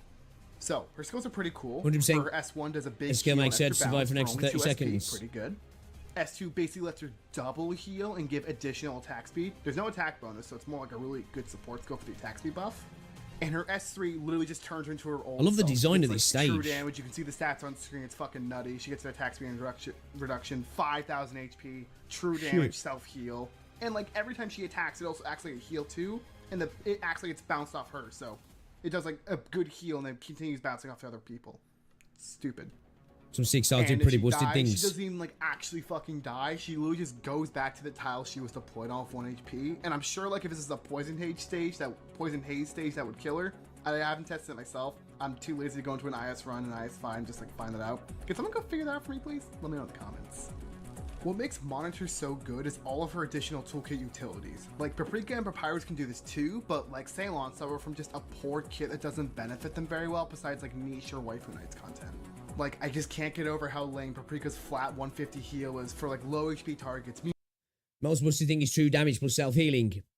Reminder after M3 is the Sisters banner, so calculate your pulls wisely. Yeah, I think still at the minute for me, one of the ones that I'm most interested in is you. Just for the combo with Lappy Ulta, basically. You know, I just think that looks so cool, man. It looks a lot of fun. Her attack speed, by the way, when skill 2 is activated, boosts and gives 56 attack speed from 20 attack speed. Leaking and farming stage is crazy. Meanwhile, someone like Quarkus gives 16% DR to allies above 70% HP, and her S1's a permanent uptime skill. It's insane. I think Paprika can be fixed with a change to her talent. It should be like 150 by default for that flat heal, then give an extra percentage to HP to lower her HP allies or something. Or if you want to take a page from Monitor's book, give her like stats from her heals, like defense or res, like make her a defensive oriented counterpart. And like Papyrus's barrier should stack, and that'd be really cool. And make her freaking S2 target herself. Like, at least let her select herself when targeting. So stupid. Now, one thing I think is gonna happen though, and what I think would be lame as hell, that if they make a mod that is just the reduced damage reduction per bounce, or removing the damage reduction per bounce entirely, like it is for Chaincasters. Like, I think this would just be a weird rabbit Groundhog Day situation where it's like we have like another class similar to the previous one whose entire thing is they suck at first and get better with modules. Like, I'm worried Earthshakers are going to be the same thing with like being a melee type of flingers, but like they too get mods. Just if they just get mods like flingers, and what are we doing? Like, what? And for me personally, I don't have issues sometimes, and games do that. I don't know, what do you guys think? Obviously, you guys know the game more than me, but I don't necessarily have issues with games where there's like units that, you know, with a bit of vertical investment, they're drastically improved. Like, you know, they go from being kind of like maybe mid to like being cracked, or like mid to good, rather than just being like good off the bat kind of thing. I don't know. I suppose it depends, doesn't it? Yeah, I don't really have so much of an issue with it. Too many stacked banners. Dude, the games at the minute, it's crazy. Like, Zenless has got some stack stuff coming up. Wuthering Waves, well, I haven't watched the video, but I saw artwork. It looks like Wibber's got some stack shit coming up. Arknights looks like there's a lot of stack stuff coming up, you know? It's scary times for my wallet. Scary times for my wallet, man. Why are we making the same units over and over again? It's like they're running. Yeah, but sometimes people don't come with pulls, so knowing you can just skip and get it within 6 months, 30 USD is a wallet saver. I mean, modules are removable anyways. At least Pope's still great without the module. I don't mind if a chain medic module is the same as a chain caster. It's not really a problem at the end of the day, though. It does suck that you can make good use of a character if you're low on resources. Yeah. Like, don't get me wrong. I can understand why somebody be like, fuck, another one where I've got to, like, you know, if you are in a position where you're struggling, you know, especially like, I guess for me at the minute, I suppose things like that would be exacerbated because I haven't E2'd at the minute. I'm trying not to. But it's like a self-inflicted problem, right? But yeah, like coming from other games, I don't mind characters that like once you get that bit of vertical investment, they become like fucking insane. It's better that than, oh, by the way, you know, when you get like the third copy, the character's actually really fucking good now. That's Passenger and Monitor are both war criminals. That's all they're trying to be picky for real. But like their units' traits are functionally the exact same thing. One is for allies, one's for enemies. And I would dread if their mods were the exact same thing. Like, it ruins the entire original point of the class, especially like reducing the bounce or removing it entirely. Meanwhile, I worry chain medics are just gonna end up like chain casters, like where they're useless at first. 3 copies in a weapon, yeah, man. Mods. Yeah. But like Monitor is already so good as is. She blows the other two out of the water. If I had the choice of being able to take just promoting a character within farmable materials and then it all being farmable rather than it being like, oh yeah, if you see to this character, you've got an insane buff now, or even an extra part of kit. And oh, by the way, as well, yeah, you really need the weapon to make it all come together as well. You know, good luck on that. It's like, why would you even bother using them? If Papyrus is a welfare, you're never going to see her for like 3 years. Well, that's all for today. Stay breezy, y'all, and I'll see you. My opinion, I'm okay with the more you play, the more it gets tonight. Yeah, it was a good video, that was. For somebody with a small channel, man, dude's making some good content, actually. Yeah, I agree. I do understand, like, you know, I get it, right? And obviously, the more, like you say, the more you do anything in a video game, little subtle things like that, when you first played, were like, yeah, I'm fine with this, you know, 100 hours in, you're like, yeah, not so fine with it anymore. I suppose I'm probably looking at it less of in the vacuum and more of a compared to other games, which I suppose you shouldn't always do that. But yeah, I don't mind a bit of vertical investment personally. But as you say, if you've just spent a bunch of mats leveling somebody up, you're kind of low on mats. You've just got this one character. You're like, fuck, I've got to wait till I can really get the enjoyment out of them. But as I say, it's better than hoping that like, oh, now I've got this unit that's decent, but with the weapon, they're cracked. Now I've got to play the gambit to get the weapon. And really, to get the most out of them, you want a copy as well. Like for me, even though she was insane off the bat, Shorekeeper was kind of like that because it was a second copy, wasn't it, when you got the 40% attack buff on the Outer Stellar Realm, and then obviously with the weapon as well. It's a game changer, which is why I did both of those because I wanted that. But yeah, I'd rather have a bit of just vertical investment in a character rather than having to potentially spend and run the gacha gambit like. Can we check out some new trailers? We can, yeah, we can. What were we looking at? Pauline for dupes majority of the time in Arknights is just there to love for the character. Yeah, they're like kind of inconsequential, aren't they? That's what it looks like. It's going to be the same in Enfield as well, right? Where like I'm disappointed with what Ethereal Restart are doing because of it being a PvP game. It's a shame, right? It's a shame. Wuthering Waves isn't as bad as like some of the stuff in Genshin, I guess. And I suppose even in Zenless a little bit, copies are quite powerful. But there's some incredibly powerful ones in Wuthering Waves as well. Perfect example, Shorekeeper, you know what I mean? Rachir as well. She looked like her copies were actually kind of cracked, yeah. Act or Die. Is this in React Smash or is this on Is this on Arknights' channel? Is he? React or Die PV? We need to watch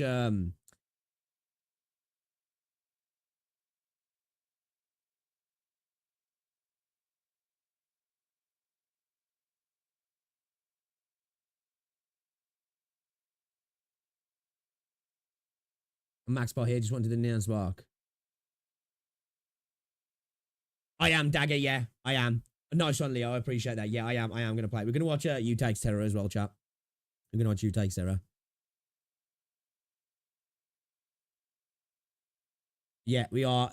So, plan is, obviously, Ethereal Restart launches, Zenless Zone 0 2.0. Come back for holiday. We're going to check out Ethereal Restart. Hopefully, we're not too far behind, right?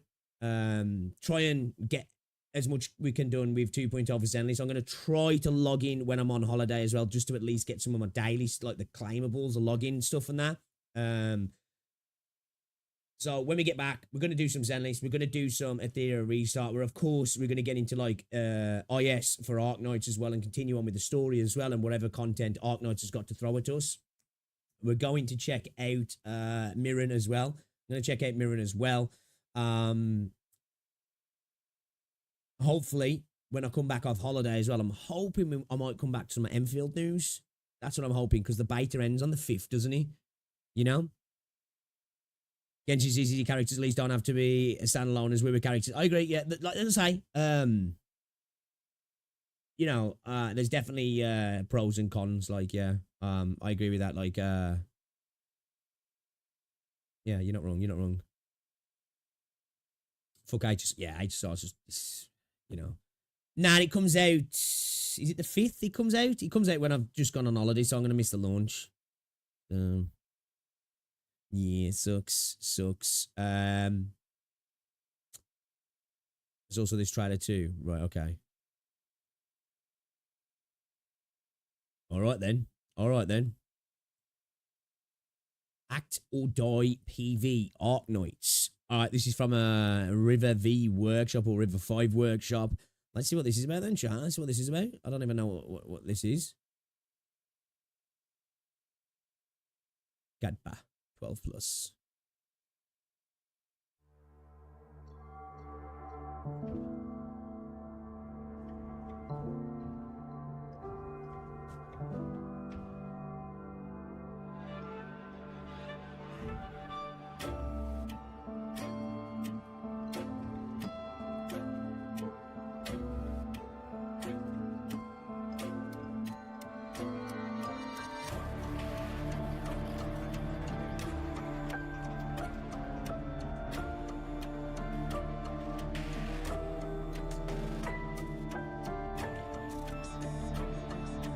There's somebody hanging.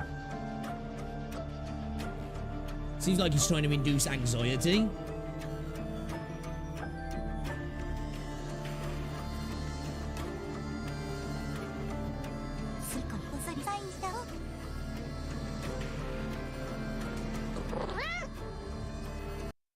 Have we got a fucking cat? 5-star cat. A primal caster.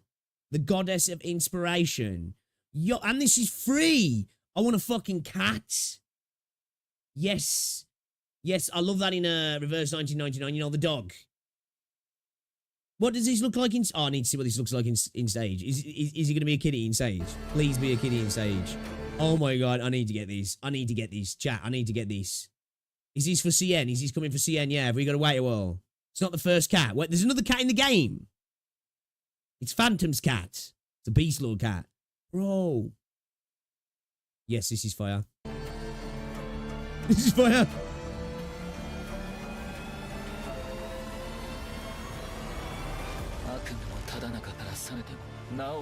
He looks kind of sick, actually.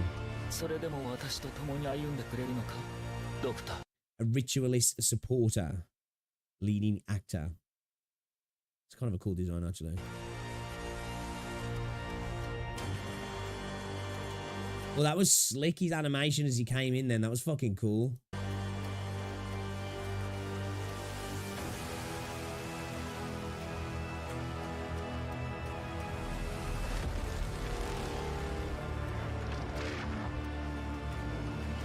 Speaking of Reverse 1999, this kind of has a Reverse 1999 vibe, this does. It does, you know. What element is he? I'm not too sure.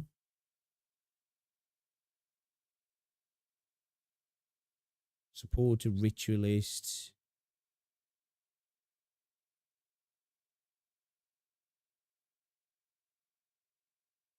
Uses nervous impairment.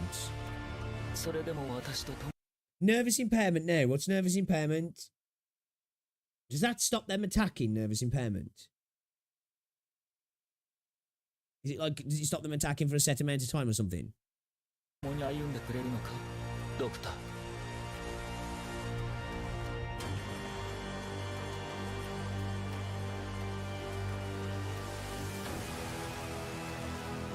Stops attacks.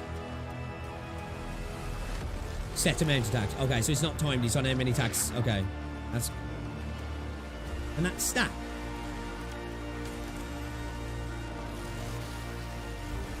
If it's on a set amount of attacks, would you just keep stacking it?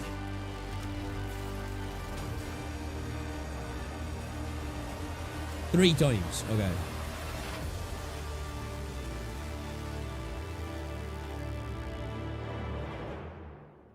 Rankwood. Rankwood, so is that like fucking Dark Hollywood, is he?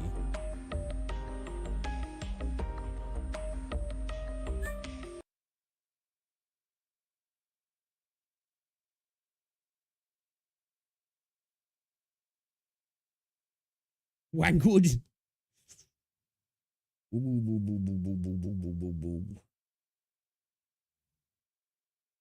Boys.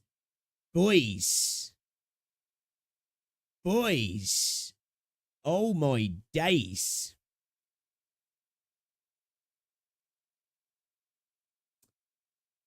I think we're going to have to cop that, yeah. We're going to have to cop that, yeah. It's going to have to happen. It's going to have to happen, chat. It's going to have to happen. Oh my god, that looks sick.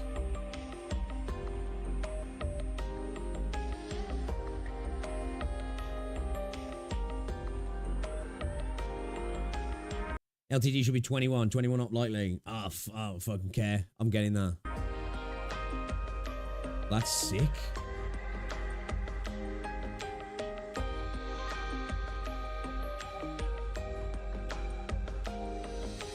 Oh, that's free.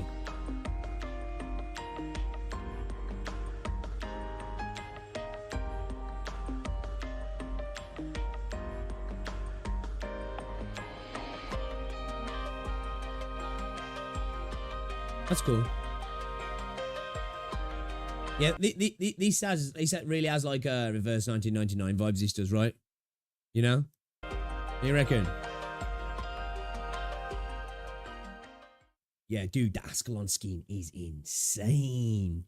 Oh my god. I need to see it in game as well.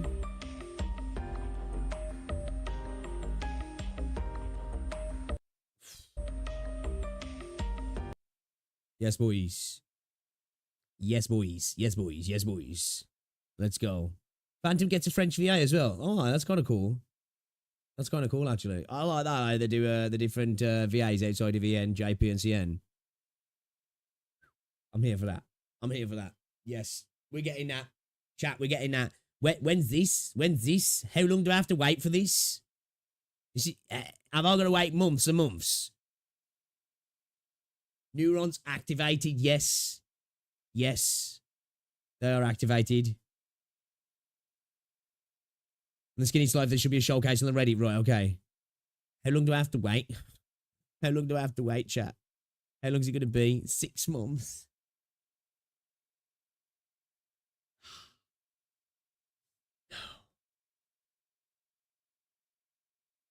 Oh, is that? Oh, yeah, I remember now, Leo. Yeah, I remember. Fuck. My Ascalon needs that skin. My Ascalon needs that skin. Oh, well. We'll have to wait. We'll have to wait. We'll have to wait. Shit, bro. That looks fucking gorgeous. All right. Do you reckon to that skin, chat? What do you guys think of it? I think it looks great. Guys, can we check something out a second? I want to look at something quickly. I want to look at something, right? And the reason I want to look at something is we don't really get into the gacha revenue on my channel, right? Because it don't fucking matter. Who cares? Even if it was accurate, who gives a fuck? As long as your game does well enough to continue being on, right? Who cares, right? But the information's obviously incorrect, right? I think probably the top 10 are the top 10 though, yeah? They are the top 10. But there's a particular game I wanted to look at, right? Now, again, as I say, the numbers don't mean shit, but there's a particular game I wanted to look at, okay? Because I've been talking about it recently, and I've been adamant that I think it's gonna die, right? And I don't usually do that, right? Holy shit, SD Gundam G Generation Eternal did 17 million. What the fuck? I played that game. It's all right. But I'm adamant that it's gonna EOS, right? And kind of curious, you know, kind of curious, chat. I'm kind of curious. So we'll just have a look at the top ones here. Honkai, 103 million. Holy shit, crazy. Love and Deep Space still doing numbers, still doing bits. Absolute insane. Naruto Mobile still absolutely killing it as well. TCG doing what TCG does. It's Pokemon, right? Genshin Impact dropping down from 39 to 22 milli. Zenless, man. Zenless up from 15 to 21 million. I don't know what's going on here. This, again, these numbers are bullshit, right? These numbers are bullshit, right? These numbers are bullshit. Where is this month's? Where is this month's? Whatever, anyway. I want to see something. This is for April. Yeah, this is perfect. This is for April. That's what we want. That's what we want. I was tripping then. You got me tripping. You got me tripping, chat. You got me tripping. You got me tripping. This is old info. Well, we've got April, and then what? May. We'll get May. When will we get May? When will we get May? Shouldn't we have May now? Last updated.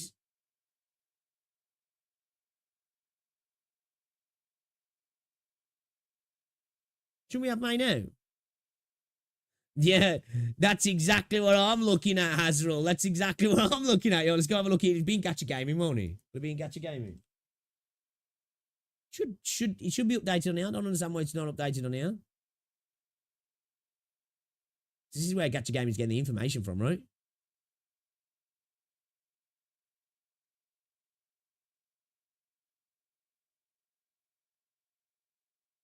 Here we go.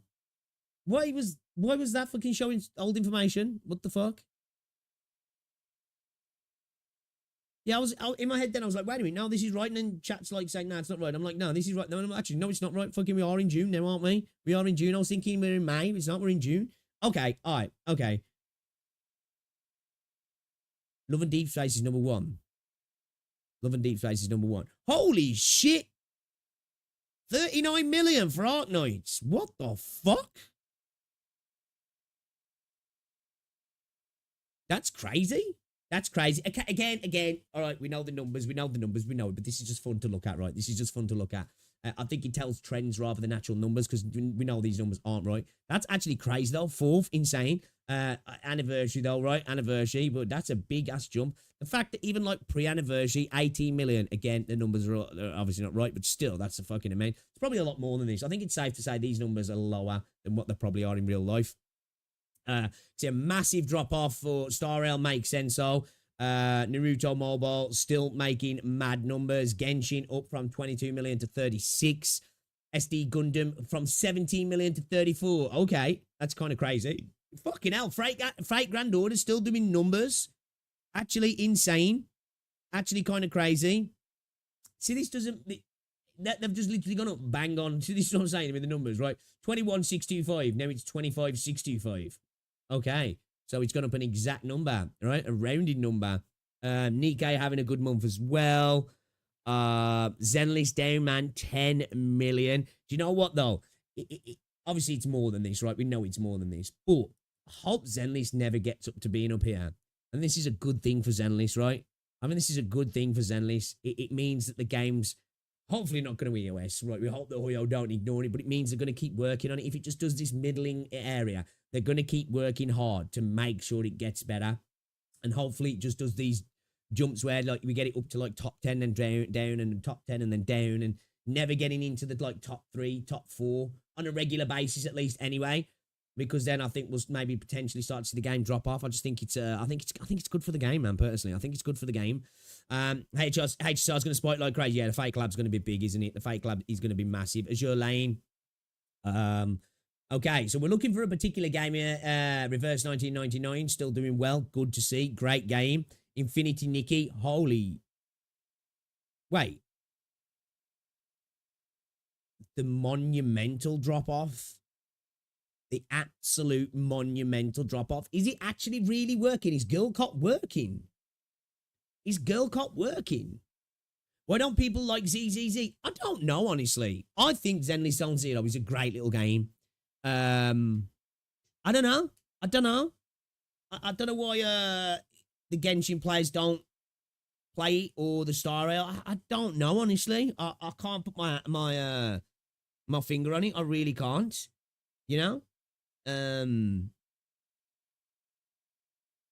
I think it's a great game. I understand why it's not watched so much personally, because I don't really bother to watch it myself, but I love to play it. I love to play it. But Christ almighty, the Infinity Nikki drop-off is insane. Shout out to the player base. Love to see it. Shout out to you guys. Jujutsu Kaisen's still doing decent numbers. Okay, so we're looking for a particular game here, guys. We're looking for a particular game here. Girls Frontline 2, 5 milli. Blue Archive still doing decent. Epic 7. PGR has jumped up quite a lot recently, right? I know we've got the DMC thing going on, right? But, you know, that's decent, man. We're at 2 million, 3 million. Good numbers. Good numbers. Wizardry variant Daphne, 3 million apparently. Tears of Themis. Man, Tears of Themis is still actually getting that amount of money in. Honkai Impact 3rd, still pushing nearly 2 million. Now, there's still a game here I'm looking for, guys. There's still a game here that I'm looking for. Path to Nowhere, 1.5 million. I'm not seeing it, chat. I'm not seeing it on here, chat. What's going on? Where is it? Where is it? Tower of God, 500k. Now we're below 1 million here. Ooh.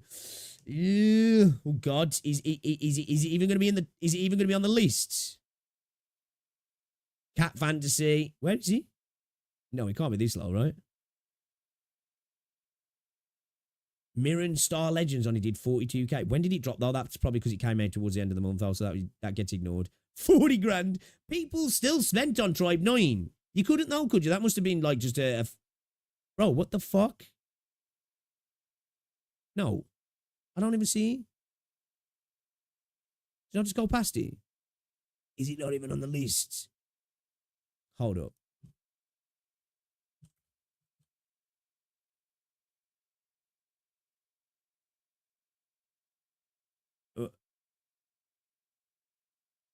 Global down 74%. Am I fucking blind here? Am I blind, chat? Have I gone past it? Bro, yo, it's not even, no events available. What the fuck? It's not even in the list. Did I miss it? Whereabouts was he? Blind streamer. Yeah, but where, I know I can that, but where on the list? It's 68. Did I go straight past it? Oh, there it is. Damn. Okay, 1.2 million.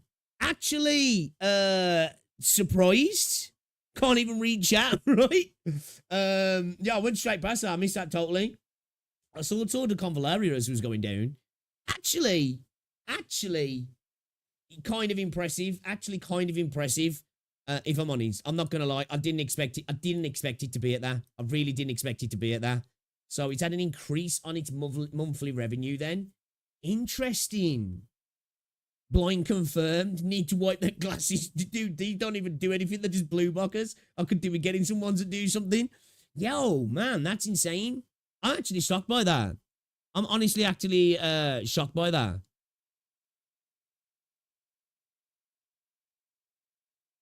$1.2 million. That's impressive. That's actually impressive, chat. What's bottom here? Re-Memento. But Re-Memento's only just came out, hasn't it? Tribe 9's done. Have any of you guys actually played these Mirror and Star Legends?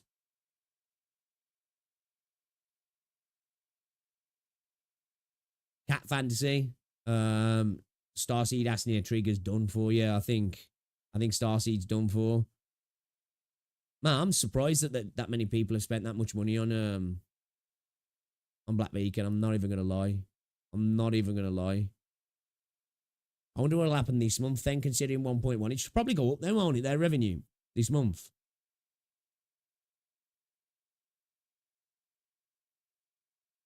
Probably go up, won't it, this month? Because when was the update? Was it yesterday, their update? Has anybody actually seen if it's any good? Yeah, I heard that. It's published by Crunchyroll, yeah. Yeah, I saw that. I'm still going to give it a go. I've installed it. But we'll probably see Persona 5's revenue jump up, won't we, over the coming months if it going global. Be interested to see how well it does, actually. Souls numbers are not actually insane, are they, really, to be fair? Okay, all right. I just wanted to have a little scan through that then. Yeah, I'm not gonna lie. I'm kind of impressed that Black Beacon did 1.2 million. Honestly, you can only hope he goes US soon so people don't end up looking. Yeah, you know what? I hope it does well. I do, just because I don't like seeing games fail. But I just don't see it. I just don't see it, man. Honestly, I don't. But hey, 1.2 million.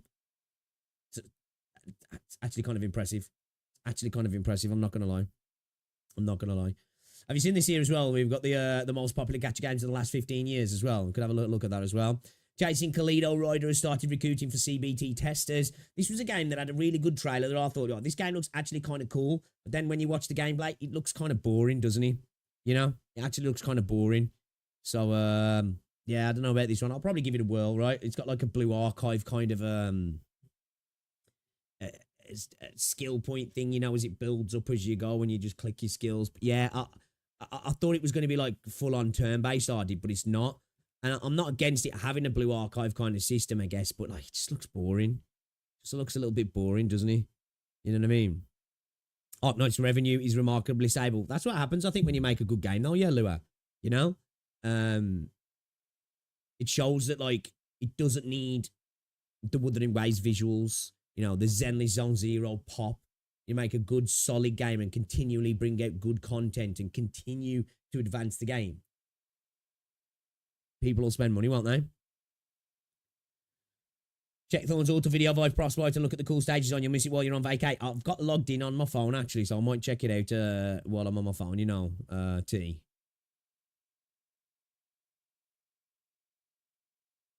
True, yeah, easy. That's true as well. Arknights' average revenue is somewhere between 8 to 10 mil, I think, so it's relatively very stable. And that's a lot of money a month, that is, for a video game. Arknights is the best gacha, in my opinion. At the minute, it's my favourite gacha game, yeah.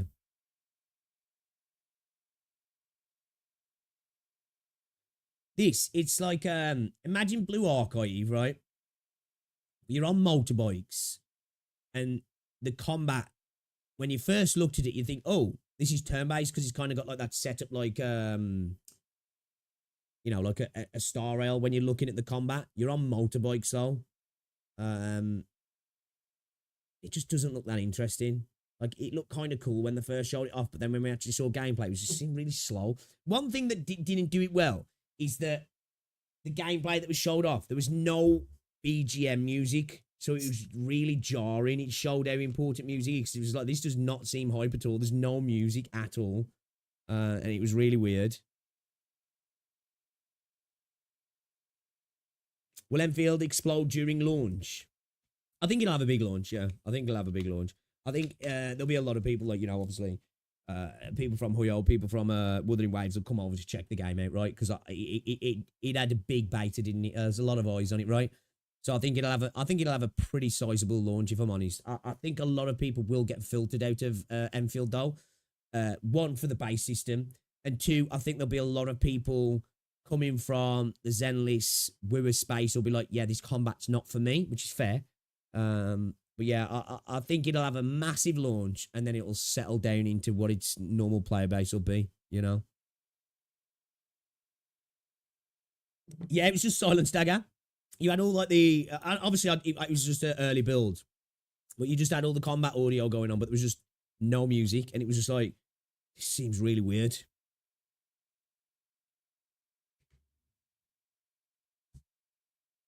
Yeah, like it's not, you're not actually racing, which is a shame. We were saying that, it was like, man, it'd be cool if they actually had racing stuff in there. Nah, it's just like it's like a pseudo effect. It's like a placebo. You know what I mean? The stage just moves behind you basically, but the motorbikes don't even mean shit really when you look at the gameplay.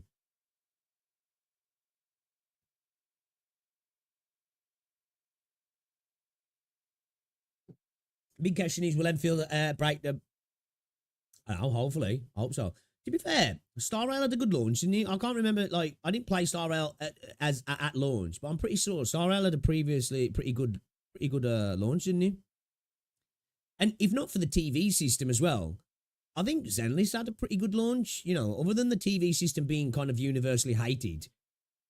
I don't ever remember when ZZZ came out ever having any issues with ZZZ. It ran well, it played well, the story was good off the bat. Game felt great. There was it didn't feel like, I can't remember anyway, any issues like regarding the gacha or farming or anything. It was just the TV system was a bit whack on it. Enfield came and slander us. Okay, true, yeah, true.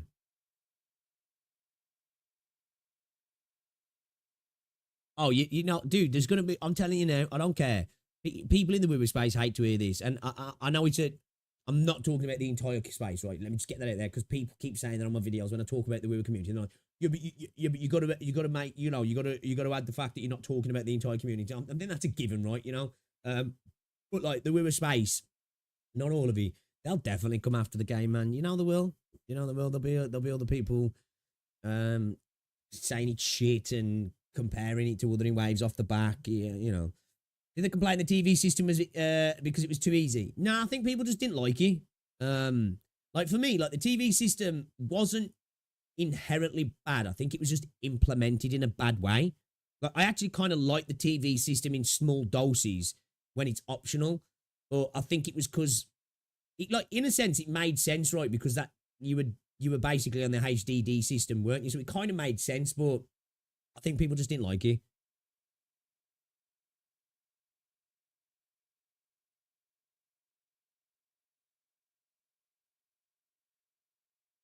Yeah, I'd be interested to see where the game's at when it comes out, right? With Enfield, TV system is pretty bad for me. I think most people agree with that.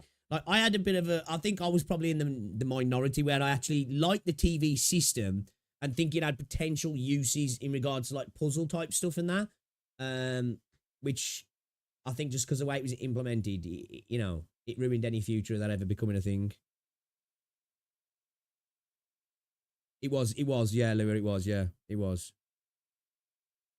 Because it was promoted as a fighting game. TV was just clunky and handholdy. Yeah, no denying. Like, I like the stuff where, like, when you had them things, I can't remember which bit it was. Like you know when there was like a bit where like you had the stuff coming at you and you like had to move the things in your TV up and down to destroy the oncoming things. That was it. The TV system could have been really used in a really cool way for like little puzzle type stuff like that and like almost like bullet hell kind of events. But I think they just implemented it in such a bad way that people just had PTSD for it and never wanted to see it in the game.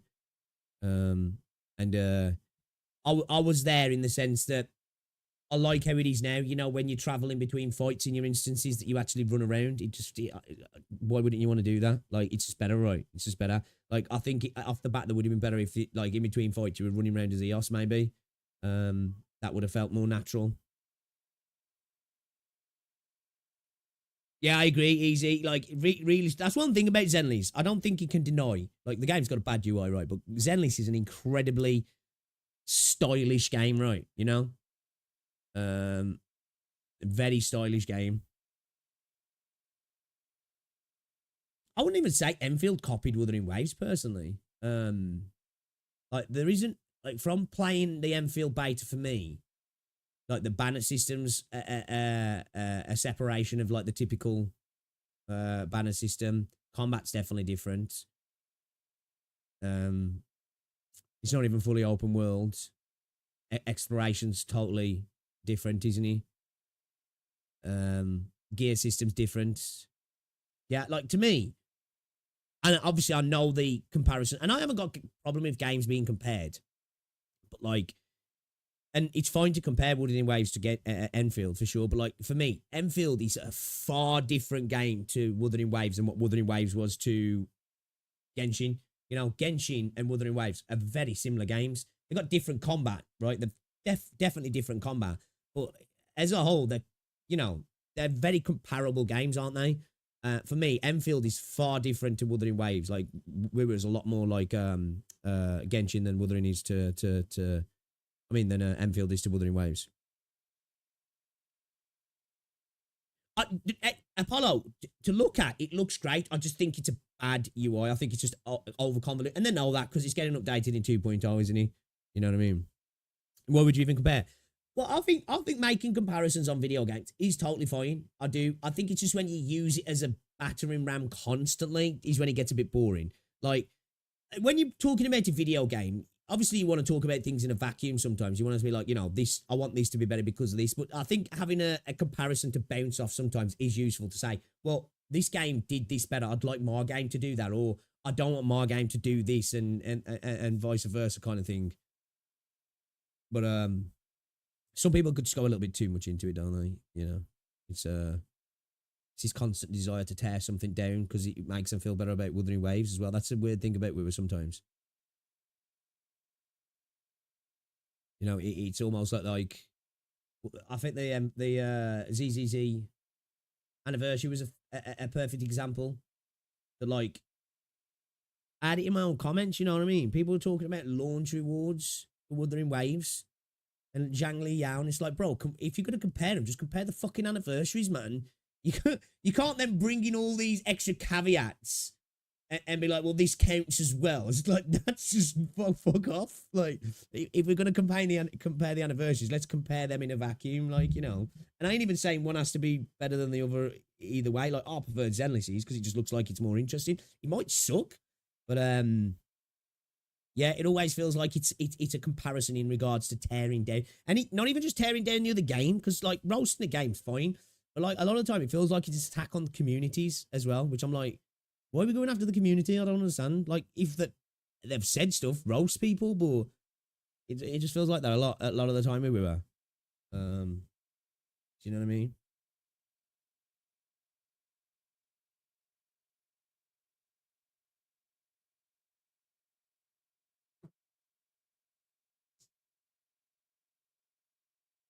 Oh, yeah, but easy, that don't count because Haramus is not meta, which Haramus is actually a decent character if you learn to play him. You have to proper play him, like, boom.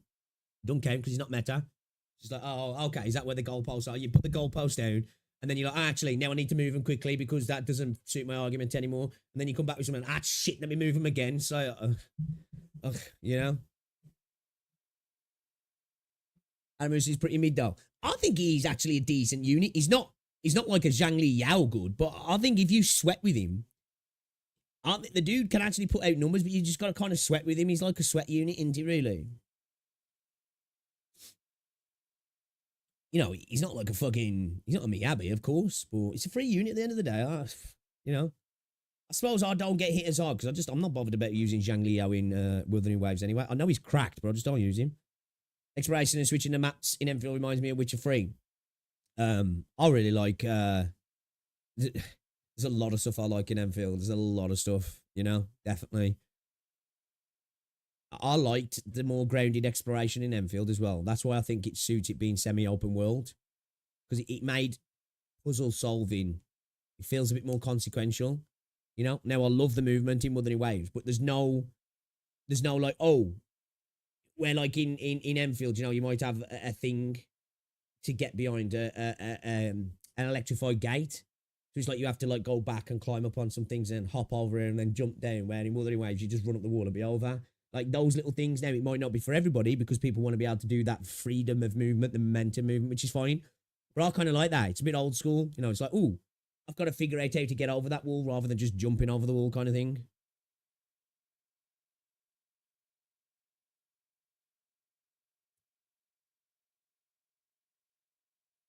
Yeah, I think Aramis is fun to use. I haven't really built him up, but I think he's fun to use. He's okay, yeah. Yeah, like, at the end of the day, I don't think, you know, the thing as well, people forget when it comes to, like, Zhang Li Yao, for me, I'm not taking away from, he's a free unit and he's fucking cracked, right?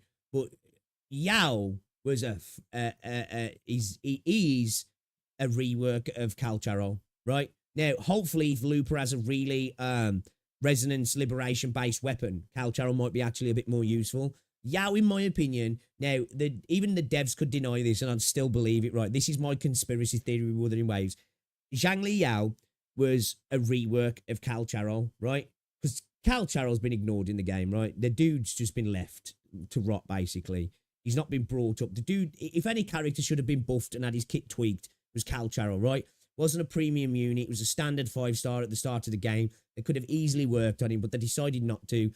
They came with Zhang Li Yao. People said, oh, they released that because it was a dead patch. I think they used a dead patch to release a rework of a character, and the reason it was free, because if it had come out on a premium banner that close to the launch of the game and literally power crept the shit out of another unit, people would have been mad. And they would have been right to be mad as well, right? Because Calcharo's a good character. People have spent time building him up. And then bam, this new character comes out and basically doing what he does better. Slightly different, right? You know, slightly different. But, you know, I think that's why he was free. You know, it's still generous of Kuro. But I don't think it was just that, oh, they're just giving us this free unit. I think it was just like, they gave us for free because if they'd charged us for it, people would have been angry. Which still, I'm not taking that away from Kuro. Like, I think that was a really good addition to the game. But that's how I feel about you. Conspiracy theory, but I like I see the arguments. Now Calcharo's just fucking, like, if that, because when we go to the new Federation, which is like after Rinasita's whole thing, right? It should be new Federation, yeah. If Calcharo is not involved there, then I'm sorry, like, I don't know what's the matter with Kuro. Because, like, that's where Calcharo's from there. He's from the new Federation, right? And he's one of the coolest characters in the game, right? He's one of the coolest characters in the game. It's such a shame that dude's just been left at the side. Because he's a fucking awesome character. Yeah, I'd like to see vehicle crafting mechanics in Enfield.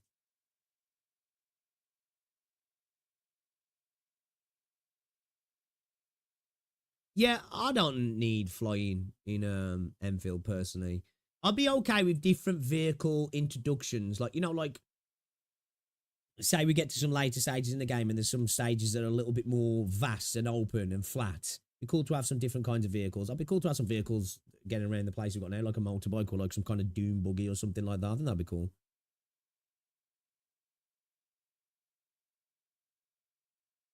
Flight trivializes the exploration curve to the point you don't need to pay attention to anything when traversing. I think that's a fair statement. I like the flight, right? I do like the flight in Wuthering Waves, but I've said this before. I think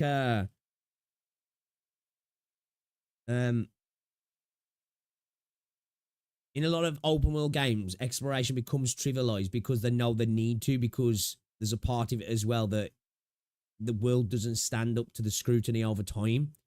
There's only a few games that manage to do that for me. It's like Red Dead games, GTA games. I think some of the Far Cry games, especially Far Cry 5, do that, where the fact of just exploring the world itself, just wandering around, is a fun thing to do because they do really good sandboxes.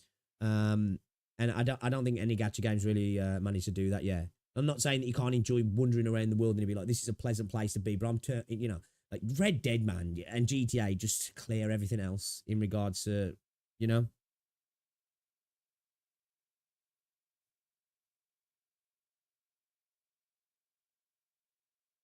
motorcycle racing in Enfield will go hard. This is why, and they won't do it, but like Enanta and NTE, I'll probably be fun for a little bit, but I think I'll fall into the same path of like where you'll just want to just TP everywhere, because just wandering around the environment's just not that interesting, because it's a facade.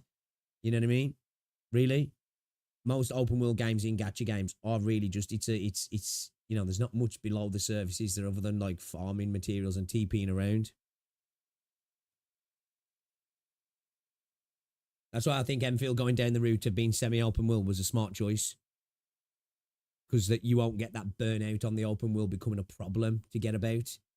Because let's face it, after the start of an open world game, for the most part, you end up just TPing everywhere because it's a chore to travel, isn't it? You're like, well, I want to walk over there for when I could just TP. For me, Grand Theft Auto and Red Dead games, you want to do the traveling because that's part of the fun. You're like, oh, I could TP there, but now fuck it, I'll go down here, because all of a sudden you get into something happens, a fight kicks off in the streets, there's a mad car chase in GTA, or you get into, you pass through a town and you get into some crazy gunfight because you bump into somebody and the NPCs react to you, where other gacha games, NPCs don't react, do they? They're just wandering around, not doing anything. You saw someone ship the doctor with 13. We need raid bosses on Enfield like Clash of Clans. I have to finish my RA slug races. I mean, I'm of the maybe unpopular opinion that since we now move so fast with flight, POIs have been moved further apart and in a siege is full of dead space. That's what happens, isn't it? Like, do you remember? Like, you go back a couple of years.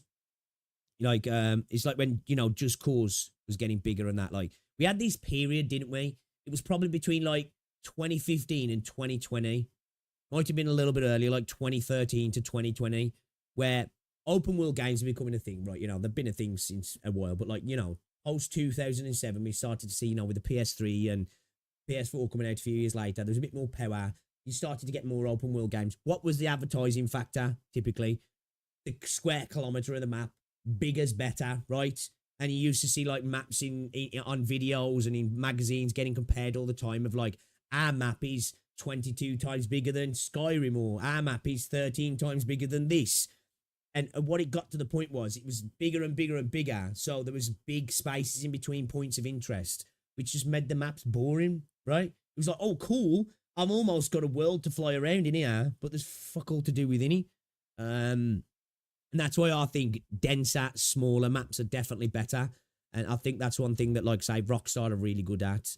And that's why I think it's a good thing that Enfield have gone down the route of semi-open world, because then you've got like you can go deep. You're not so wide, but you can go deep, and that feels way more interesting to explore, doesn't it?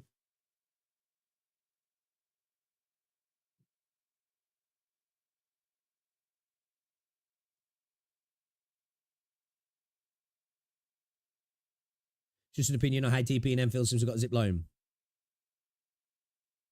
Yeah, I don't know. When we got sort of semi-open, it depends what I'm doing.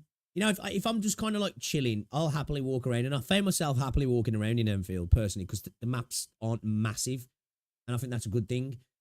But it depends. If you're rushing through doing something, and I suppose when you start to get doing dailies type stuff, you will be teleporting a lot, And I don't think there's anything wrong with that, but you want the world to be enjoyable to explore, don't you?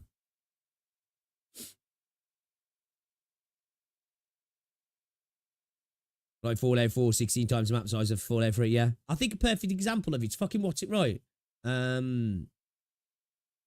What's it called? Fucking... Shit, what's it called now? I forgot the name. It was forgettable. the space Fallout. What was it called now? That's a perfect example. Yo, we've got a planet. You can land on a planet. Basically, it's just a big empty square, though. It's not the whole planet, but it's just a big empty square. I think that was a perfect example of, like, bigger does not mean better, because that was just a big, empty, flat, shallow game, right? Was it Starfield? Is it Starfield? Is that what it was called? I forgot the fucking name of it now. Is that fucking basic? I forgot it. I'm a cooked if I vividly remember the layout of the Enfield beta map, even though I didn't play it. No, I think that's testament, because I can kind of picture it in my head. I think that's testament to the, like, it's, interesting. And that's what you want, don't you? You want it to become second nature as well.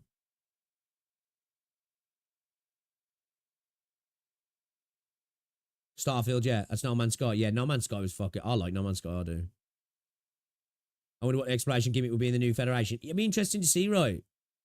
Interesting to see, because if that doesn't have a decent-sized city, I'm going to be a little bit frustrated. I'm not going to lie.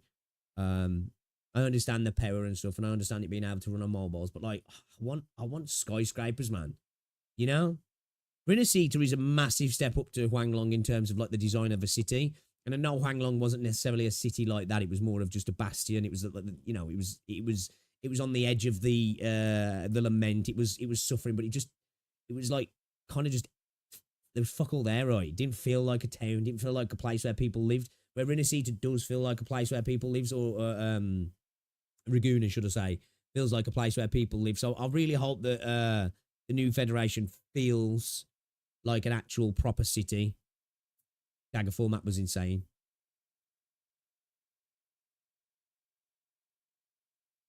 In my opinion, bigger map for Just Cause is good because it also increases the scale of destruction it can cause until you want 100% on every collectible, which is exploration for... Yeah, like, some games can pull off that sort of stuff a little bit better. I think, was it Just Cause 4 when it felt like it was just a bit too big? But I get what you're saying, you know, it works.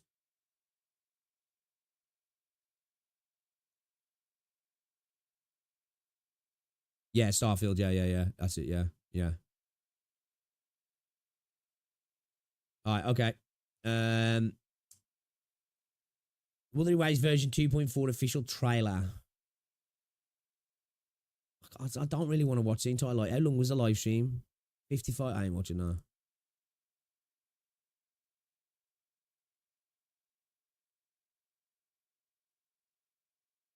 Is it worth watching, chat? Is it worth watching? Or actually, you know what? I might watch that on the plane. I might do that.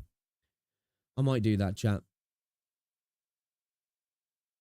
I might actually do that. I might watch it on the plane. There's something to watch. I need to download some stuff to watch on the plane.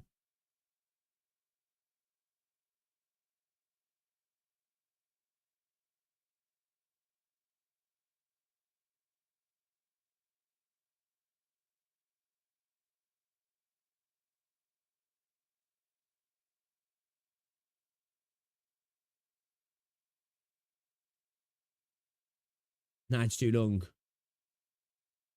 Yeah, I'll be having more destroyed areas. Well, I'm hoping it's going to be dark, because the idea of the new Federation is, like, they do some fucked up experiments and stuff, yeah. So, like, I hope it's like a fascist state that actually, like, when we turn up, I'm asking too much. And I will turn up and everybody will be like, oh, it's our Führer, Rover. You know what I mean? But still, like, I'm hoping that, like, there's some majorly antagonistic vibes between Rover and the main cast of characters that are there. But yeah, you know, yapping for almost 3 hours now. Thank God for the weekend yap buff. Yeah, I thought we'd have a good yap today. I'm gonna be careful with Twitter, man. I thought we'd have a good yap today because obviously being away for 2 weeks, chat, 2 weeks. Can you watch the RA guide on React Smash? Is he going to explain too much to me, though? Because I do kind of want to go into some of these modes. Kind of blind, semi-blind.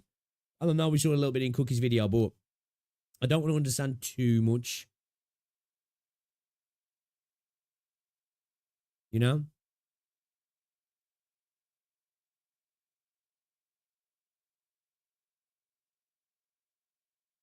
Lower expectations, probably Sunshine and Rainbow in New Federation. I hope not. I want to get there. Because, like, we saw that one image, didn't we? and it had that city. I want to get there. I want it to be grimy. I want it to be gritty. You know, I want there to be an underworld. You know, it's better to watch a guide for RA before going into it. You reckon? God forbid there's any friction between characters in women, right? You know, I want to right. You know, I want to get there. I want it to be like I say, grimy, gritty. I want there to be an underworld. I want it to be seedy. I want it to be a little bit seedy. And I get it, it's a gacha game. Then, you know, we see this in Arknights. You know, other games definitely do lean into that. You know, but like, look at this banner. And we're going to get that. We're going to get that. I don't think we will. I'd like that from the new Federation. I want to feel like we're in a dangerous place. You know? Not just because there's dangerous stuff going on with the overarching story. It's just a dangerous place to be because it's a big city. You know, there's thieves, there's pickpockets, there's gangs, there's turf wars going on and stuff. They'll probably throw a festival for Rover's arrival, right? Right. It's going to be sunshine and rainbows with the bad guys walking around in black leather and suspicious symbols. You're probably right. You're probably right. That's one thing I say. We was a bit too on the nose for me all the time, I think. You know? And there is some brilliant beats in Wuthering Waves. There is. Like 2.0 I thought was great, right? I enjoyed 2.0. I really did. And there's some great characters in Wuthering Waves. I just think they're underdeveloped and underused and underutilized. I think the world is as well. I think the world's underutilized. You know what I mean? They've got the framework there for amazing stuff. They just choose not to use it, don't they? Roost Hill milk toast to do those things. I'm afraid. I think you're right. Also, it's heavily endgame content. You won't be touching it soon. I want you to know what awaits you in game. Endgame. Might have a look then. We can't get the satisfaction of changing the people to our side if they were there with us from the get-go. Exactly. Like, again, as well, for me, it's never really felt like Rover's struggled either. And I don't even mean just like struggling to be like, I'm struggling to beat this guy. But like, struggling with the decisions. Like, it doesn't feel like that to me anyway, you know? It always feels like it's like, ooh, what do I do? I've got them. I've figured it out. You know, it's like at the end of the Cartier bit when it feels like Rover. It's like, oh shit, Rover's getting battered here. She's about to be saved, and then it's like, Uno reverse. It's like, oh, okay, I knew it was coming. Why didn't I expect it? I knew it was coming. What I hope from the new Federation of big, oppressive grey cities. I agree, right? I agree. A very a dystopian place, right? You know, we've got the really light-hearted, well, not so much light-hearted, but we've got the very, very bright, pretty Renesita. I want that to be like a juxtaposition, right? You know, you've got this, like you say, this dark, gritty, oppressive, looming cityscape that even as you walk through it just feels like, oh god, this is like weighing me down kind of thing. Everyone's got a vaccine. Welcome to the stream. Rover's Jesus big dick, the world bends there. Yeah, it's like I keep saying, people saying that Rover's the best MC, and I'm like, I don't care. Like, you know, you can be, you know, obviously you can, because like Wuthering Waves is a really good game. Wuthering Waves is an amazing game. I just don't buy this idea that Rover's the best MC in gacha, because I think Rover is a cool character that aura farms, right? They aura farm, right? Which you can objectively say that, you know, some stuff they do, you're like, fuck, dude, that was pretty cool. That was pretty cool. They're not an interesting character, though, you know? And we're not 12, right? You know? There's a lot of us in this space who are adults. We work. We use our paychecks to buy stuff in these games, right? And the glazing of Rover, to me, sometimes is like, that's what you say when you're like 12, because you're like, oh, whoa, yo, shit, yo, that's cool. And then you're like, yeah, they're obviously the best character because I did some cool shit.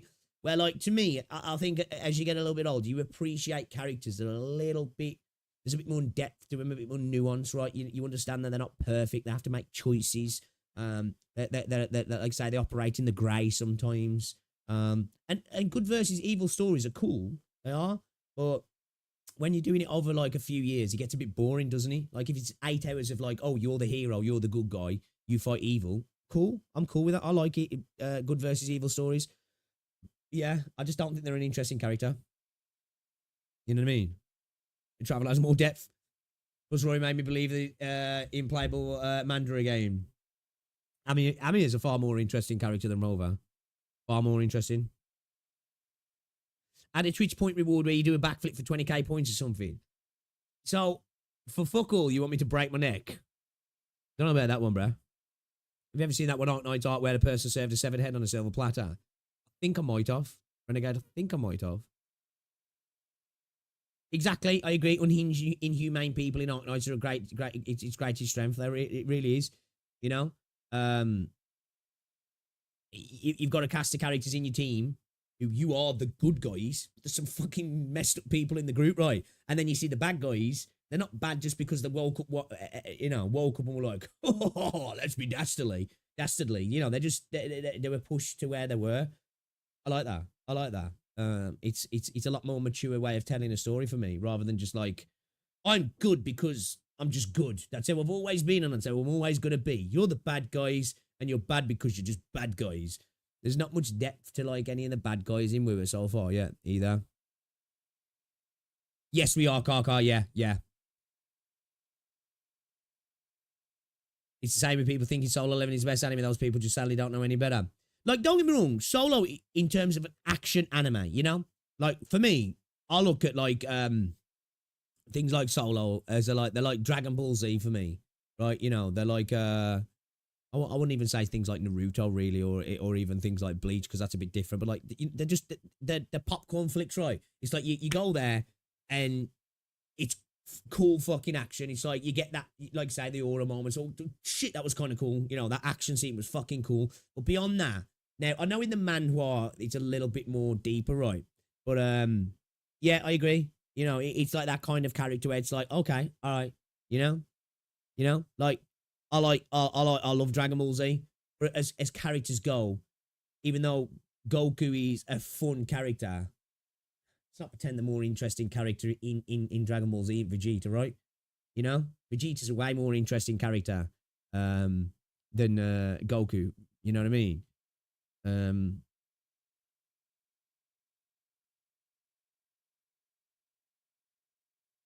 There's bad guys in Wura. It's really like Overlord animes. It's the first time I've seen an anti-hero anime. We rarely get those anymore.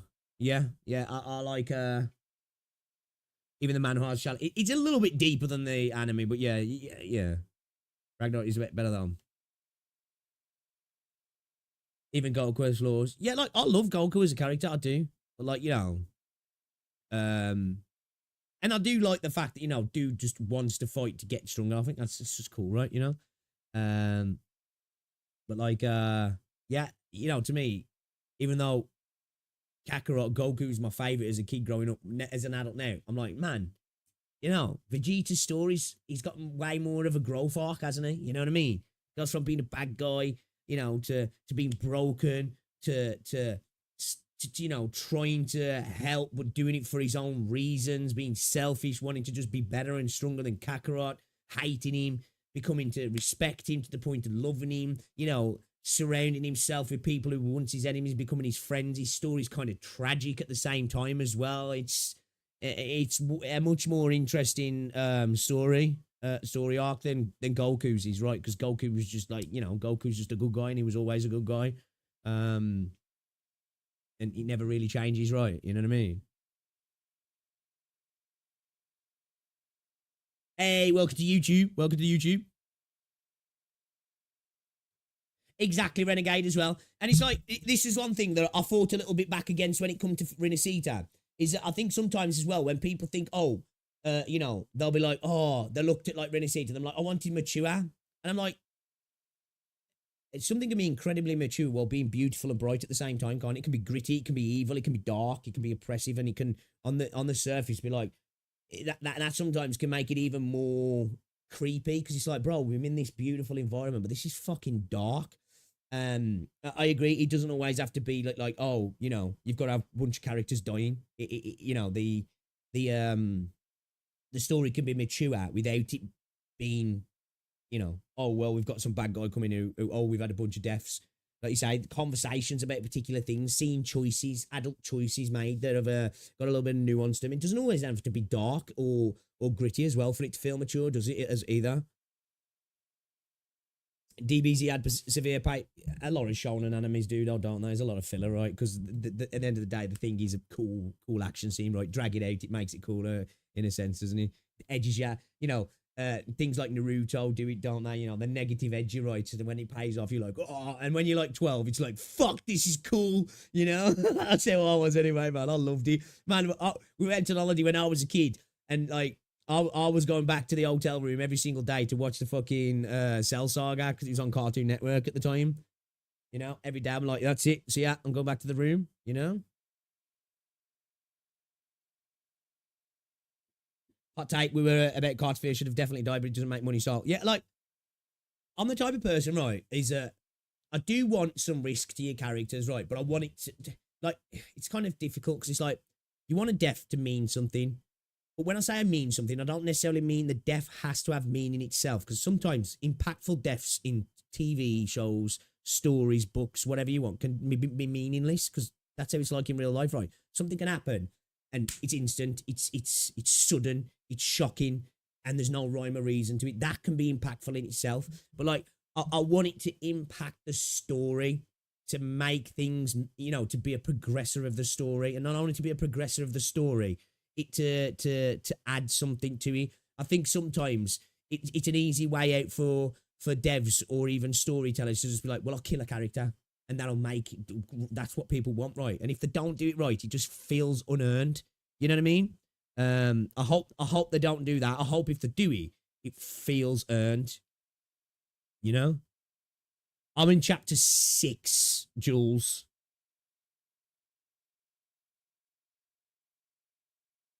But I do feel like the Carter Theatre thing just felt a bit like, it was just like, okay. All right, none of that really mattered then, right?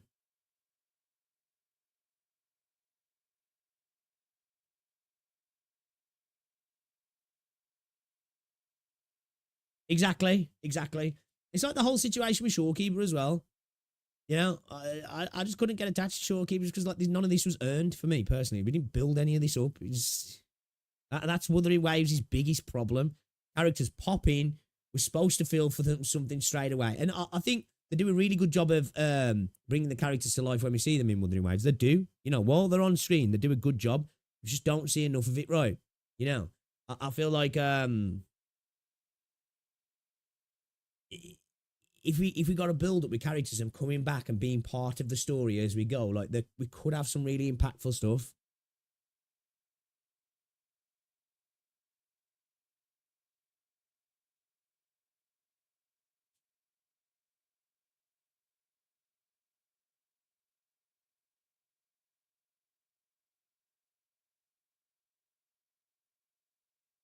It's like comic books, yeah, you know, like how many times can you kill a character off? And then you're like, well, let's introduce multiverses. That way we can kill a character off. It's permanent.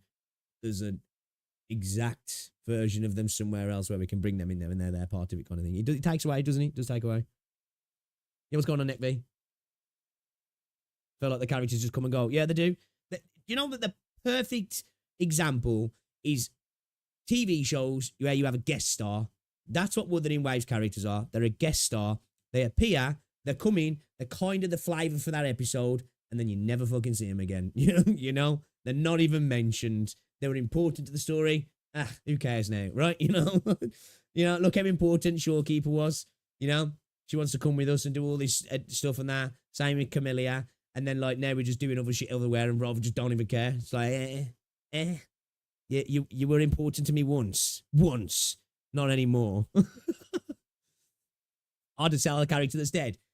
It is, but like, there's got to be ways around it with smart storytelling, right? To be able to like kill a character and you can still use them, right? You know, like half of these characters have in the story haven't joined us on our journey, but we're still using them in our team. Like, you know, is it really a massive like? Does it pull you out if like, oh, can't use Shorekeeper anymore? She got killed. I think it's still a hit for the story, right? Surely. I mean, don't get me wrong, some Arknight stories like Hypergryph spin on IRL events, but they make it so you're hooked on learning how it happened. It's like, I hope one day we get a full-on experience of the lament, you know, in Wuthering Waves. I know we've kind of had like throwbacks to it, but I want to go through the lament. I do. I want to see it happen live, you know.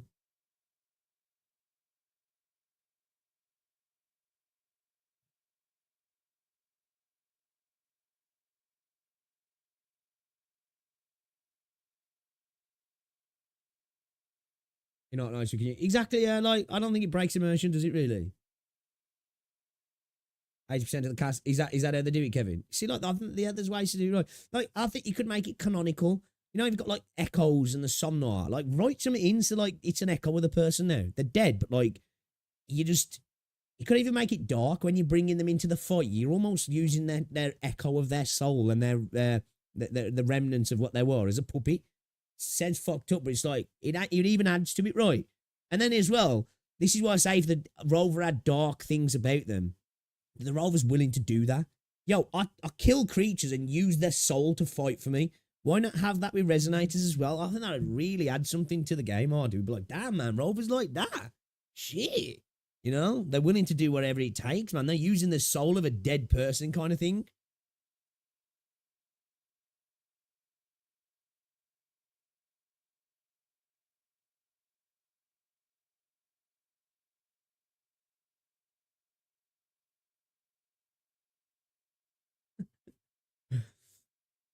But yeah, I have lots of issues with Wuthering Waves storytelling, but it's because I'm a big fan. That's why, you know, I am a big fan, and I suppose like going through some of Arknights stuff, it's emphasized some of the stuff even more when I'm like, oh, man, couldn't they have done this?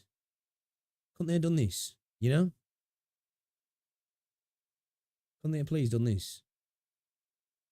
Would really have benefited the game to have it.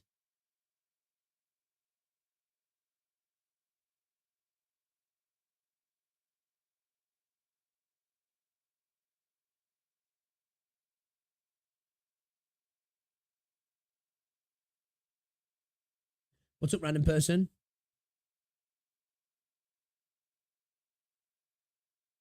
What's this video you was on about? The RA video. See Renegades putting Chico, the doctor who saved 1 million in London while being free to play. Wuthering Waves has bad writing. Ooh, what's this? Interesting plot. What's this? Apparently I must have started watching this. Ooh, 2 days ago. Okay. All right. Okay. All right. Okay. I'm biting. I'm biting with this one. I'm biting with this one. Considering we're having the conversation about my problems with storytelling and character introduction and lack thereof of them being part of the story as it continues in Wuthering Waves. And frankly, I don't care what anybody says, having one of the most uninteresting MCs in this space. Let's watch this video. Wuthering Waves has bad writing, and I know that's going to trigger some people that hate to hear that, but I think it's true, right? I'm not saying they're not a cool character, they don't have a cool plot device, but as a character, they're pretty boring, they're pretty one note, right? So let's see this, and this is from the Noob Jesus. Wuthering Waves has bad writing. I wonder how many people this is annoying. Let's have a look then. I like Wuthering Waves. Of all Me the too. gacha games I have played, it's probably the game with the best, well, gameplay. Facts. That's a fair comment. Maybe not everybody agrees, but I think when it comes to action combat, I think Wuthering Waves has the best. I think you could probably argue things like PGR's Zenless are maybe up there with it, but I think for me personally, I think it's the best. The only contender being Arknights, and that's most different kind of gameplay, but based as fuck. Man, Arknights gets a mention. What the fuck? That's wild. Agreed though. At the minute, Arknights is my favorite gacha game at the moment, but we've got to separate the gameplay, right? Because that's action gameplay. Different game. In its field, I think Wuthering Waves is the best at what it does. Thanks to integrated strategies. The combat is fluid, the exploration is spectacular once you reach the Black Shores, and overall, the feel of the world is strangely fantastical. While there are it's a beautiful game. Issues that might become a problem in the future. Hey, yo, I'm glad I'm not the only person not a fan of the fucking negative status effects, man. I just don't think they add much to the game, honestly, personally. Hey, shoot me, you know, I really don't. I think if we were going to go down the route of potentially adding new mechanics to the game, these are just not it, Chief. They're just not it. I'm sorry. They're just not that great, right? They're just not that great. As of now, it's a really good game. But what True. it has consistently struggled with is its story, and to an extent, world building. Ever agree with that. Beta, it has had these. Sorry to keep pausing, but I've got to get my viewpoints out on this one because I agree. We've just spoke about it. A beautiful world, potentially so much to build upon. It just doesn't quite do it right. It all feels like a facade that you're walking around. A beautiful one. There ain't much to it. That's how I feel about it anyway. And there's some cool elements to this game that if they were built upon, this game could have insane lore. You know, they could really bring in some dark stuff, but everything feels like it just wants to be a little too surface level for me. Problems. So, once I actually caught up to the game during 2.2 and I was hearing all about how great of a story 2.2 is, I was rather excited. While it does fail frequently when it comes to story, I could the best story in gacha gaming is what people were saying. Tell that the game had immense potential. With how colorful its world is, as long as you make good use of its characters, you could make interesting plot points.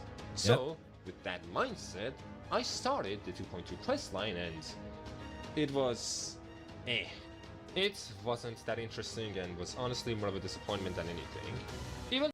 I think it was okay. I think it was a cool premise, which, again, for me, that's what Wuthering Waves does a lot right. You know, when it comes, and this is a difference where I think a lot of people get confused at, the story and storytelling, right? You know, you've got a story, which you can have an incredibly interesting premise, and A to B, it sounds interesting. The storytelling is how you get from A to B, right? It's how it's presented to you. It's how it's delivered. And I do think that you have really cool premises in Wuthering Waves, although most of the time very simplistic, right? They're cool premises that are just they're just implemented in a less than great way a lot of the time, right? Now, there's been parts of the story, like I say, I've really enjoyed. I love 2.0. I did like the fight up to the Threnodian, you know? I've enjoyed some of the side companion quests as well, but there's nothing ever that's wowed me in regards to... No, set pieces have wowed me, and the environmental stuff has wowed me, and I think a lot of that does the heavy lifting in Wuthering Waves, but there's never been a part of the story where I'm like, damn, that cooked, you know? A lot of people go to the Shorekeeper stuff. Didn't do it for me. Just didn't do it for me. And this is coming from somebody who's a massive fan of the game, by the way, as well. But I've got to be honest. And so that feeling of potential remains. In this video, I want to go over why the story of Wuva doesn't work. Okay. And how it could be better. Okay. To start off, Wuva, Wuthering Waves, commits a sin that surprisingly a lot of gacha games also commit. Not making use of its cast. What do I mean? Thank you. Thank you. This guy is my spirit animal right now. This guy is my spirit animal right now. They fail at this massively, right? And when they do bring them in, as I say, they feel like special guests of that episode, and then they'll get thrown away, and then the new guy comes in. I understand that. That's how the banners work. You've got to promote the new character via the story, all that sort of stuff. But it doesn't mean we can't have people coming back and the character, the team that you've built up feeling alive. It makes them feel less than, and it's a massive shame because you've got a roster of fucking awesome characters that are just left to the wayside. I mean by that? Well, if you read the story and actually pay attention, it's hard to count the times when more than PGR had a way better story than we were, and that's just unfortunate. I agree. I think not only was the premise more interesting, it was delivered better and had a more interesting journey. I really like the premise and the setting of PGR. I think it's actually really kind of cool. Two characters are interacting outside of expositions. Basically, most character interactions in the game are only between a rover, the MC. They do not exist when you leave a room. It's like switching a light off in a room. That's how Wuthering Waves is. You know, when you have automatic motion lights, that's Wuthering Waves. As you walk through the building, the lights that you're no longer detecting your motion switch off, and the lights that you are moving under are on, and the lights in front of you are off, and that's the game. There's a little bubble surrounding the character, and everything else just vanishes into nothing as you pass by, and then pops out into existence. And it's a shame, as I say. You know, characters like Changli, fucking awesome. You know, this is why I love 1.1, because 1.1 actually felt more of Jinxie's story than the Rovers. Like, the Rover was still there, but it felt a little bit more of a backseat story for Rover. And again, going back to Arknights, my first introduction of a side story, Granny and the Knight's Treasure. The Doctor wasn't even involved, and it was brilliant, and it was great, and we have to save the world. It was a low-level story, and it was awesome, and it needs more of that. And another side character. You rarely see genuine party dynamics, and interactions are almost exclusively one-on-one, likely by design. Let's take the 1.1 story, which was all about Jue and Mount Firmament. It starts off with Chongli, and the whole point of the first half is about catching up with Jinshi. Chongli helps you get into Mount Firmament. I have to say this every time, is my favourite fucking character in the game. I love her. She's one of my favourite characters in gacha Jinshi's. I just think she's amazing. Takes you to Hongjin, which is the main settlement of Mount Firmament. The two of you track Jinshi's steps. She goes. Lady Jinshi, she needs to be made a resonator as well. Proper gilf. So we're a lot of exposition until finally, in a cave, you catch up to Jinshi to help her with Huanglong's Jue problem.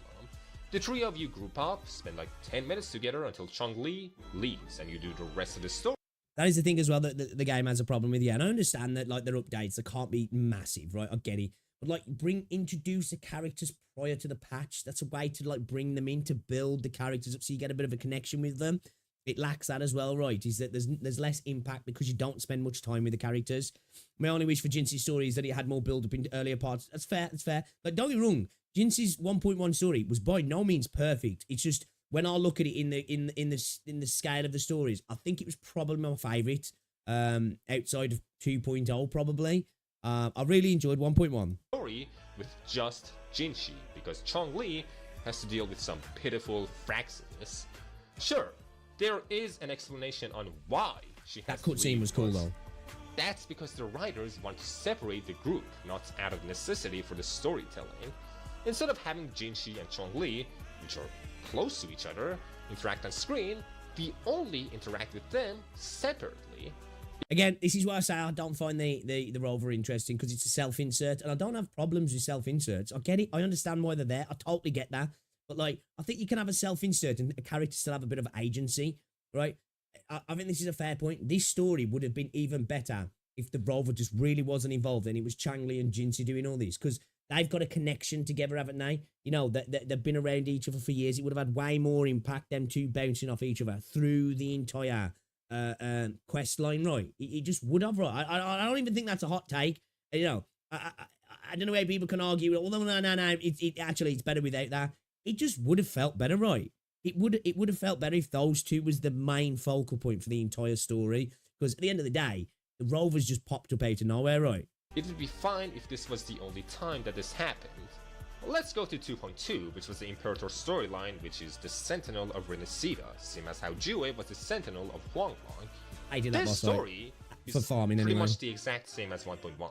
You have to find Carthea, sweet Sentinel's resonator just like Jinshi, and to do that, you have to Although I love Showkeeper, I felt that 1.3 was a big letdown for me. The well-endowed mommy lady that acts as a guide, it was a little bit. While the three of you do interact here more than in 1.1, Controlla also barely stays on screen after you meet up with Carthea, and the rest of the 2.2 questline turns into a glorified date with just Carthea. Sure, the intricacies of the stories are different, but the outline is the exact same pretty much. I do think this story was a little bit of an improvement on prior stuff. I kind of like Cammy's a little bit as well. I think the reason I like Cammy's is that I don't think the story itself was fantastic, or the storytelling. It's just that we actually spent a little bit more time with Cammy, didn't we, than we did with Shawkim. That was my biggest problem with Shawk. I know it was a damsel in distress rescue mission, but like that emotion that they tried to give us at the end, I didn't feel it because I was just like, who is this bitch? You know what I mean? Like, who's this bitch, man? What's going on here? What's that dynamic? I know we got to explain, but I was just like, but like at least we can't, Camellia, sorry. There was that, like, we spent a bit more time with her. And that made me feel a little bit more for Cammy's story than Shawkeeper's. As soon as you meet up with a 5-star resonator that you are meant to gamble for, you spend some time with them before they are ditched for the next 5-star resonator that you also have to use the lottery machine for. It doesn't feel like they are characters. I think Zenley's do a better job at this as well. Bringing characters, bringing them back in and interlacing them into the story as well. They feel like products, which they are, but yeah. That doesn't mean that they can't also be characters. True. And if you don't like a certain character, well, it sucks to be you. Yep. I did not. When you make these arguments as well, you get, well, it's just a gacha game, bro. That's what it's supposed to be. And it's just like, okay, then so you accept that it's not great. Like, it can still be good and be a gacha game and sell the character. Like, let's stop making excuses for weak choices, right? Like Carthea, I liked Fleur-de-Lis, not for a reason you're thinking of, but not Carthea. She just seemed boring to me, and I had to literally spend time with another character that I never found that interesting either. Very similar story. Hey! So, the best version. Half of 2.2 is just Rover having an eccentric date with Carthea. I had a really strong desire to just press the skip button. Thankfully, I hate myself, so I didn't do it. But still, it was not. Bro, so locked in, he's got his leg up, right? Thing is, I feel like if Carthea spent more time with other characters, I would have liked her more. Yeah, if Controless stayed and you made him... It makes the characters feel more alive, right? Because it just feels like they're there to be there for the self-insert of Rover.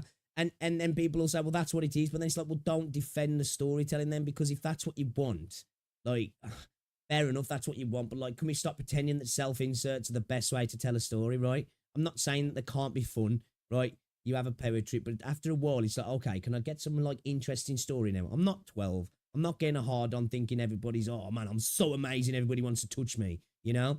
Let's get some interesting dynamics between characters, not just between me and the characters, between the characters and each other, so the cast feels alive and there's dynamism between everybody. An actual party of 3, a character like Carthea would not appear as boring, because you would have another character to bounce off of.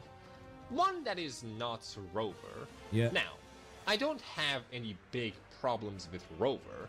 I don't boring. think that making Rover the Jesus of everything is automatically bad. You can make... I'm glad he acknowledges that, though, because literally it's true, right? any character work if you are just a good enough writer. Sadly, Rover lacks personality. I don't know about that. I don't. It doesn't matter how good of a writer you are. Some characters, if they're specifically written in a way and they have to stay like that because there's restraints making them like that, I think even the best writers can only do so much, right? If you've got a blank slate as a character to work with that's like has to be blank, how do you build that character out to interact with people in an interesting way? Now, if you're allowed to build the character out, then you can make it good, right? But if you're told that this has to be a blank slate because it represents the player, what are you going to do? Even the best of the best can't really do much, can they? For the most part. For one, unlike every other character, not all of Rover's lines are voiced.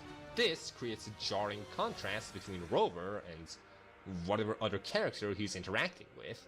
It's immersion breaking, and it's something that a lot of fully voiced gacha games struggle with from what I've seen. Now, I think that we can all admit that Rover is still a character, not just a self-insert. He is a self-insert, but he also has traits, is what I mean. And that's fair. I think the self-insert dominates the character, though. Because if you remove that, they really are an incredibly boring character. Their traits are just... They're good, though, really, aren't they? And they make the right decisions all the time. That's what I feel, anyway. Other than that, like, what are the traits of Rover? You know? Everybody loves them. They're nice. They always say the right thing. They always make the right choice. They did a lot of cool stuff before. Like, other than that, like, as a character, where do they operate in him? Like, oh, damn. Shit, that was kind of based. Or that was, oh, man, that was actually kind of sharp or scathing or dark. We get none of that. He likes money, has amnesia, was like the coolest guy ever or something, likes money, has a tendency to quip, and is the son or daughter of Mr. Krabs. Cool. But because Rover gets very little dialogue and even less of that is voiced, you don't really get to connect with him. Because of this lack of charisma, a character like Carthea, which is a modest, good girl, princess type of character, can't bounce off of Rover with good dialogue. It's as if she's throwing a ball to a cushion instead of a wall.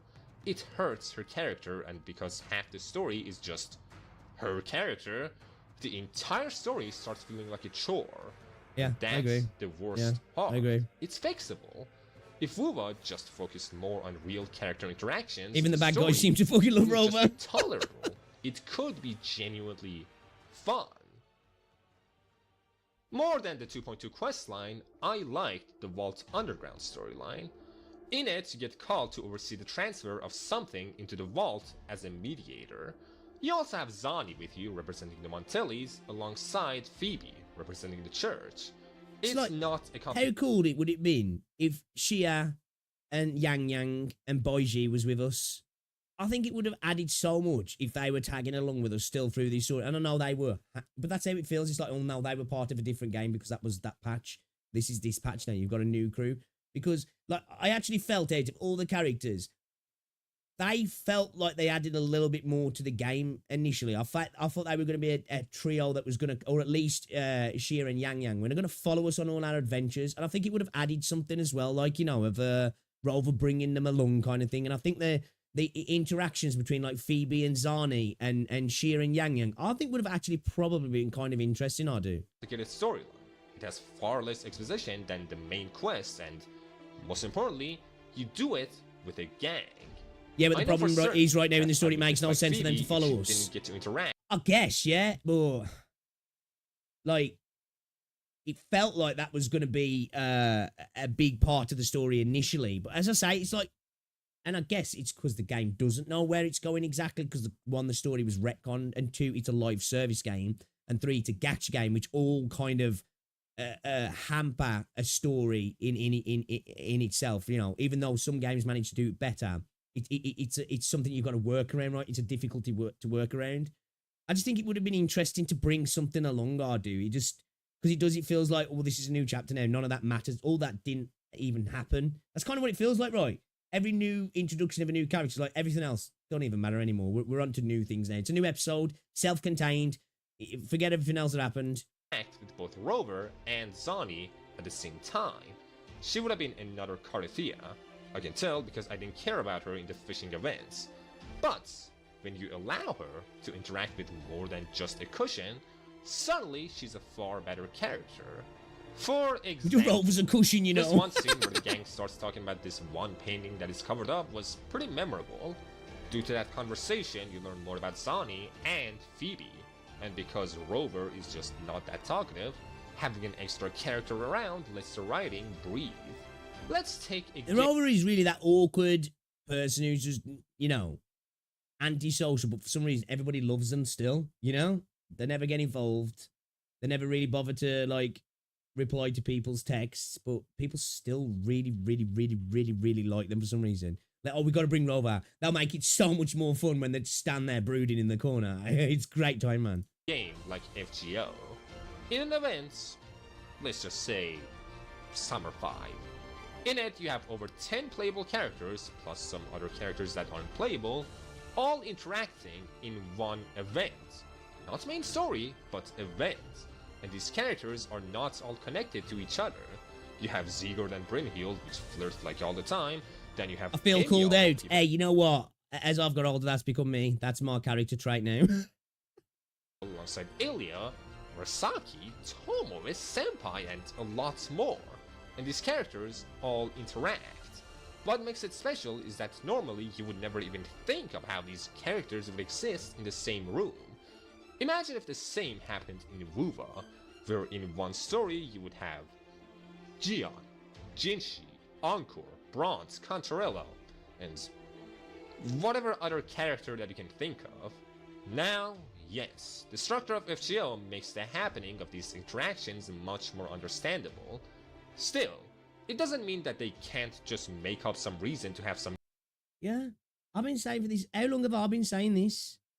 How long have I been saying this, guys, that why don't they just have the balls for a patch? Or even if they don't want to have the balls for a patch, for a companion quest, where it's a cast of the characters, insert whoever you want to be in the story. It's a story about them. They're going off and doing something. It doesn't have to be the world-ending quest. We've got to save the world. It's something a bit more local, a bit more grounded, and it builds up on those characters. They interact with each other. They flesh each other out. You don't have the Rover involved. I think that would be such a good play from the dev team. It just feels like that's never going to happen. And I've come to accept that, right? I've come to accept that's just not Wuthering Waves, which is fine. The game is still a good game with the lack of that. I just think it would improve the game so much. As I say, you've got these really good cast of characters that just don't ever feel like they're utilised properly. And man, I'd be so happy if they were brave and a whole patch really didn't involve the rover that much, you know? And not every patch has to push forward the MSQ, in my opinion. Maybe other people would be like, oh, I don't like this. We're not evolving the story. We're not progressing. I'd be cool with it though, personally. Characters hang out in some event. Writers can do whatever they want as long as they bring entertainment. They had the chance to do that with the Somme Noir event, but for whatever reason, they decided not to. Now, why? Why not? Simon Miller? There can be a few reasons. For one, WoWa is 3D. Having these characters all animated over long events might be quite taxing on the depth. It's fair. FGO is fully sprite, so it can do whatever it wants with its cast much easier. Another much bigger thing is voice actors. This is true as well. Not only with all these characters. It does allow a lot more flexibility. It's a fair point we have to say this for something like Arknights, because the lack of voice acting, the lack of 3D models allows them to flip on a dime. You know, they can change direction. They can create something a lot quicker, can't they? All they have to do is get a good writer. The writer writes it, bang, you're good to go, right? There's a lot more moving parts here, but still, they are making a hell of a lot of money. They can make these things work, right? They can make these things work. These voice actors need to be free, but they also need to do everything within a limited time. And that's not going to the fact that each language has its own set of voice actors. I'm not a voice actor, but I could imagine that the scheduling of that might be. And hey, I would rather get some extra story that might even be VA'd by somebody else than not get it at all. Maybe I'm different like that. Maybe other people are, nah, I can't deal with that. But if it meant we got a story because they'll never get a VA back again for a character, what do you want? That character just never comes back, or let's just get another VA in that can kind of do a similar job, and boom, we're good to go. You know, we're good to go. A nightmare. It's a bigger roadblock, but it's not years in advance. It's not unavoidable, again, right? Each version of the game is a little over a month long, which just doesn't give a lot of time for a well thought out story. This is true. The dialogue in the game, while not as cringe as something like Genshin, is still rather weird at times. This is more of a nitpick, honestly, and something I just want to get out of the way. Whenever characters we try not to reuse animation. That's a fair point as well. Awkward. And it's something that is a fair point compared to something like Zenless or Genshin or Star Rail. Everything is a lot more dynamic as well. So that's a fair point. That's a fair point. Even make them on voice. Yeah. I'm with you, man. I'm with you. Present for most of the game. I don't know if it's. I agree, Jules. Now you're right. You're right. 3D models or the feel of the world, but it's hard to get immersed into the story. Not only that, but like 60% of the dialogue is only exposition. I like world building, but not like that. Maybe it's because the dialogue is crazy. Exactly, it's exposition. The world building in this isn't like building up the. It's more just like the waffle about some random character half the time, especially in 1.0. They got nothing to do with anything. It doesn't add anything to anything. It's just like, what are we doing here? What are we doing here? We could be doing some cool shit, man. Like, can we stop with this bullshit? Cringe and can just feel that cringe better in language that can speak, but I don't know. Something is wrong with it, and I genuinely can't tell what. It's something that Genshin struggled with back when I played that game, but in a game like Girls Frontline 2, which has Japanese voices, you'd be okay if you use animations. I would, as long as it was done sparingly and smart, you know, so it doesn't seem like, you know, because let's face it, this is done all the time in animation and in CGI and in games as well. It's just, if you got smart people doing it, you won't notice it, right? As long as you don't notice it, it's fine for them to do that. I agree. Again, more of a nitpick, but it's how I feel. Going back to the focus that WoWa puts on one-on-one interactions, there is one positive about it. The companion quests. Not all of them are great, but the best parts of WoWa are in these stories. Because they are companion quests, you don't get as much exposition and don't need to expect more, nor should you. They're focused on the companion character, and that's fine, because that's exactly what they're meant to do. For example, 2.2 is about the lore of Renesita, Imperator, sort of false religion, and a few other things, all told through 2 different dates. Gions, Encores, Cantarillas, and Camellia's questlines are the best stories that WoWa has to offer, especially Camellia's questline. I really like I'm with you. I enjoyed Camillea's questline. I did. I thought it intrigued me far more than Shorekeepers. That one. And again, they're all good. I just wished, and if we didn't obviously, but if in the future, let us see what happened at the village. Like the story, that was like, man, there's so much potential to do some dark shit with what happened to Camilla in the village and stuff. Like, you know what I mean? We should have got into that. Because they're just about the characters that you're interacting with and nothing more. Yes, you get some lore and world building from them, but nowhere near as much exposition. Sure, some of them are stinkers, like judges, but not all. At the end of the day, though, they don't save WoWa from having a mediocre to boring story. The game itself has not managed to feel like anything. Zheji's was a perfect example of them doing more grounded stuff, right? That didn't need Rover to be involved. Like, Zheji's story probably would have been 10 times better if Zheji was interacting with a bunch of other characters doing that storyline, right? There was really no reason for Rover to be involved in that for me. You know, and I think it would have been infinitely better already, but it probably was a little bit boring. Over a 5 out of 10. Sure, something like Camillea's questline, I could see being an 8 or even 9 out of 10.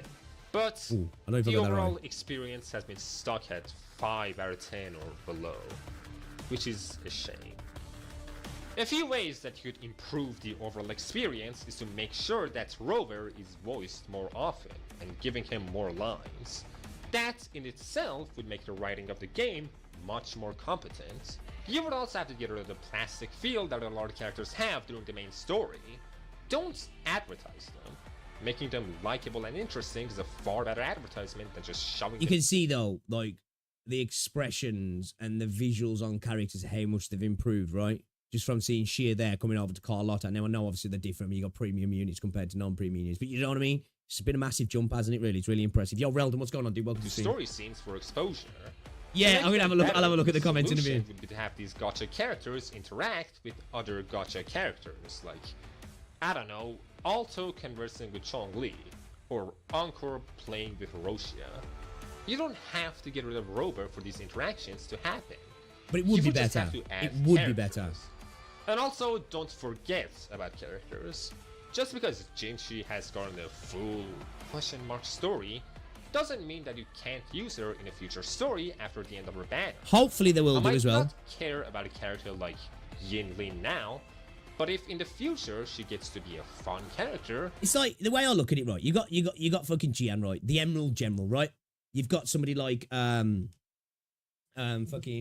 Yin Lin, right? They've got skill sets, right? You know, you've got somebody like Jinxie as well. She's got a skill set. She's a leader, but like the problem is Rovers does all of that anyway. So that she doesn't need them. But it'd be interesting if we went on future missions in the future where it's like, oh shit, I really could do a Yinlin for this. Like, let's give Yinlin a call. She's got skills that we need to get this done. You know what I mean? Or we need a fucking general's mind here. We need a commander. We need Jian. Get him on the blower. You know what I mean? We need a leader. Let's get Jinxie. But the game is that Rover's just like, huh, what do you need all those guys for, man? I could do all of that. And some, so let's go, you know? And it's just, okay, all right. I might fall for her. Now, this is more something just for me. And yo, Ken, what's going on, dude? I think nobody's buddy. Welcome to the stream. Characters, or any other kind of characters, really. The only cool character we have is Kalkaro, and he doesn't even appear in the story. I like Hueys. We're not going to go over this too much because we just spoke about it before we even started watching this video, but Kalcharo is probably one of the most interesting characters in the game. Been left to the side to just die. Hopefully when we go to the new Federation, dude gets some love, man. Buff the character, rewrite his kit, make him a part of the game again, please. You know? Like, they could what if they did like, the dude got a buff and he became a limited character in the future or something as well? You know, so new people could get access to him in a better version and they can make money off him. I don't know. Maybe some people wouldn't like that. But for the love of God, make the dude useful, please. Like sexy woman. I get tired when every character is a cute or sexy woman. Dollar Store Sephiroth goes hard. Edgelord. Give me some kind of schizo... Calculator is saved from writing by not being in the story. Scary. Just have True. You can always imagine he's just cool, right? Yeah, dude's got aura. If they actually write him into the story, maybe he'll lose all that aura. Actually, that's a good point. Not gonna lie. He just turns into a rover sim. That would be sad if they did that. Characters can sell. People like to say that husbandos don't sell, but that's not entirely true. If they aren't selling, there's a problem other than them being male. More than waifus. I think one, it's that when they have done some of them out, they've squashed them in between like really, really good banners. Like they've kind of sent them out there to die, haven't they? I want to play as cool characters. So, if a character is super awesome and full of edge, I'm going to most likely roll more for that kind of character over another sexy woman. And I don't even like dudes, not in the same way that I like women. FGO is one of the most successful gachas ever, and its arguably most successful banner was Oberon, which is a dude. Now, he was and still is one of the most important characters gameplay-wise, but more than that, I think people rolled for him because he was such a good character. He was the most successful release of that time, even though every other character was incredibly popular, and also a waifu. Units like Bob-on Sith and Morgan have become some of the most popular female characters of FGO, and they couldn't reach the level of Oberon.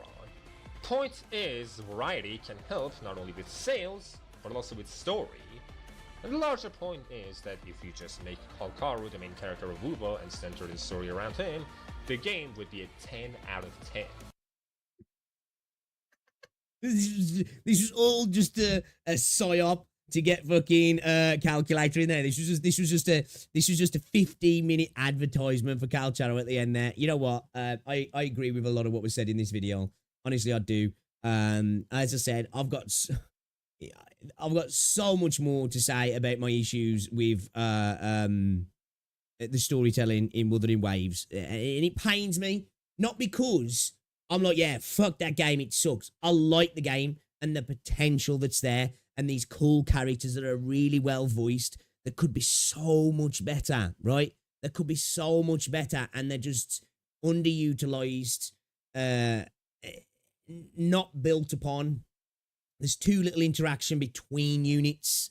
Rover's too much of a domineering factor throughout the entire story and interactions with characters. And I know I'm looking at the damn thing, bro. It's the protagonist, bro. That's what the protagonist is about, bro. And it's like, yeah, if you're fucking 12, bro, you know? If you're 12 and you have to be, oh my God, I'm the fucking man. Look at all the girls simping over me. Yeah, okay, cool. Self-inserts can be fun now and again, right? But like, yeah, man, nah, not for me, I'm afraid. Although I do like the story in Wuthering Waves. It's not a bad story. I just think it's the potential that it has is the problem, right? That's the thing. If it was bad, I'd be like, it's just a bad story. But like, the story itself is interesting. It's just, it's told in a really, really lackluster way that is all surrounding the monetization of the game, really, at the end of the day, isn't it? And they haven't figured a way out to tell good story outside of the monetization, because just because the monetization's there doesn't mean it has to be bad, but it's used as an excuse now. Well, what do you expect it to sell banners? What do you expect it to gacha game? It's like, so you're basically saying then you accept that it's got problems then, right?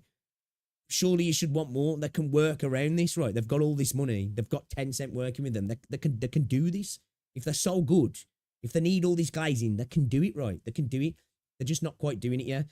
And yeah. But yeah, I'm going to subscribe to the Noob Jesus. I think this was a really good video. I'm almost convinced that people who glaze this game story never actually experience a good story with their world building and engaging characters. I tend to think this as well, or I think people are just totally biased because they really enjoy the game, which is fair. I'm not judging people for that. I agree with most of this, but Encore story hits on for me because the feelings of missing your parents just hits hard. That's a fair point, you know. God forbid if we have Calcharo mentioned somewhere in the story. I'm pretty sure all Hoyo games do that during events, have multiple characters interacting with each other, also base for playing FGO. 100% agree with you. Nice to see the dude's not getting attacked here. You just wait for the Kurobots. Like the story so far, but I wholeheartedly agree with his take of all the story eventually ends with a weird implied romantic scene. Yeah, that's that sort of stuff as well. And you'll get people like do mental gymnastics to say, well, it's not implied. It's like you're having to do these mental gymnastics, so it's obvious there's a little bit of it being alluded to there, right? However loose it is, right? You know, like, come on, you know? This video has bad writing and fusing narrative because it's trying to force the worldview of the creator to the viewer with a story, basically. That's kind of based. Okay. Comments seem quite positive about this here, don't they? Oh, look at this, a World Relden.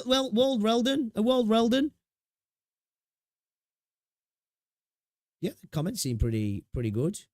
But yeah, I agree with the majority of this video. I do. I think it's a game that could be better in terms of its story.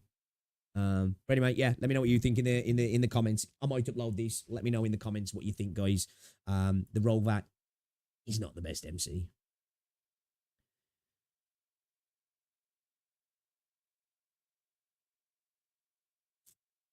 Imagine if Cal Sori ignored Rover and you take on as Cal with it while he commands a goal saying, dude, that'd be fucking cool. That'd be so fucking cool.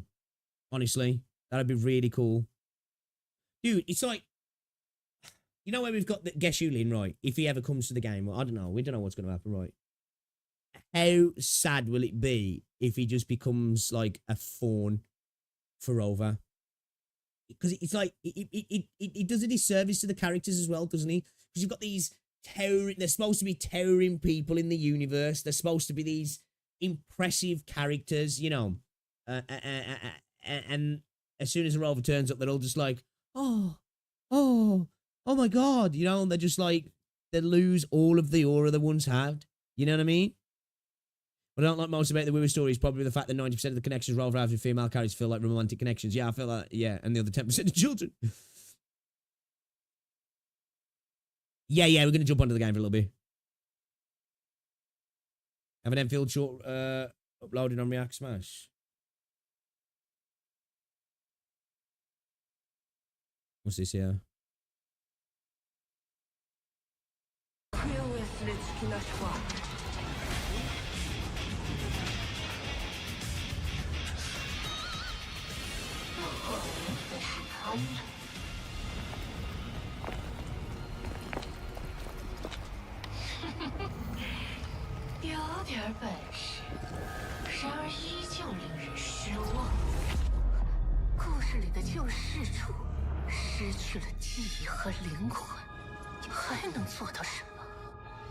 That's kind of a fun job to do, yeah.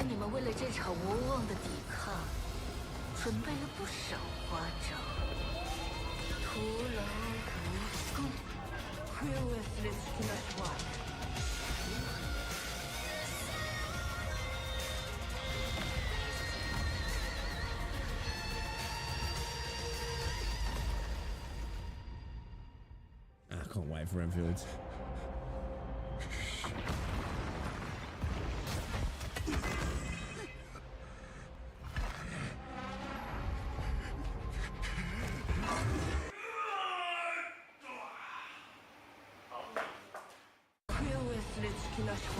I can't wait for Enfield, man. I can't wait.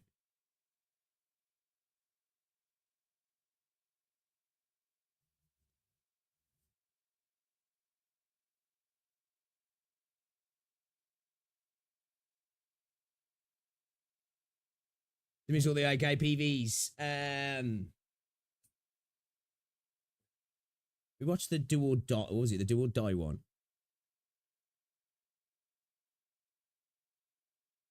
Oh, yeah. I want to watch you takes Terror, and then we need to jump into the game. Yeah, I want to watch you takes Terror. Yeah. Let's do this. You takes Terror episode 4, yeah? All right, 2 seconds, chat. I'm just going to go say hi because Rosie's just got back. Give me a moment. And then we're going to do a bit of gaming. Is there a Thorns PV as well, is there?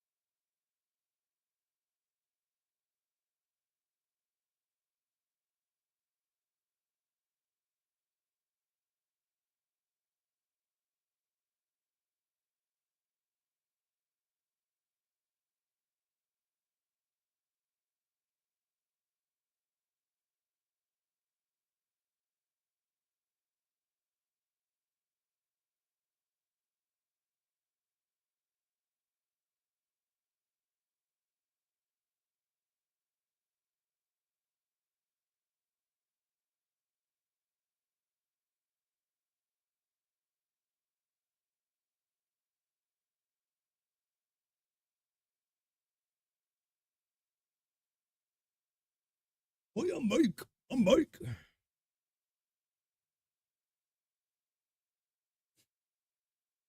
Yo, guys, as well, if you haven't already done so, drop a like on the stream. It's appreciated massively. All right. Shall we check this one out and then shall we chat?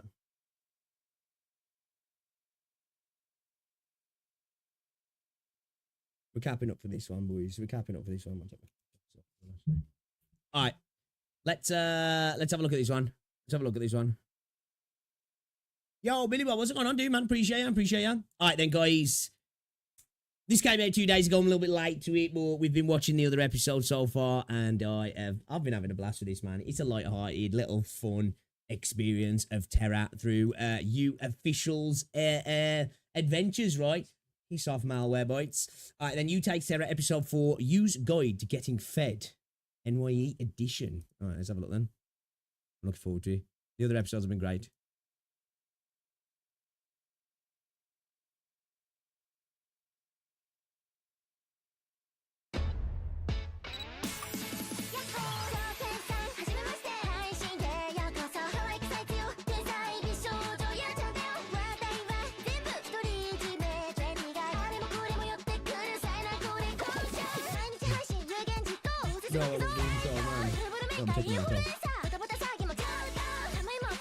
Is that Lappy's altar then?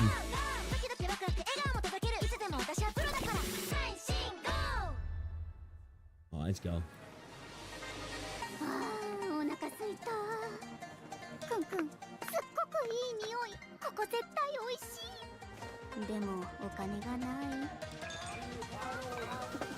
Man, she's still massively in debt, yeah.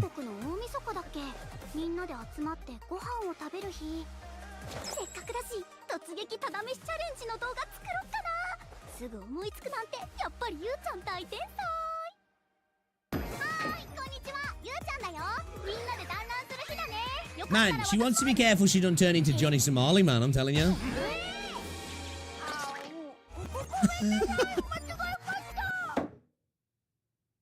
ゆうちゃんって誰だ？お前の負けだ。最初に話した人は肉を食べちゃダメですよ。Oh, gutted.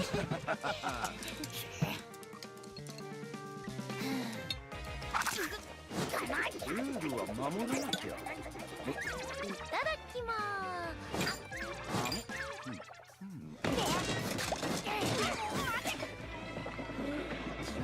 す。 Dude, I love the animation style of these, man. They're great. They really are.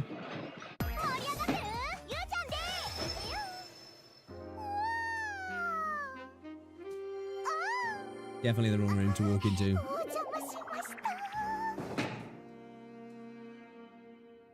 Waifu's so cute.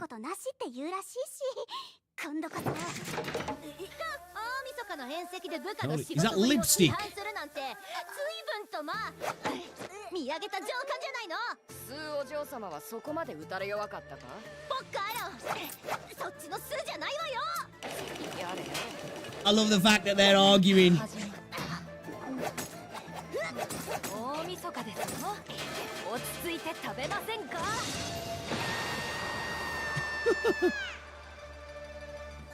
Swear and Chen going at it. And only yeah, Lin just chilling, yeah. しまった。今夜の飯を録画しようと思ってたのに。一家団らんなんてめったにないからな。ゆうちゃんって言ってたな。その端末を貸してくれ。代わりにそのチャレンジは何とかしてやる。はい、喜んで。あれ、でも他の人は？弟は今厨房にいる。他の連中は向かってるところだ。あいつ以外はな。ちょっとしたプレゼントも用意したんだ。めったにない団らんならみん Oh な man, I'm hungry. This is making me hungry. This is. それいいな。やろう。 Lipstick weapon is a callback to Swear's module. Oh, is that what it was? こちらは渋滞もなく予定通り到着できそうだ。はーい、突撃ただ飯チャレンジ中のゆうちゃんで。おっと、まずいな。兄貴？ああ、道路が Oh, rip. しばらく動きそうにないな。嘘だろ。お、シュウネ。まだ田んぼか？今実験が終わったところよ。すぐに出発するから間に合うわ。天気も良さそうだし、きっと大丈夫。Hey, rats. Oh, field mice. Is that field mice?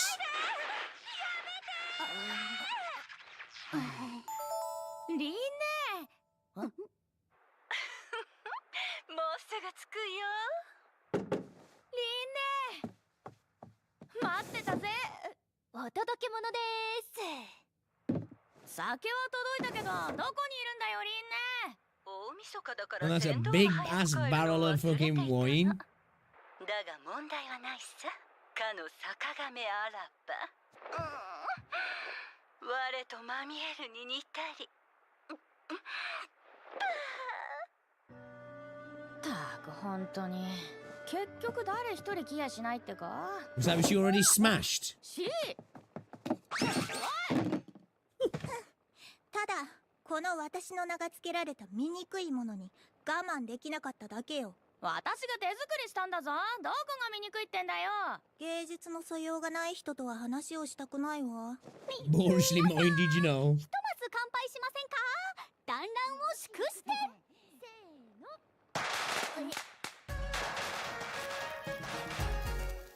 I like how users there trying to get some free grub hanging on the family meal.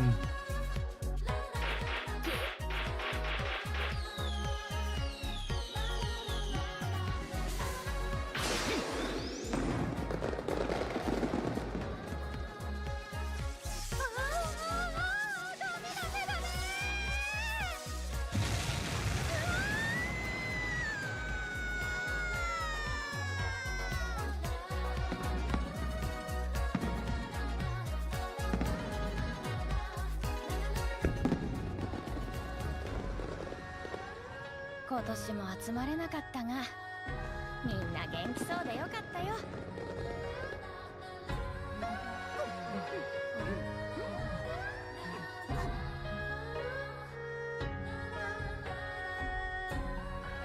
This is a cute episode.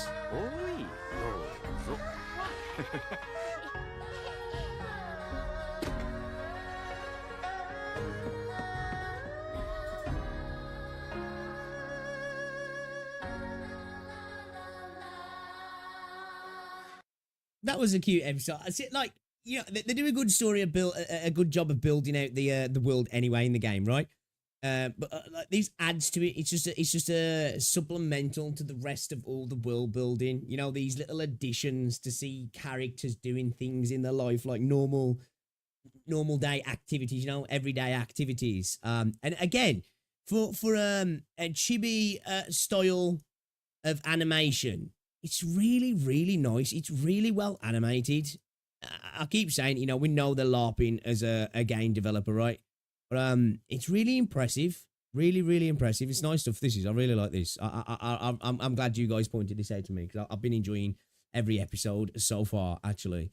So yeah, can't wait for the next one. Can't wait for the next one. That's what 4 episodes down now, man. Let's go. I enjoyed that. This restaurant has so many hard hitters being in one place. Those old girls in the game. Oh, are they? Yeah, see, I'm missing some of the stuff that you guys are probably getting because of my lack of knowledge and context of the characters, the stories and stuff around them. You know what I mean? Like, straight away, obviously, I got Swire and Chen arguing because, like, they're at each other's throat all the time.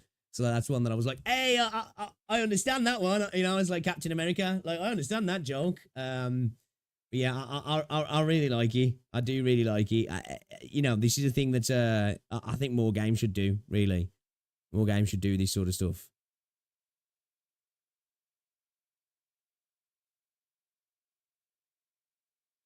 So I was just checking some comments. Should we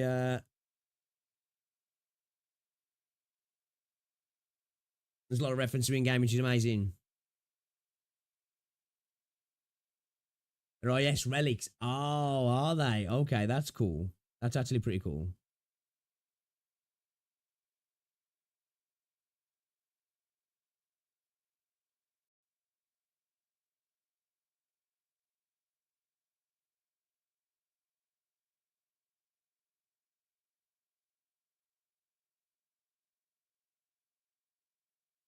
Alright then. Should we jump into the game for a little bit? I can't be on all night because I do have to do some last little bits and pieces before we watch it. Let's play some Arknights. Should we do a little bit of the story? And then I think I might play some I might even play some Stellasaur as well in a bit.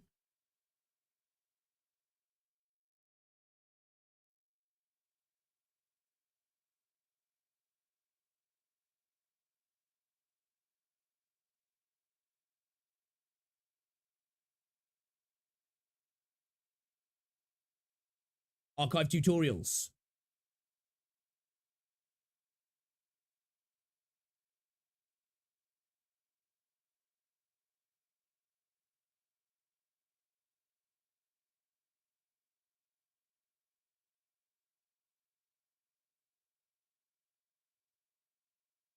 Been yapping for 4 hours straight, man. Yeah, fucking, 60-40 yap to gameplay ratio.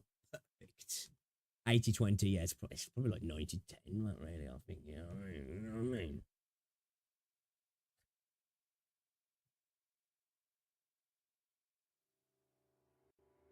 Sorry. Not sorry.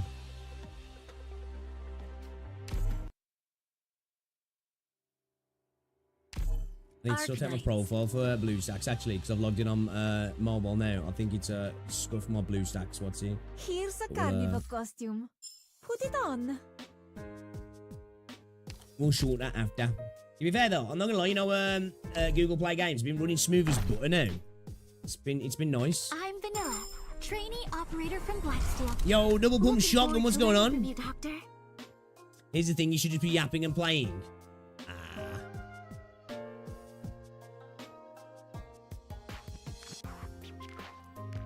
Is Nuka crowd controller tagged to Earth picking?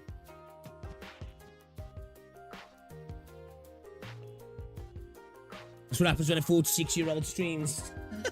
No, it's 45 actually. That's what he said. 45, not 46. Yo, add another year onto it. Christ, dude, almost added a decade. Like, bruh, come on, man.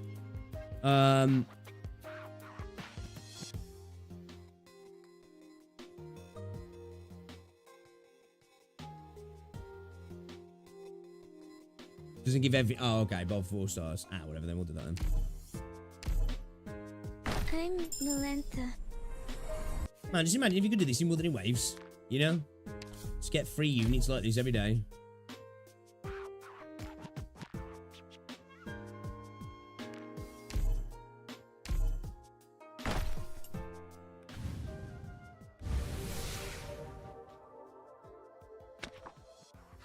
The name's Rope.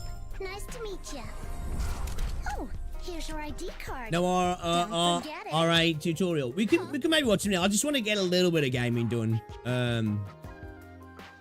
If it's saying we can't do some more videos in a bit. So I'm gonna be away for 2 weeks, man. I want to do a little bit of gaming as well. You know what I mean?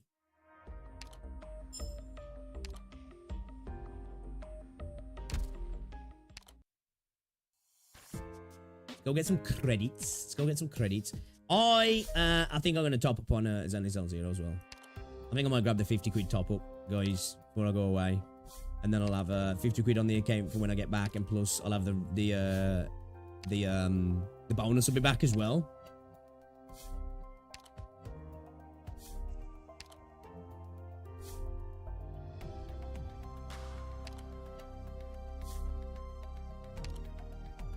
Just hoping it to start going backwards once you hit 50.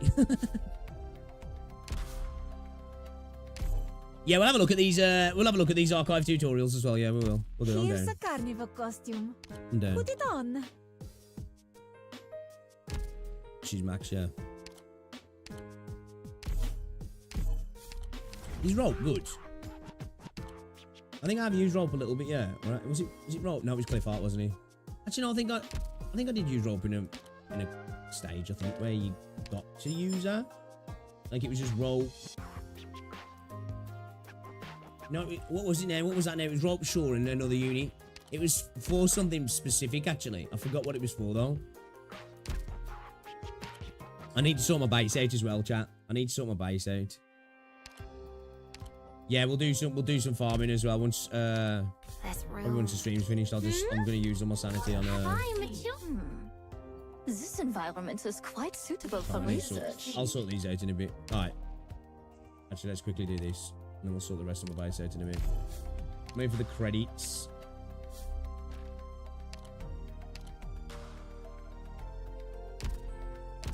Alright, we'll come back to base in a bit. What are you saying? Yeah, cliff art. Yeah, there was a stage where, like, I don't know what it was now, man. I don't think it was an archive tutorial, or was it? It was something like that where we went into something. It was like a mission where you only got to use Sean. It was either rope or cliff art and somebody else.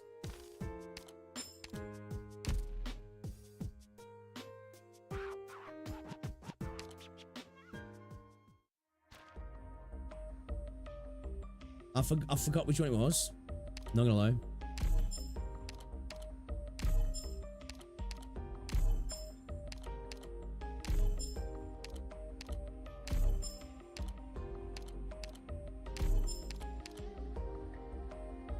Music so chill.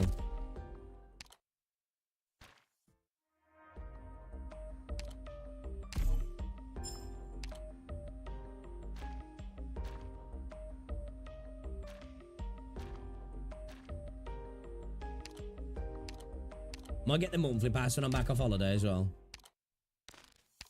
You reckon?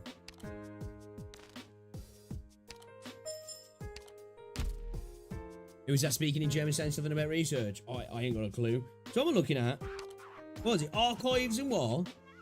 Training grounds.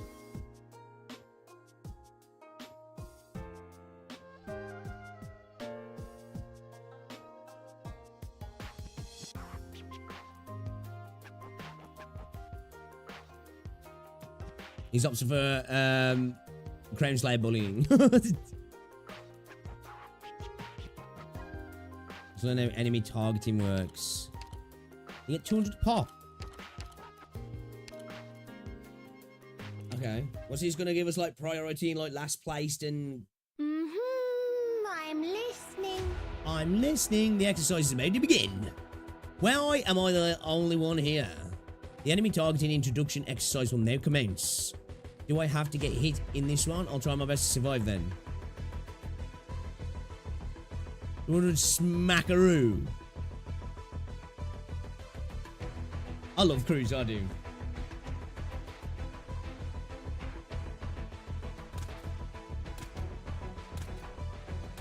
There you are.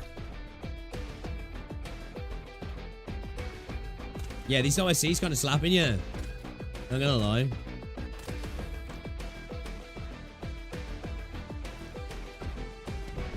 Oh, it's these guys. Okay, so he's just letting us know that she's going to be targeted now, yeah? I'll help you out, Cruz. I can block their shells. Yeah. Instructor Dunar taught me that enemies will prioritize attacking the most recently deployed operator. We know this. Not my shield is taking all their attacks. I don't really need to know this, do I? Because I know this anyway. Music slaps. 2 seconds.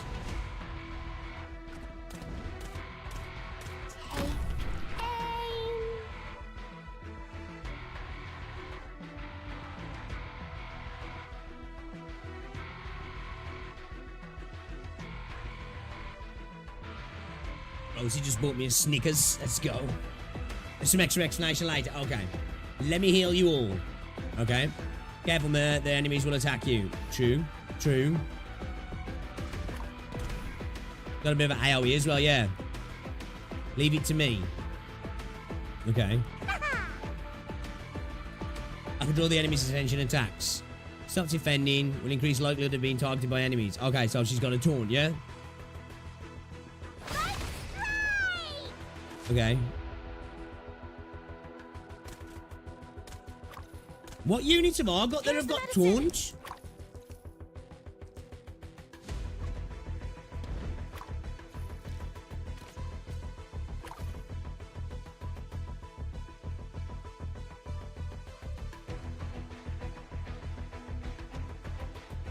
Three goes after targets with the lowest defense.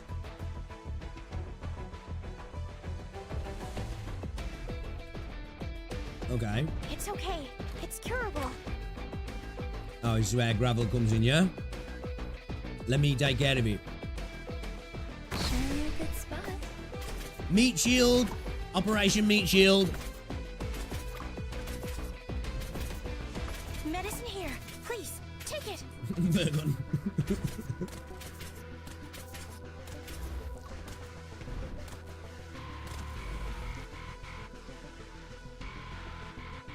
Okay, we know these. We know these.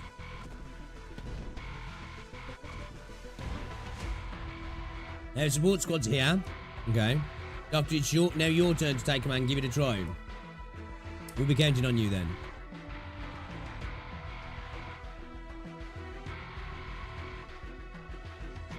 Okay. Oh, okay. I've got to literally, Ready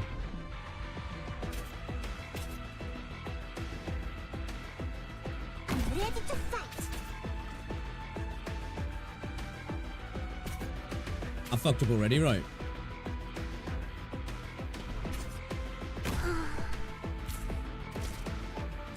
Anyone hungry? Wait, who's she? After deploying my melee attacks on it. Okay. From shadows. Yeah, I'll let you take it. I'll let you take the heat because I fucked up. Ignore me. We fucked up. It's okay. She can take a beating. Hurry up. Try some of my specialty.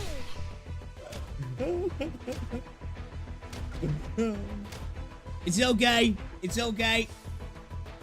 Hey, this is what I said. It was a miracle for me clearing ZT10, guys. Right? Oh, shit. Mission accomplished. My blade hasn't even been stained red yet.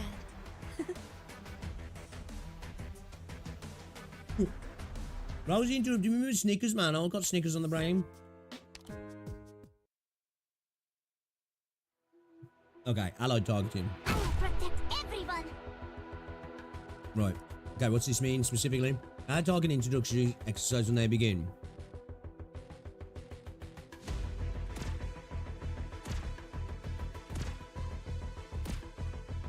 The enemies are coming towards me.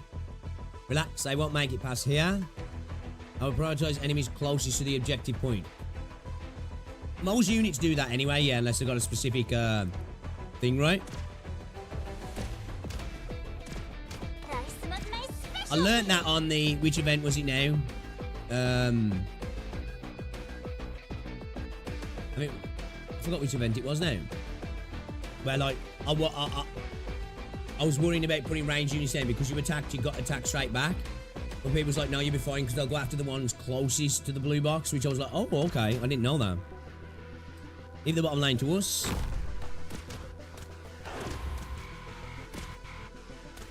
Okay. The big glowing shield guy seems like a serious threat, so we'll deal with him first. This enemy is more likely to get attacked by your units, who will prioritize enemies with similar traits, right? Like high defense as well. Like who is he? Who is it now? The caster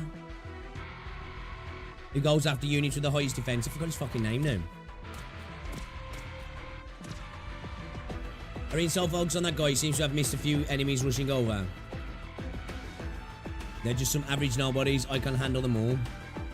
Ground operators will always prioritize enemies they are blocking. Here's something yummy for you.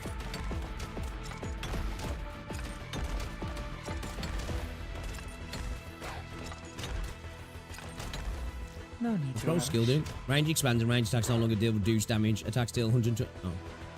Who's can handle that new enemy? Oh, aerial unit, yeah. Already got my sights on it. This is my wheelhouse. Marksman operators will always prioritize aerial enemies. Okay. Operators with special targeting mechanics will override any enemy. Oh, okay. I didn't know that. So she's going to go after that instead. My turn. You probably skill. That's not a bad stream at all.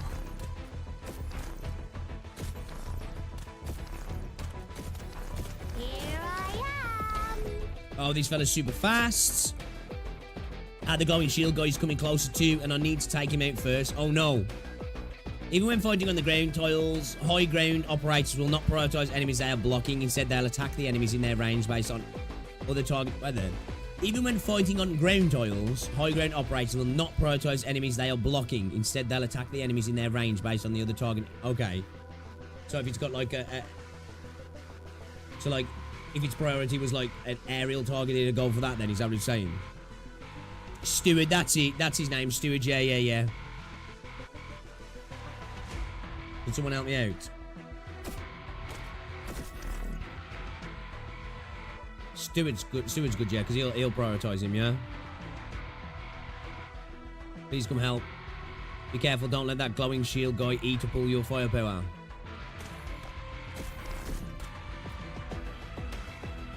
Here I am. I don't know what this unit does. Attack and defense. Okay.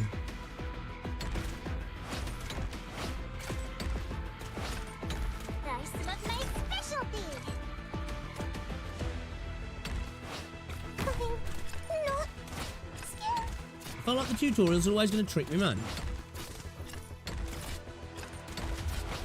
He'll make sure he concentrates on attacking him, yeah.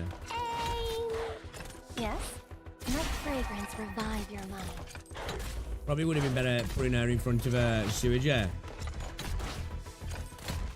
Keep Seward dealing, because Seward's going to ignore her, isn't it? Ignore this, sorry.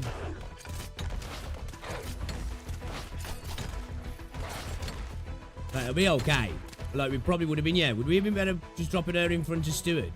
Because Steward can concentrate on him and then she can, you know, deal with that, yeah. Because Steward's just going to always focus on him, isn't he? Because of his high defense.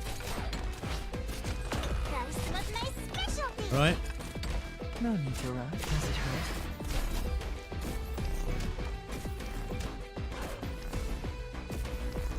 Mission accomplished. That's what I wanted to do there, right? As expected. No surprises. Even a little boring. Still my private defender.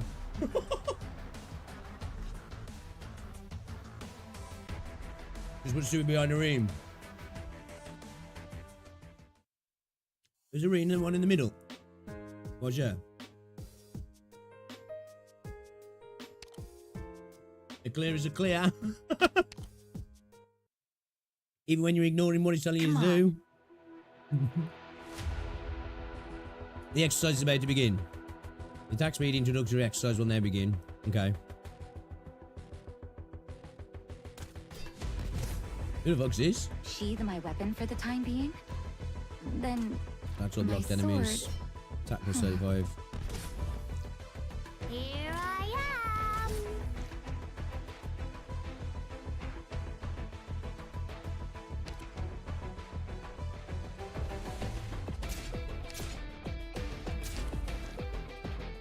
The Irene slander. What the fuck is that, bro? Sheathe my pioneer strike. It's more important than brute strength.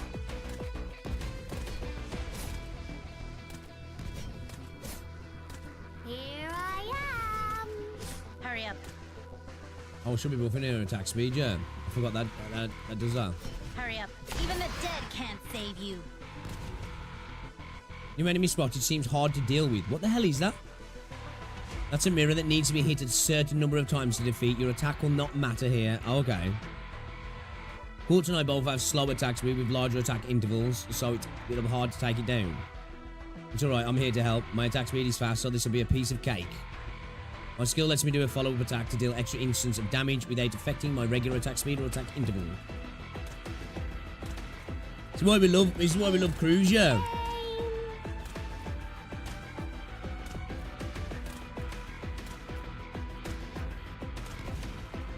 What is behind here? Is there a little tail wiggling around?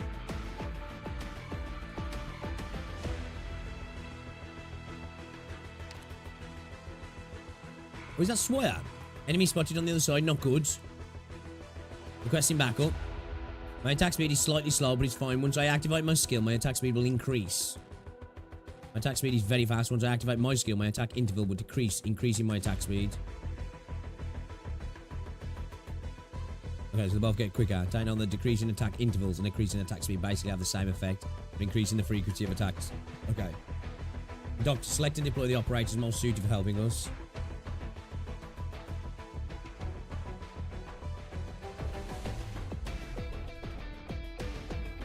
Like a shadow. Let's do this!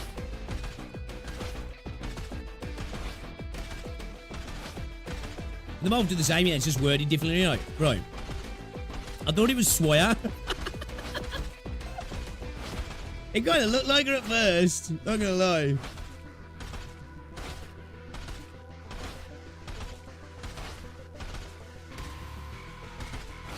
Meow. Or maybe I shouldn't have put her there, actually.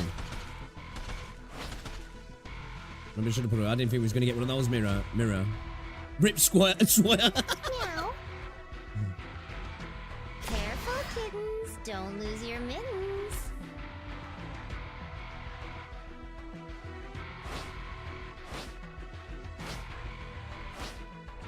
Please do a fall.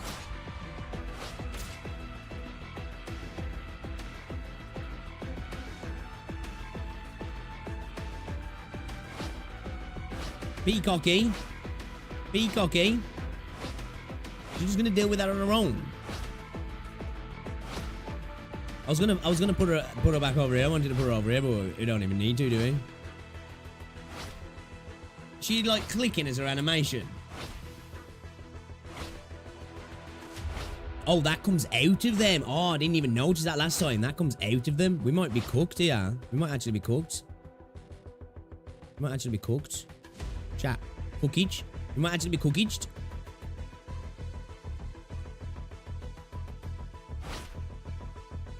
I think we're cooked. Don't get carried away. Can we block that thing? Oh, we can't block it. Please give me instructions. What are your orders? Hurry up.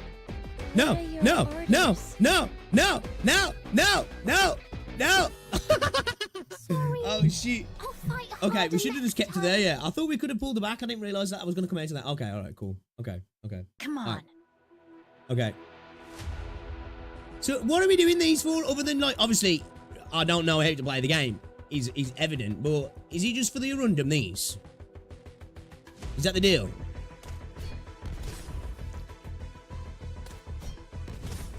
Is that what it's all about, yeah? Is that what it's all about? It's washed, guys, it's over.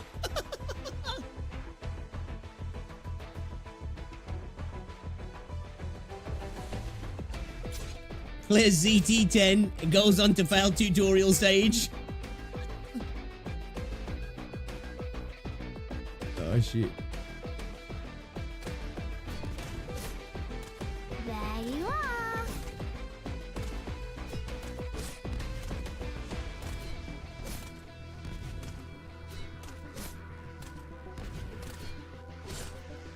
It's a cool looking enemy though.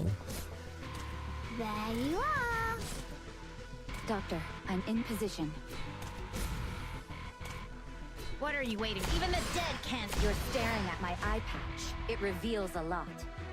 You're staring at my eye patch, it reveals a lot. Here I am. I like her design. I like her skinny game. The cruise clutcheth. The cruise clutcheth.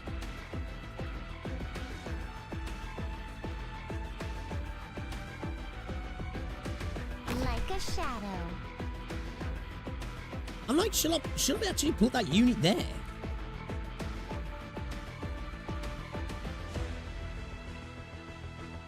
I was thinking about just putting it here.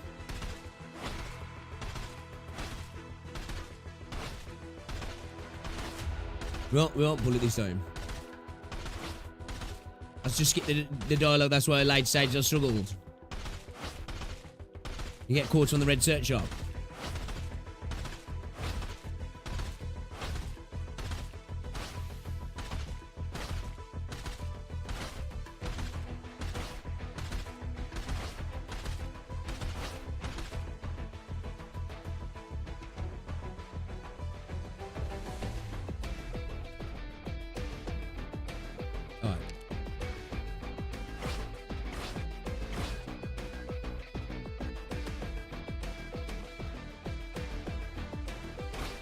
That's what I was kind of thinking, Ducklaw. That's why I went there anyway.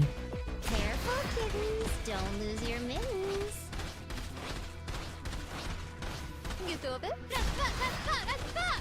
Holy shit, yo! Them in tandem, damn. Alright, Cruz. I'm with you. We'll pretend that didn't happen. I'm with you. First time. Draw swords.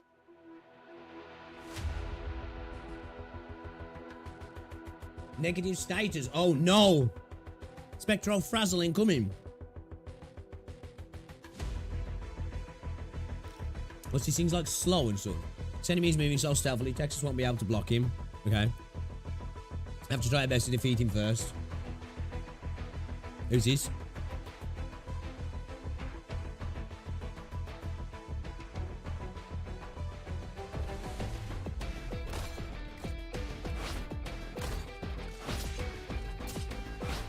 What does the skill do? I'm trying to click on him. Awaiting orders. Stunned enemies cannot move or attack. Gains 10 DP, deals 125% attack as arcs twice to all nearby enemies. Cut them to pieces. Oh, it's got range? Shit, it's got kind of range, yeah. Yeah, I know these guys can't be blocked, yeah. What's his skill do? Another one incoming. Texas skill isn't ready yet. What should we do? I'm assuming this guy, yeah, is about to escape. I'll give it a go. See? Attack intervals increase plus 50%, and every attack binds a target for 1.2 seconds. The damage multiplier of these units' talent is doubled. Well, that's what the talent was. Got it. I'll back you up. Oh, that looks cool.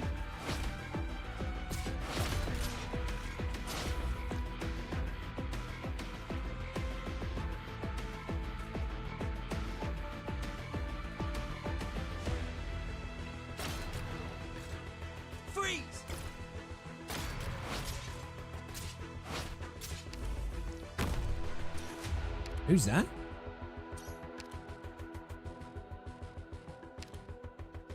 Hide events.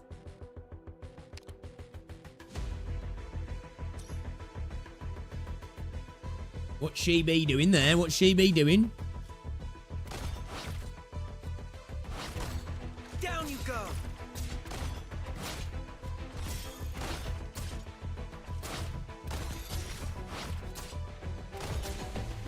This enemy hits really hard. I won't be able to hold him off for long. My skill can stop enemies for a short moment. But after that, what a brute. Time for a little nap. Oh, can she put them to sleep? Immediately puts 2 enemies within the attack range to sleep for 7 seconds. Upon waking, all enemies in their vicinity are dealt 200% attack as art damage. Damn, that's kind of sick. He's asleep. Let's have a break, everyone. Got it. I'm not going to waste that.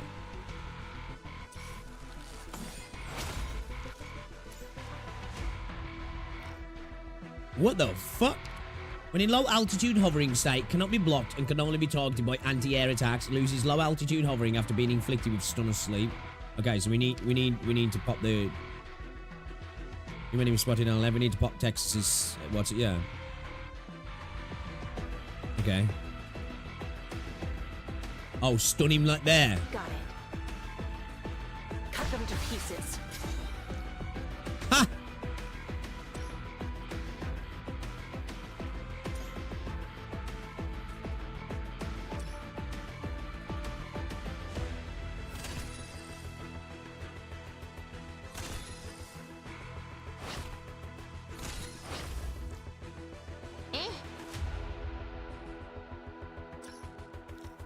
It's the Irish.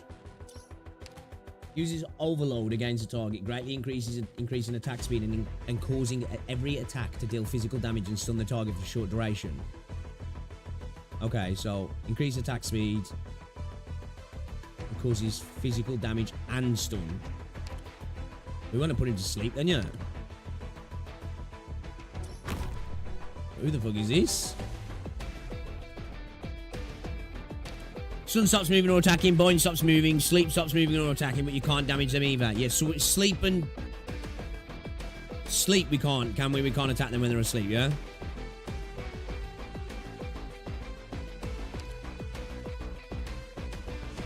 Your orders. Attack range expands, attack interval shortens massively, and attacks now summon icicles over random areas within range.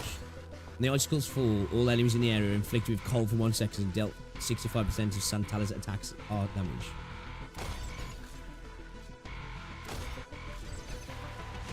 Sì, buongiorno.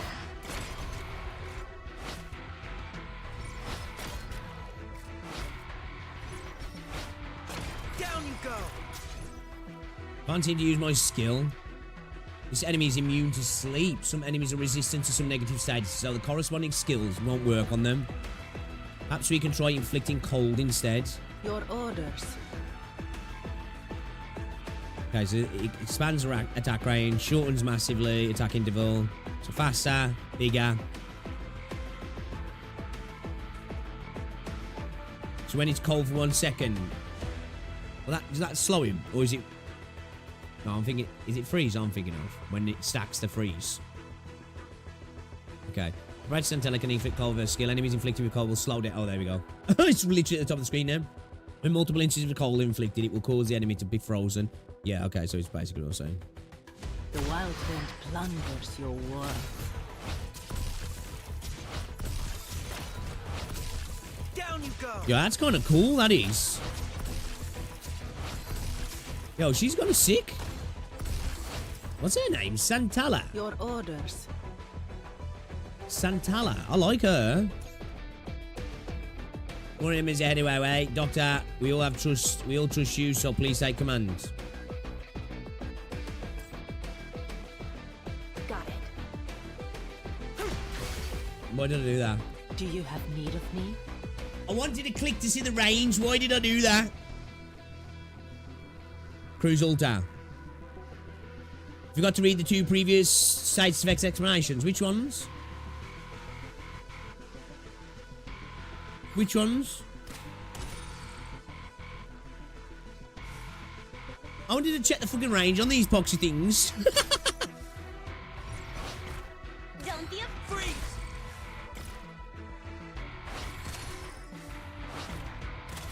Which ones did I miss?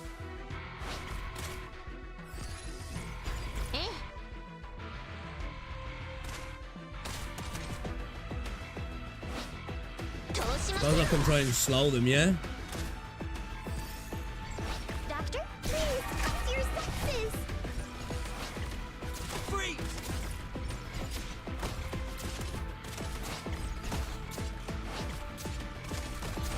Do you have need of the deadly cold? Sense its regard. Yo, boys just ran straight through.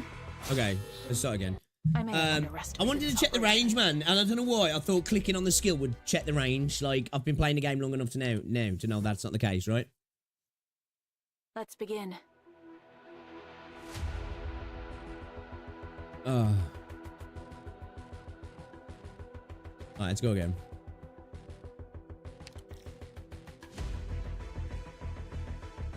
I want to do some story after this though as well. These are alright. Yeah, I know. I was just more paying attention to that then, like, because, you know, we're fucked up, so.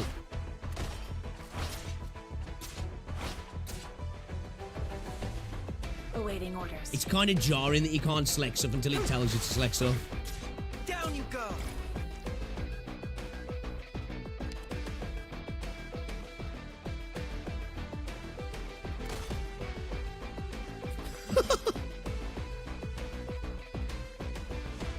I'll go.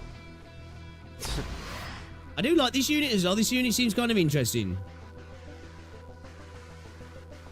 I like this effect that's around his, the unit when he does it, like. What is it? It almost looks like a mouth.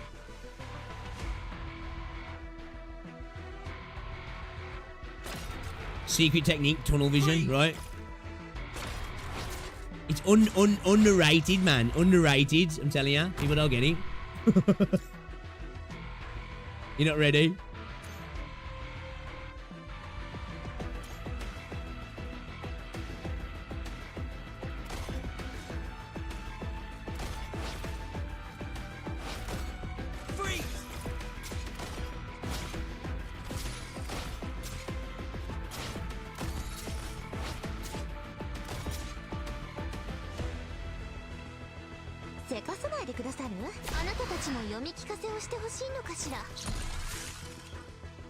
I really like this this sleep and this the ice slow attack that other one does. Really cool. Really like it actually.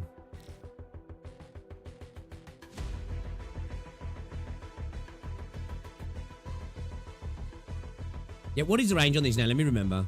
Awaiting orders. You can't stop me. Okay, all right. I'll seize it. I'll seize it.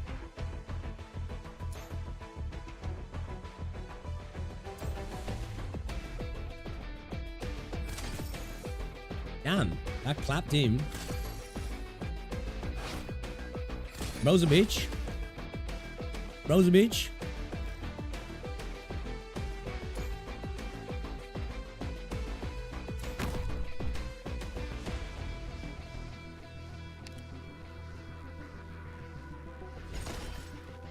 Three by three, yeah. Freeze! See? Time to put an end to this. Can't seem to use my skill.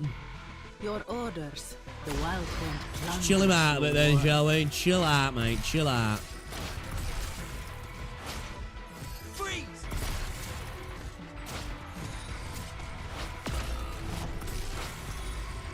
What? I should have used a heal, yeah. Is this a Cruise alter then? I'm interested in seeing what Cruise does.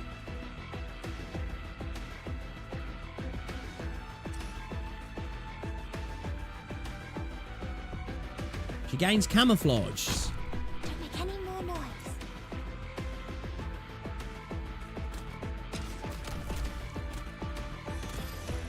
And Centella RNG right there. I should have popped my heal. I should have popped my heal, really, shouldn't I? Probably would have done the job. Oh, what's her skill do? 20% attacks hit 2 targets in a row and gain camouflage. Go ahead. I'm all ready and set.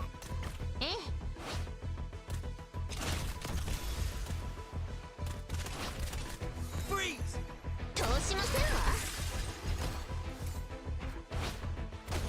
Oh, is it my turn? Here I am. Holy shit, Cruise Alter's insane. Do you have need of withered tree demand sacrifices? Cruise Alter's insane? Oh, is it my turn? Attacks aerial enemies first. When attacking has a 20% chance to deal 150% damage and stun the target for 0.2 seconds. Weaklings. Yo, okay. She's kind of sick, yeah.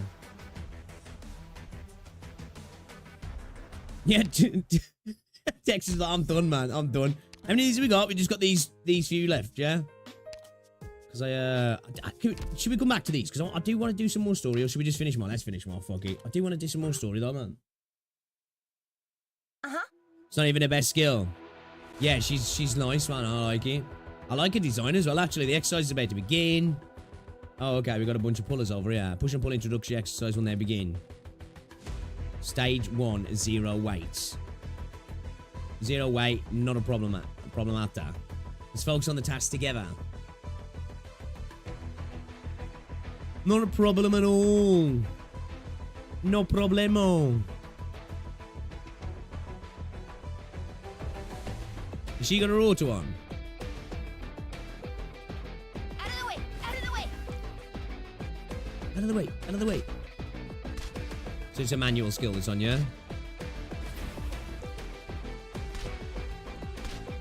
All parameters set! Fire!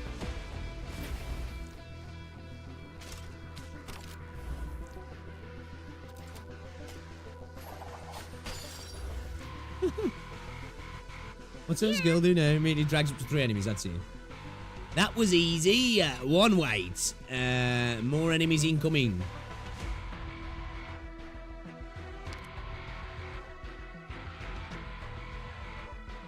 Yeah, I've seen some of the push and pull stuff. It's actually kind of cool. You have violated the fire regulation.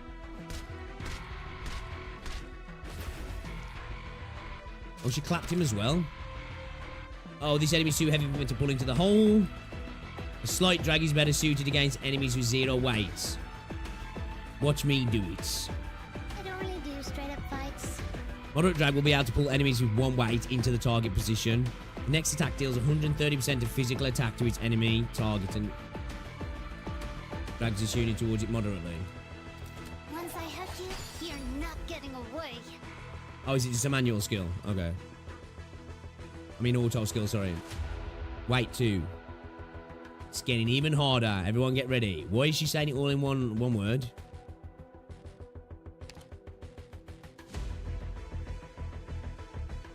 There's a way to lower the weight. That'd be interesting, actually. Somebody who could, like, I don't know, call it elevate skill or something like that, where it literally, like reduce the weight so you could use other units like that. That'd be cool, actually. I like the idea of that. Extinguishing flames.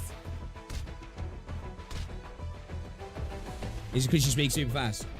Because ever can only nudge him a little and he got nowhere near the target position. It's kind of hard to read. Moderates, push easily, push can only push enemies with 2 weights. I'll leave the rest to you guys. Is she going to be able to pull him or is it going to need to be cliff art?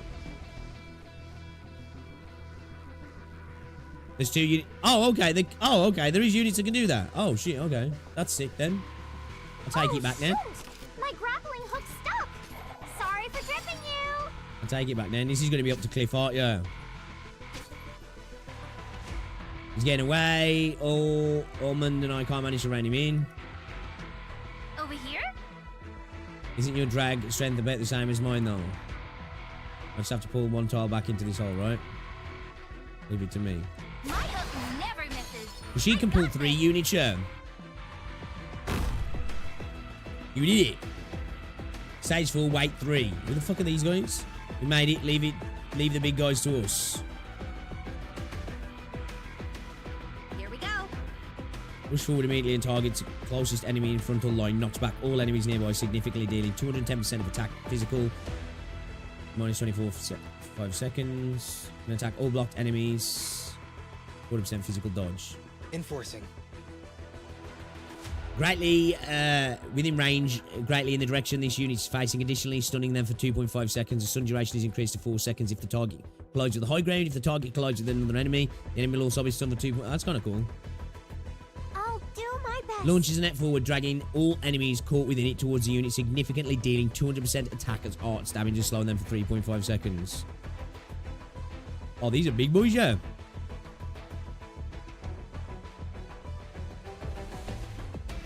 Yeah, I was going to say, this is the first time we've had an explanation. Well, the game's giving an explanation of it, yeah. Here we go. By your order. This is as far as you go.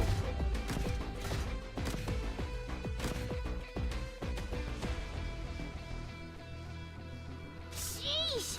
Why are you so heavy? Over here? My hook never misses. I got this. Me? Please hold still. Don't make it hard. Oh, she can pull the big boys, man. Okay. Push and pull comprehensive drill. It'll only get even harder from here, so let's show them what we're made of. Doctor, select the operators most suited to deal with the situation at hand. Okay.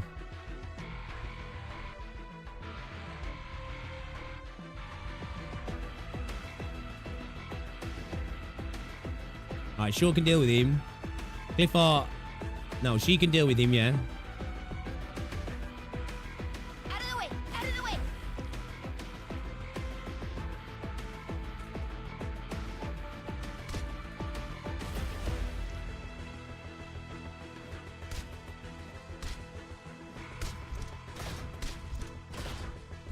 You have violated the fire regulation.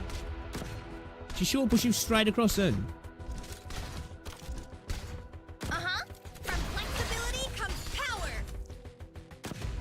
Hear you all out afterwards. Over here? For the Silverat name. All parameters set. Fire! Bye-bye, bitch.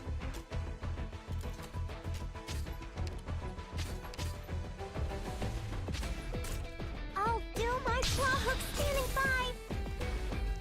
Mission accomplished. Okay, that was Fire kind of fun. extinguished. Ready That was to actually return fun. to base. I like using the push and pull stuff. It's actually kind of enjoyable. I'll do my best. He actually did. Hey, look, I ain't that bad. I ain't that bad. I might have not exactly shown the the fact that's not true in those last couple of watches, but you know, the exercise is about to begin. The enemy elemental injury introduction exercise will now begin. Elemental injury introduction. Scuba man. I fucking hate these dudes. Who's this? Am I the only tuber in your band? The only tuba in your band? Next attack restores HP equal to 130% of attack nearby attack to a nearby friendly unit. Okay. So he heals off attacks.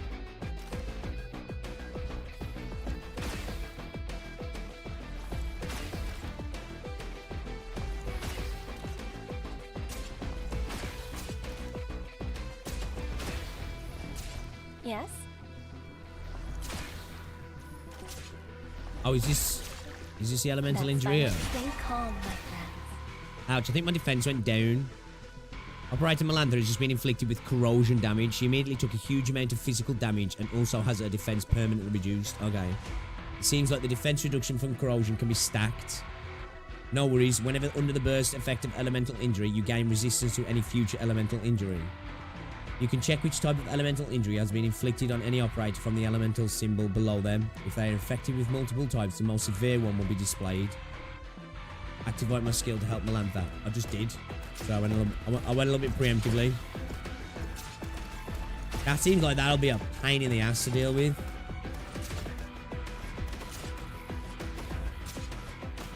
Out of my way, or I'll shove your head up this tuba.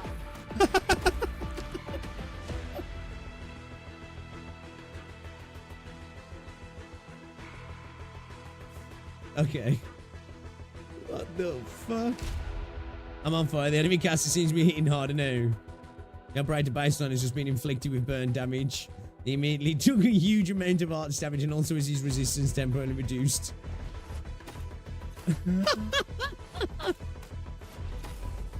It's even better with the accents. There you go. Are these hive mindies? What's this? Can I see on here which one it is? Because I don't know what that is. So when it says it's permanent, yeah. Who's this? Yes, sir. Dunno. Oh, I think I've got her. I think I've got her, yeah. My head's spinning. She's been stunned. Chill, Cruise, and I'll help you out. Operator Beagle has just been inflicted with nervous impairment. Oh, okay, this is nervous impairment. She took a huge amount of true damage and also has been inflicted with a temporary stun. Okay. It's my first time actually seeing... Well, I think I have seen it, actually. Right, he was in that one event, right? With the Seaborn.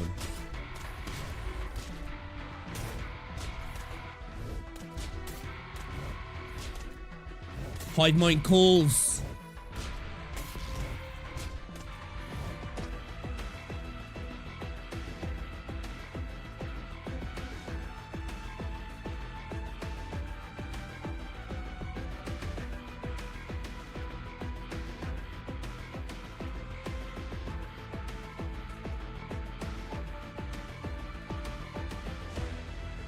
That's it, it's a dungeon mesh, you want mine here. Sorry, I'm eating a Snickers at the same time, my bad. Can't use my skill anymore, it's going to be difficult dealing with this sort of enemy. Has just been inflicted with necrosis damage. She will continuously take small amounts of arts damage and will be unable to use her skill. And she continuously loses SP for a brief period of time. Ah.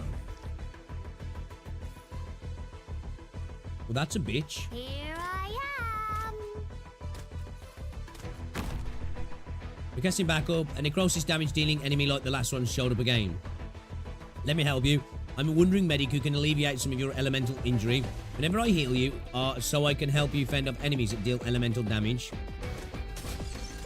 Here I am. Yes?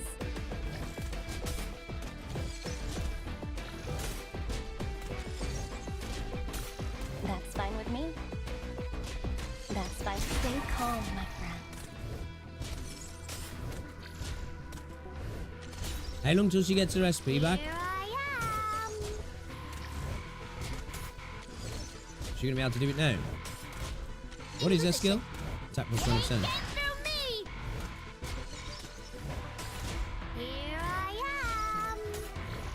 Waiting for your command. Don't push yourself too hard in battle. Imagine using Now's chestnuts. a great time to watch the sunset. Let's head over there and sit down for a spell. What the hell is knickers? Knickers. A Snickers. It's Snickers. You don't like Snickers? Snickers are good, man. This is the place.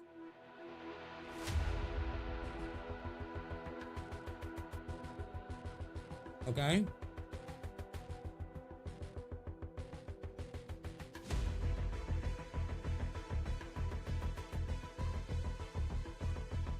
Knickers.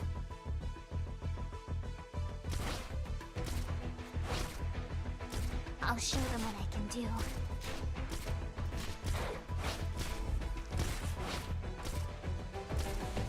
What is on the dog's back?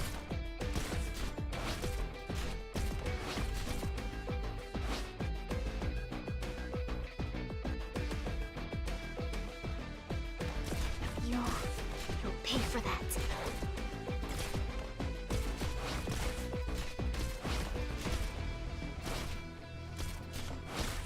Kind of cool looking is. Like his own. You'll pay We got a for fuck beagle up, yeah. GoPro on the dog's back. I'm thinking it looks like something like that, yeah. Is it my turn? Watch this! Not one step backward. Where's my reinforcements coming from? Does Beagle have to die here? Is it for the... Okay. Allow me to eradicate anyone in your way. I'm a ritualist and can deal elemental injury to enemies. I have already perceived the fate of these enemies. I am here. Attack speed plus 35. Attacks hit one additional target in each attack condition is 25%. Deals additional 25% of attackers necrosis damage. May the blizzard cleanse life. Necrosis damage with a skill. When an enemy is under the burst effect of necrosis damage, they will continuously take small amounts of elemental damage and also be inflicted with enfeeble. It will gradually reduce over time. What does enfeeble do? Not the enemies with enfeeble have it. Oh, okay. The debuff then.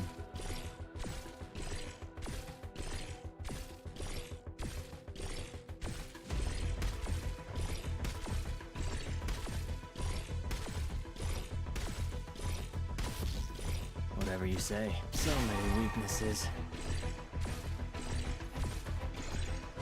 I'm starting to catch on now, isn't it? MILF spotted! Freeze!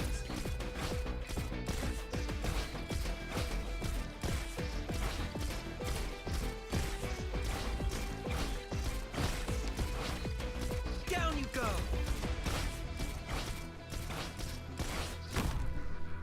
I've arrived as per our agreements. I'm a primal caster and can deal more damage to enemies when they are under the burst effect of necrosis damage. So pop her skill and then pop in. Or your command. Oh shit. Where do you go first? This is the only value of gemstones. Okay. Will you cheer for me? Operated Diamantis skill can deal extra but elemental damage wonder. on enemies when they're under the burst effect of necrosis damage. To activate. Oh, okay, I want to go after. Okay. Please, may the lightning tear chaos apart. Okay, so see, like this is I'm learning a little bit now about like stacks and stuff, like, you know what I mean? Doesn't matter to me.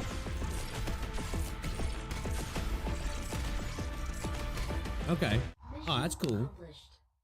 With your axe Elemental damage and ignores wind, resistance you have and left your mark defense. on the ice field. Ah, okay. Now we can continue our journey forward. Okay. More to come. When were these added into the game then? Have they just not decided to add any more? Put it on.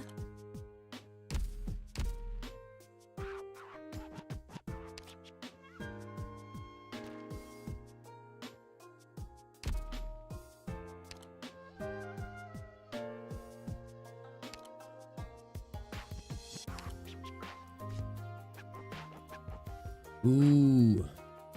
Oh, actually, you know what? We need to get a 3-star on this, don't we? We need to get a 3-star on this this stage. Let's do that. Let's do that. Let's try and get a 3-star on this stage.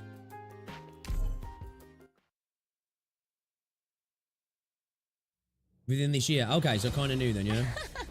You people.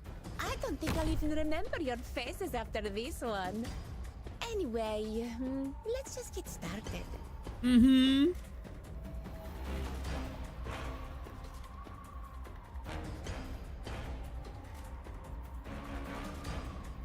I have to get serious now. I know what he's missing comment. Appreciate you stopping by, man. Oh, fuck, am I in the range of that? I didn't realise. I won't be afraid. I didn't realise I was in the range. I forgot he's 2 tiles, yeah. Fuck. I'm in the range of that one, yeah. Okay, we're good. We're okay, we're okay. Okay.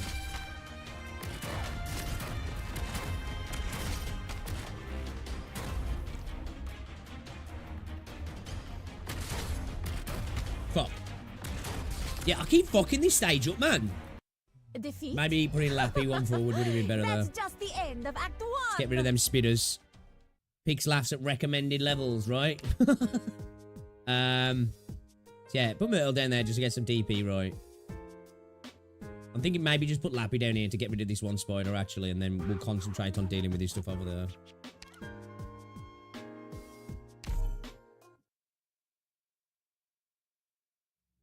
Keep Lappy out of the range of that, Listen, everyone. yeah, this guy. We could deal with this. We could deal with these as they come across, I guess, yeah, maybe. Observe and determine the form of infection. Such data will be useful for research. Bam, bam, bam. Should we put Bro a little bit further forward? No! I fucking keep forgetting about the range of these guys. Whew. We're counting on you again today. Perfect position for him to be there, isn't it, really?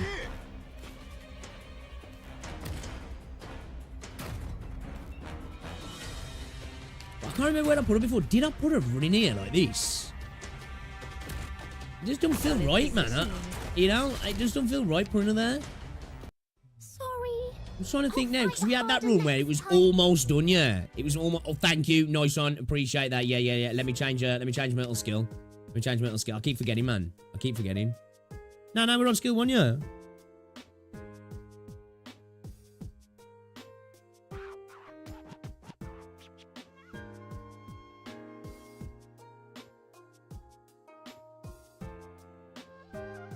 Why not bust out Phantom? We was gonna run some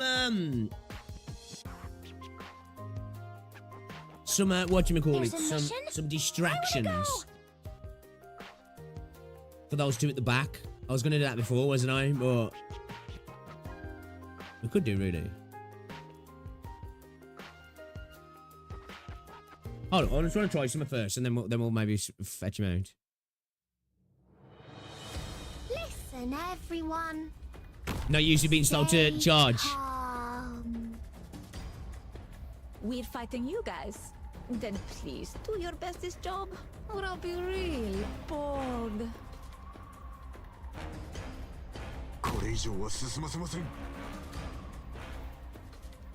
We're counting on you again today, little apple.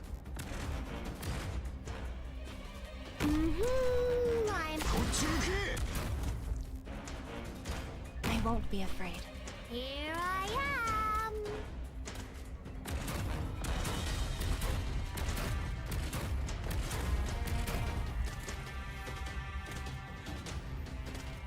There you are.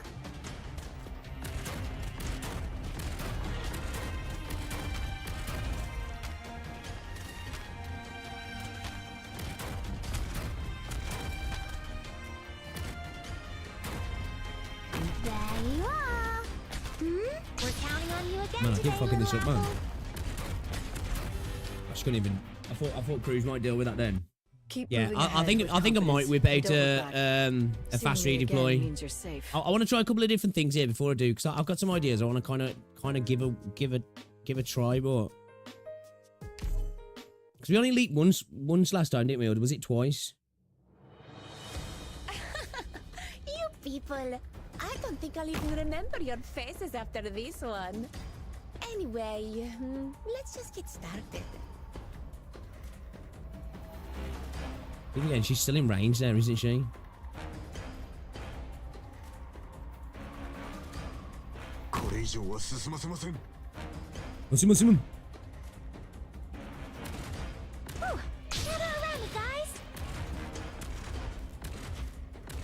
Was it three went through, was he? I can't remember where I was placing Lappy last time.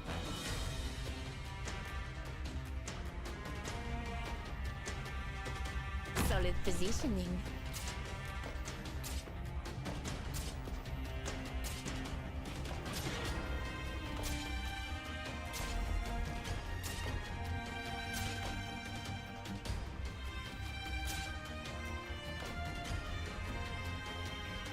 Concentrate.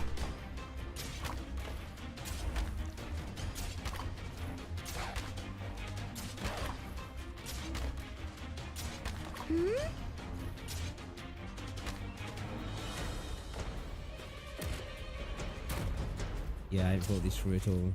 Yeah, this is definitely not what we were doing last time. This is definitely not what we were doing last time. I'm just trying to think what I did last time and tweak it. I've totally forgot what I did last time, I'm not gonna lie. My Lappy positioning definitely wasn't that Lappy positioning, that's for sure. I'm just trying to recreate it now and then see if it could tweak from there. We'll be fine if I can't remember exactly where I'm here to help. I don't know if I was placing her in and then getting another unit in to deal with these. Try to get along.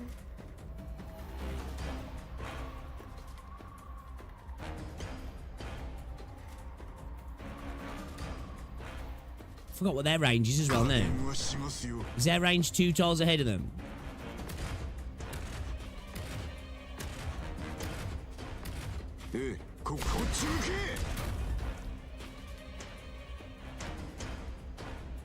Now, will she be in range of units that there? I can't remember. I need to test. Okay, she's in range of both of them. I was just curious. I have to get serious now.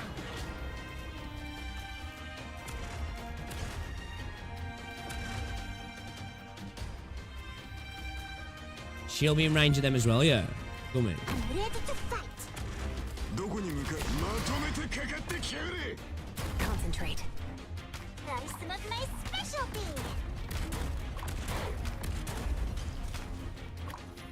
Okay, alright.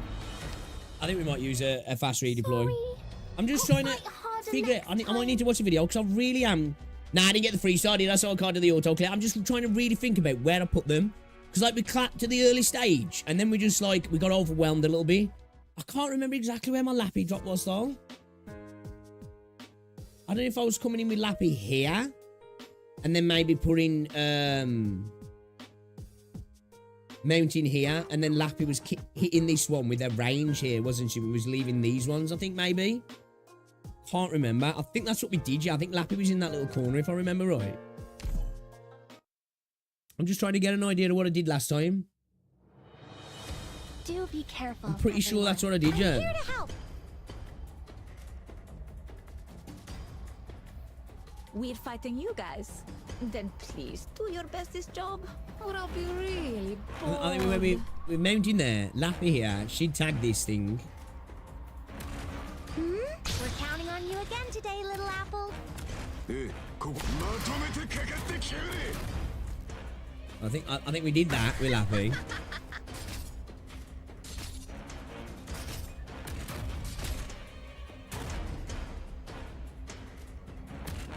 I won't sleep on the job.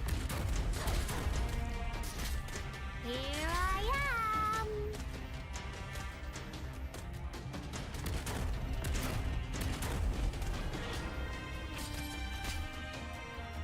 Hey, dummies, bring it on. Here I am.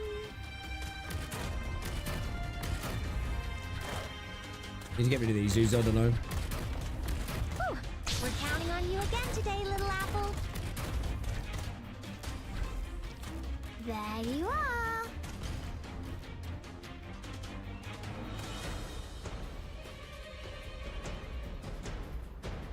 No need to cover up.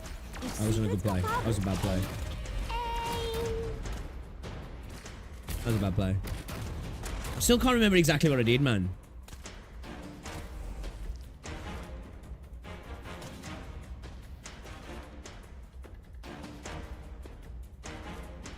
Got it. I will protect everyone.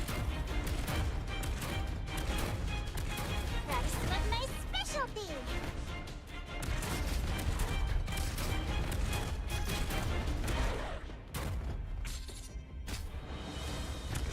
I won't be afraid.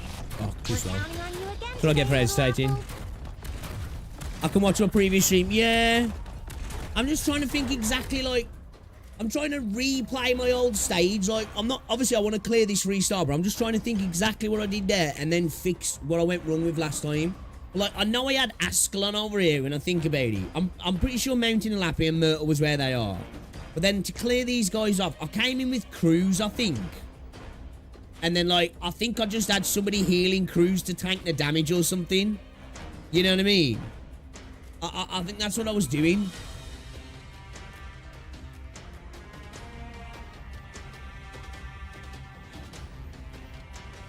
I think that's what I was doing, man. I think we went with Lappy Alter here, if I remember right.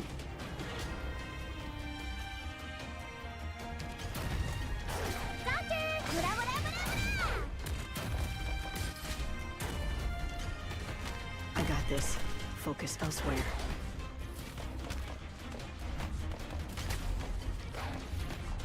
See, I didn't know where these dudes walked, actually. Okay. That's one thing. I'd never... Because I've always killed these guys quick. I didn't know where these guys walked. You know what I mean? So I can kind of just leave them for a little bit and then deal with them in a minute, actually. Because every other time we play this, we just killed these guys off. You know what I mean?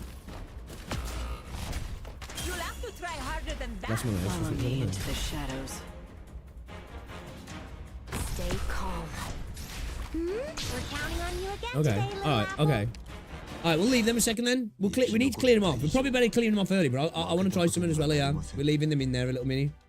We might come in with like a fast redeploy as well in a second though, just to give something a try, you know what I mean? We gotta deal with the drones as well, yeah. Operation commencing. I'm here to help.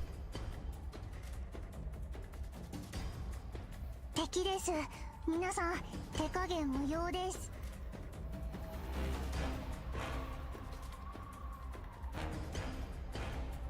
加減はしますよ。Whew. We're counting on you again today, little apple. こっち向け。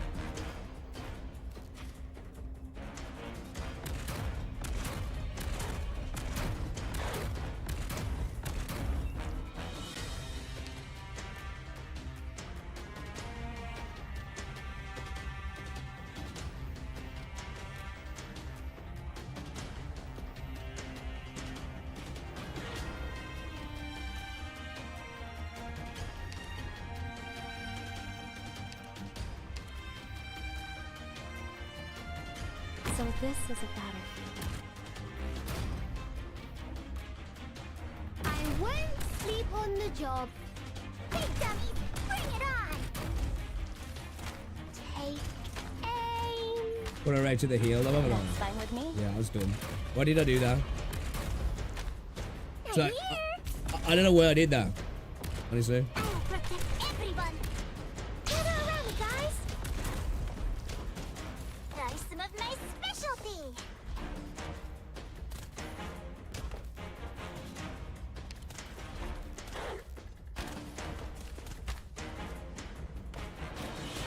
釘のようにここでしっかり支えます。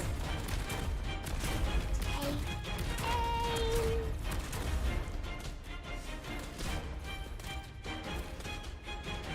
指示をどうぞ、ドクター。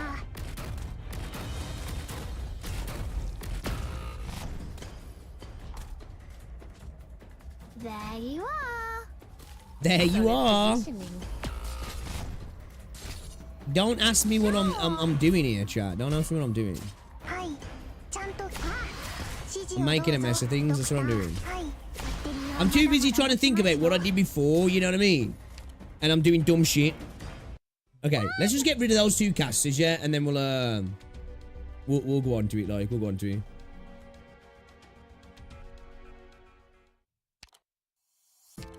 Let's do something a little bit different here.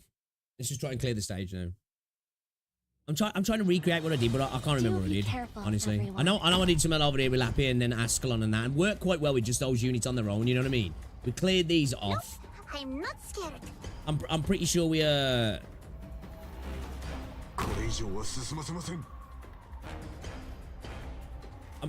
think we did. I don't think we did kill him with Cruise, didn't we? Did we kill him with Cruise? I can't remember.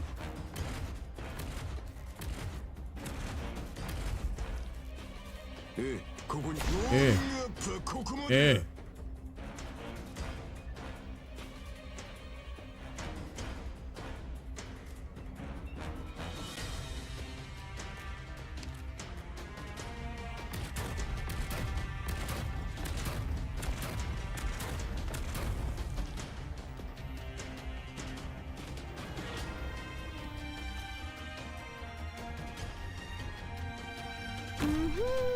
I'm listening. So this is about. Hey, dummy! Bring it on! Take aim! Oh, she's taking a beating over there, isn't she? I think she's gonna survive that, yeah. Okay. Sorry. I'll fight harder next time.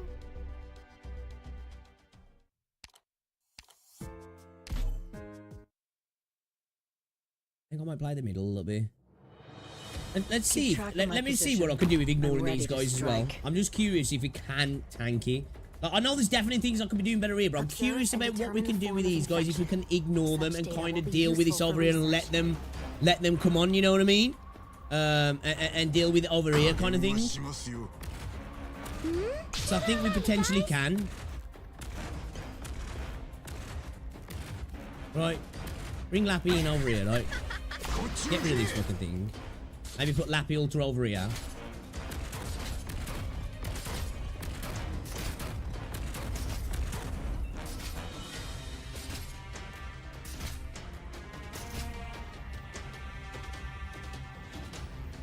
Your weapons are right at your fingertips.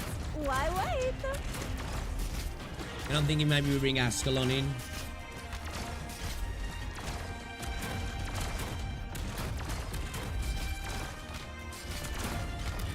This show has been no disappointment, my friends.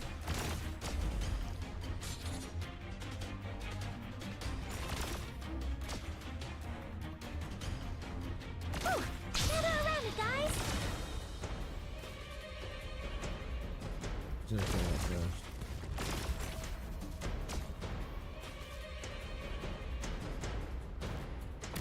Hey, dummy! Bring it on! I got this. Focus elsewhere. How much damage will that do to us? That's the question. Can we tank that? Ooh, so close.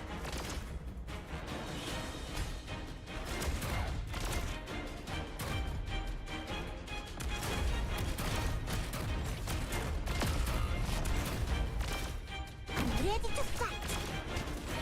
We're playing these backwards, bro. I'm just curious of what we can do with these, like. Meet me.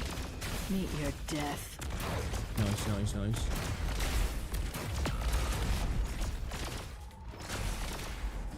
We're counting on you again today, little apple. You'll have to try harder than that. See if we can brute force it with Ascalon, maybe.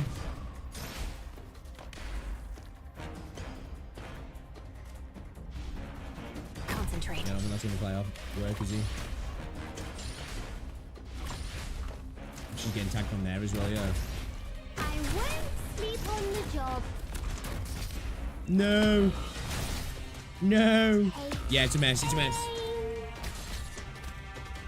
Yeah, we'll deal with these two dudes over here. Yeah, I think that's what we do because this is like a bigger mess than what it was when we played it last time.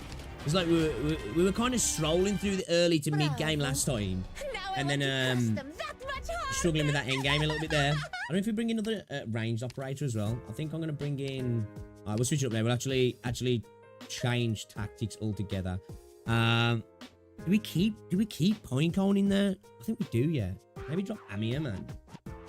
Then again, though, that's a unit that Cruise will prioritize range, right? Or aerial, should I say?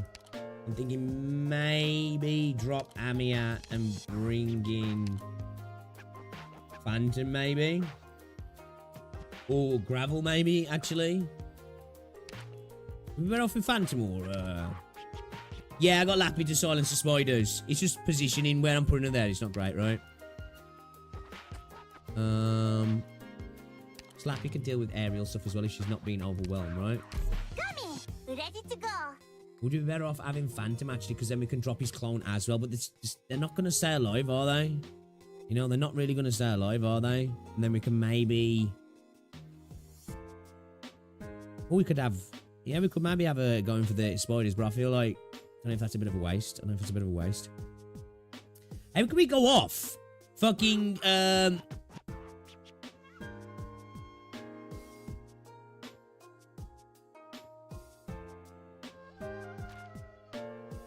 Clearing ZT10 to struggle on this. Isn't Van Der possible to get the most annoying enemy? I don't know. I don't know if he'll deal with them, will he?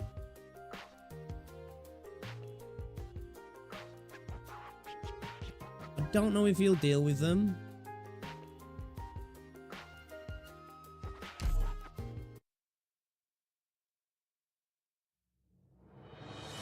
Ah, the parade's here.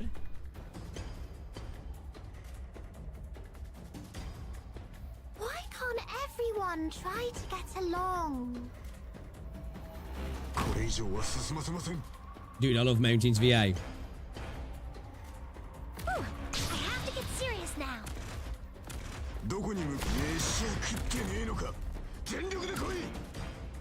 So this is a battlefield.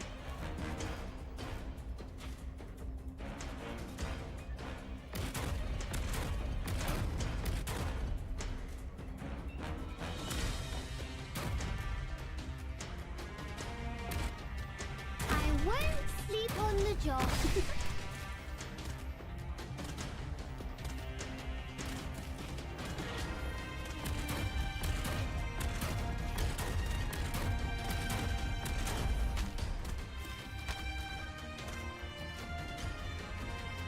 Here I am.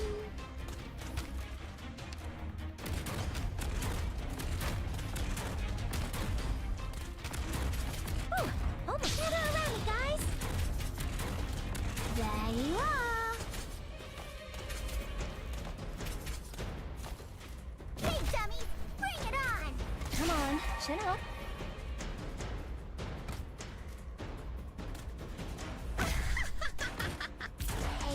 We fucked up. We fucked up.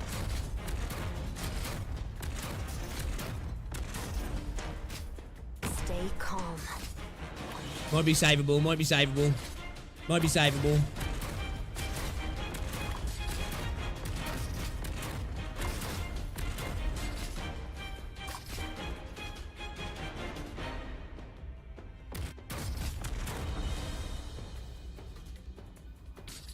Your weapons are right at your feet. Gather around me, guys. No need to panic. This is a very scuffed setup, but it might potentially be survivable. I don't know. We'll have to see. We'll have to see. We'll have to see. All right, let's get Lappy out. Let's bring Gummy in further forward, yeah. Look, Zara. See if we can make that work. These fucking spiders now the problem, right? That's the only problem now. Let's pop a shield. This is my playground. Here I am.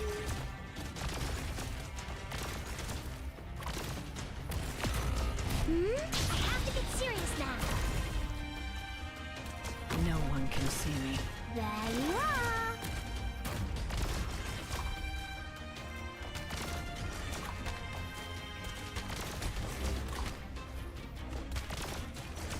Okay, we're still alive. It's a fucking messed up placement, so, but, you know, whatever. We go. Stop this here, out.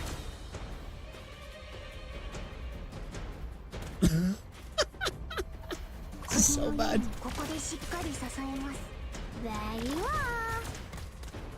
We're just kind of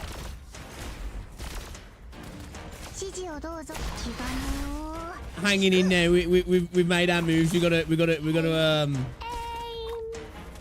deal with it. Damn, there's a fucking lot coming, right? Shit. No need to panic. This is the pace. Ah, fuck, I was about to get through, yeah.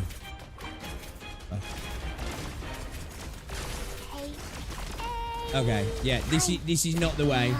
This is not the way. Let me see what comes in the rest of the stage, though. I don't think I've got this far in the stage. Yeah, I have, because we've got 2 star, yeah. I don't remember these parts of this. Oh, I do, yeah, I remember now. It's all coming back to me. It's all coming back to me.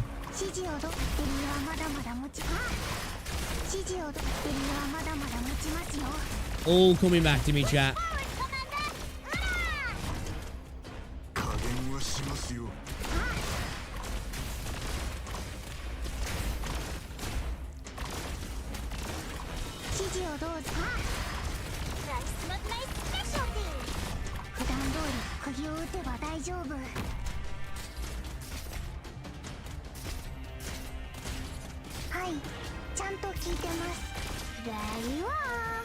I won't be afraid. Okay. Run all you like. Maybe Lappy will dress too.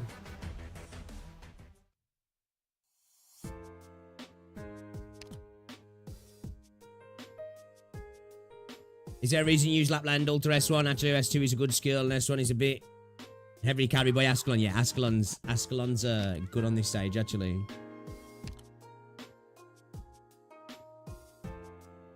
On this stage, S2 probably would be better. I like going for the S1 for like, well, it was great on ZT1, you know, dealing with the enemies that are not moving, like, you know what I mean? If we'd have had a bit more range then, range units, you know, I think we'd have been alright, because that's the only one we league, yeah. Scuffed setup, right? Absolute scuffed setup. There's no getting away from that, but...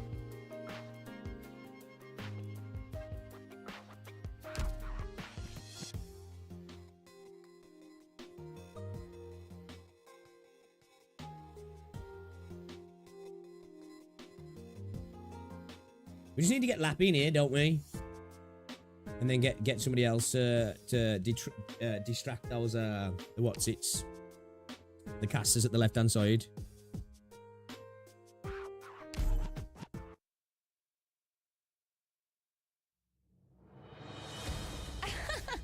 You people, I don't think I'll even remember your faces after this Or one. does Jay have a better silence? Anyway, let's just get started.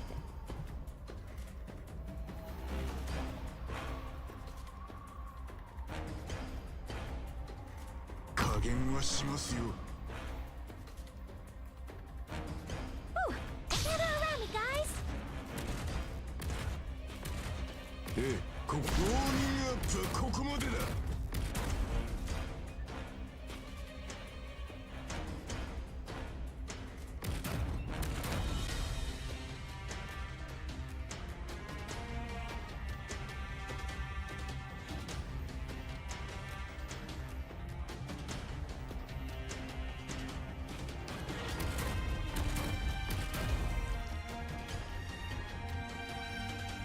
I won't be afraid. Solid positioning. You really think you'll get away? She gonna be able to tank both, is she? If Perfumer would do a fucking job.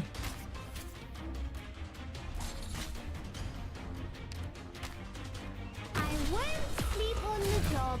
Okay. Yeah, it's just bad planning, bad planning. Bad planning. Bad planning. I'm ready to fight. Here I am. Yeah, no, that ain't working. Yeah, man, I don't know why I'm struggling with this one so much at the start now. We were dealing with the start easy before. It was just mid-game, you know what I mean? It's just like, I'm struggling my tits off now. I think doing them tutorial stages of cabbage my brain. that's my excuse anyway.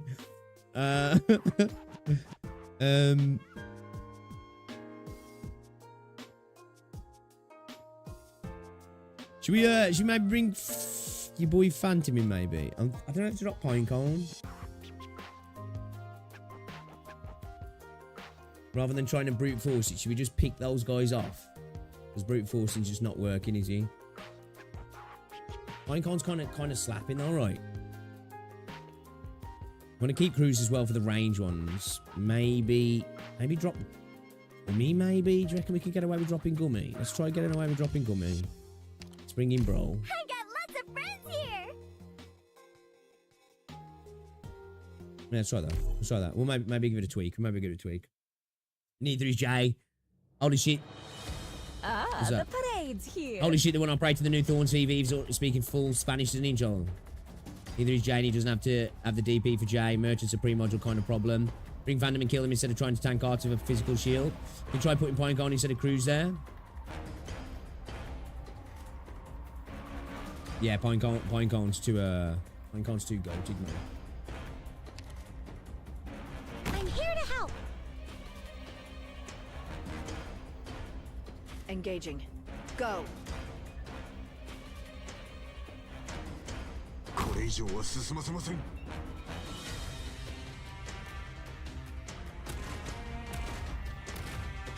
Whew, we're counting on you again. 飯食ってねえのか。全力で来い。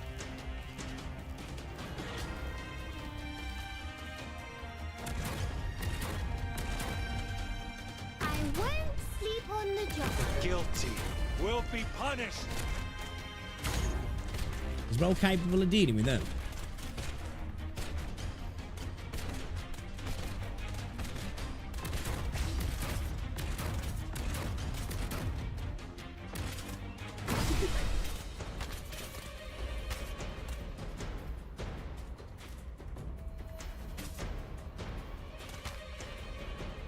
Solid positioning. Hey, hey.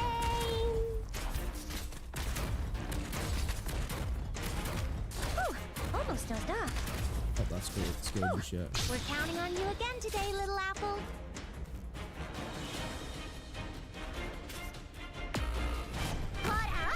Let's get a little bit deeper, yeah.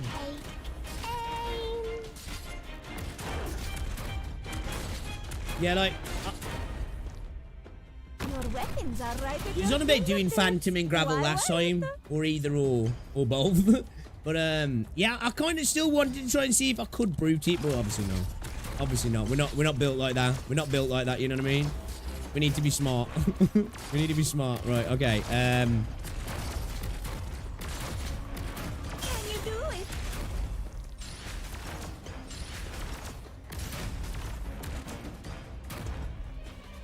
Concentrate. We should have pulled it, really. Look, Zaro. What are you waiting for? The curtains are about to fall.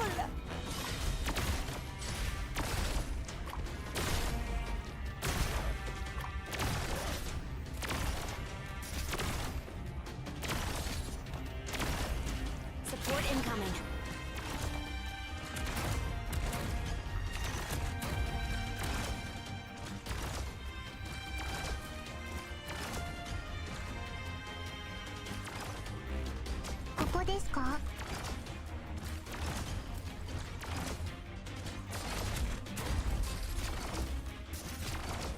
Bro's about to catch a beating, yeah. I am your shadow. No need to panic. Could do with bringing Haskell on him, man. This show has so far. I knew who you were right away. Keep forgetting that one not being a toggle.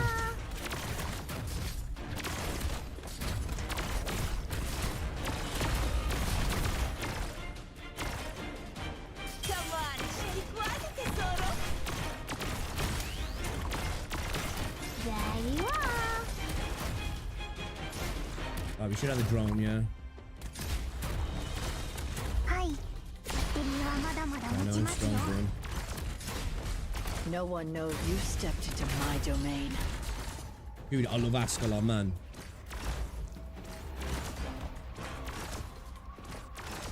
No need to panic. Shit. I thought I was going to get hit hard then. A phantom each placed on top of them can easily... Okay. This show hasn't started, and what are we waiting for? The curtains are about to fall. No need to panic. GG, first try. Yeah, have you just entered the stream, guys? Never played this stage before, ever.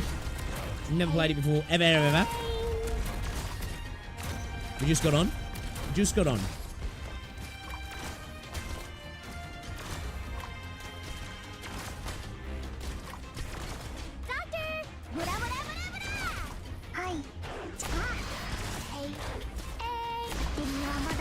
Right behind you.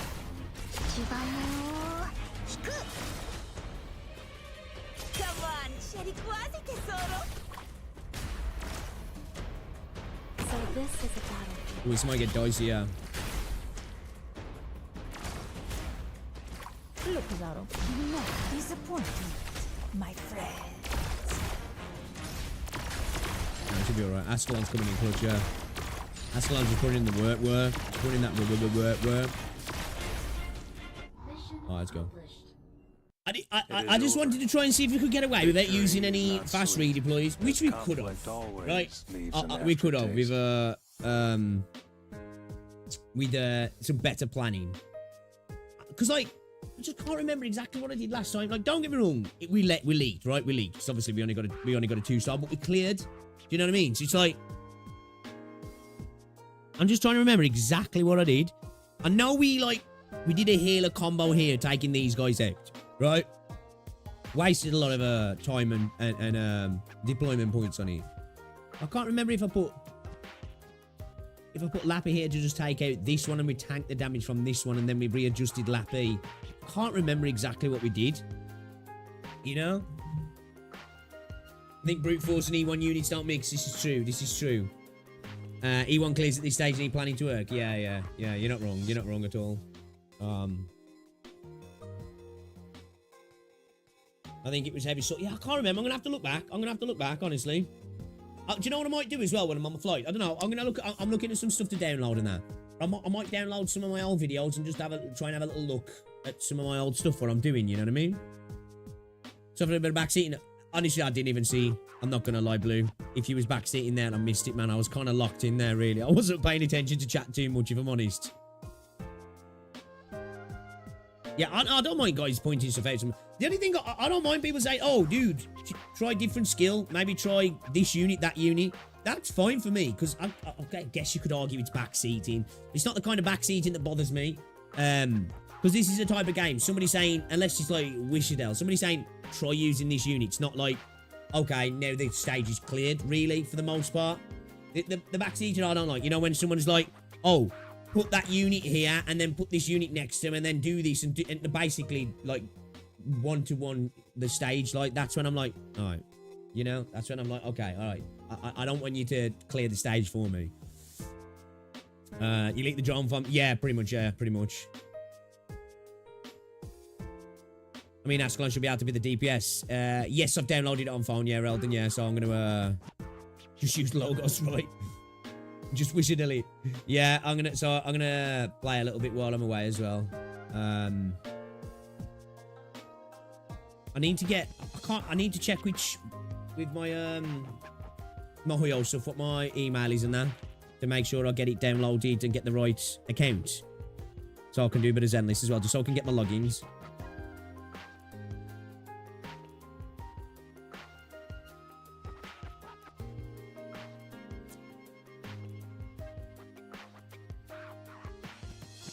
None of us do these E1s, so we don't even have the actual answers. That's a fair point. I noticed I'd already made the decision to bring in a fast redeploy. But I saw you guys offering that up in the chat, so you aren't wrong. You know what I mean?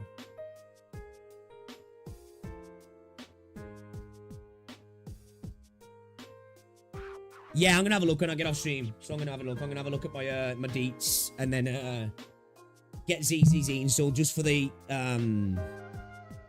whatchamacallits, the dailies, the daily login stuff to make sure I don't miss out on anything. And if there's any like short time-based events, I'll get those out the way as well on phone. As long as it's nothing too combat related, because I ain't gonna be able to play Zenless on my phone, man. I ain't built like that. You know what I mean?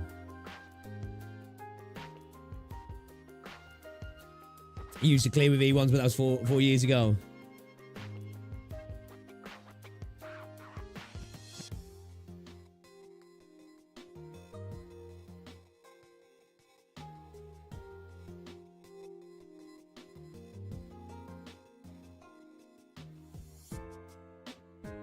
Only 4 days left. When is it that 2.0 drops then? Is it the 5th? Is it?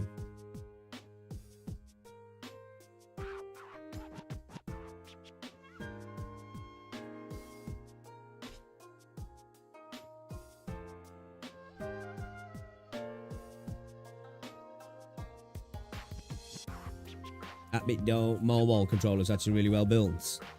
Yeah, I just don't do enough mobile gaming to warrant buying something, but like now I'm going on holiday, I'm like, if I whipped out the controller to take with my phone now, Rosie would be like, you can fucking put that back.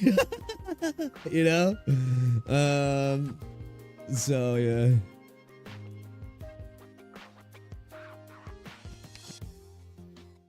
Alright, let's have a go at this then. Shit, I've gone in with the what's it, yeah. I've gone in with the fast redeploys. I don't know if I need them.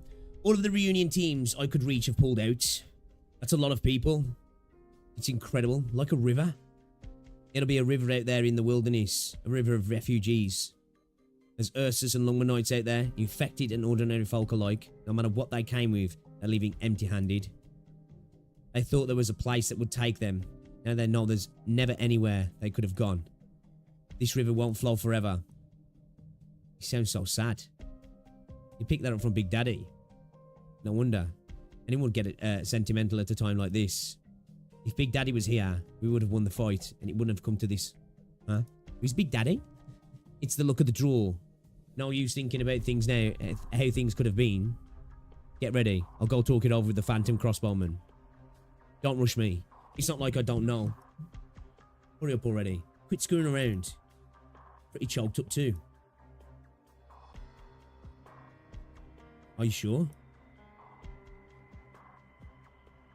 Yeah, I did look at the monthly revenue. Bro, I was shocked how much Black Beacon had made. I'm blown away by that many people. Now, obviously, I know the numbers ain't right. We know that, right? But still, whatever anyway. Let's entertain it, right? I couldn't believe the numbers for Black Beacon. Like, who the fuck is spending on that game? I'm sorry if you like the game. Like, look, you know, you can like the game and you can spend on the game. I'm not telling you what to do with your money, but I'm just like, why? You know? Like, it actually kind of surprised me.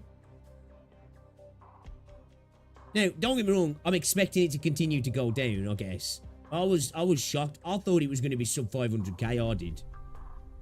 For it to be more than double that, I was like, holy fuck, dude. Best story in gacha, right? That's what I've been told. It's Jedi Squad. What about Amia and her people? They're already on their way. Amia said to tell you to take it easy. She knows better than to tell me that. It's me, Blaze. When do I ever take it easy? Blaze, where are you going? To save lives? Enki's love, Enki's life. That's what I'm saying. Like, it's just mind-blowing. Like, started playing Stellar, right? Now, I'll put that video out, and fair enough, a lot of people's like, fuck that gacha system, which I can understand, right? You know, I don't think it's the worst at all. It's not the best, but it's not the worst. But straight away, I was enjoying the characters I've been introduced to. Like, Enki, like, by extension, made me hate everybody else. You know? It wasn't one of those situations where it's like, oh, the contrast of him being a fucking bitch makes everybody else seem better. It was just like they all got infected with the Enkiness. It's just like, yeah, I hate everybody in this. Do you know what? I hate this game now because of him. It wasn't just because of Enki, but like, I think it was a big part. I'm not gonna lie. Yetis, what are you doing? It's Sister Frostnova. She's growing weak. She can't keep this up for long. She exhausted her energy pushing back Lungman forces. She may not wake up for a while. You mean you want us to take her with us? But we aren't going back to Chernobog. Falsi didn't want Mephisto to go back. We're begging you. We want Sister to be together with Patriot in the end. We know. They're not exactly getting along right now, but their bond is stronger than blood. So please, we beg of you. And what will you do? We'll cover you. If you don't hold them back, the Lungmen Knights will catch you in no time.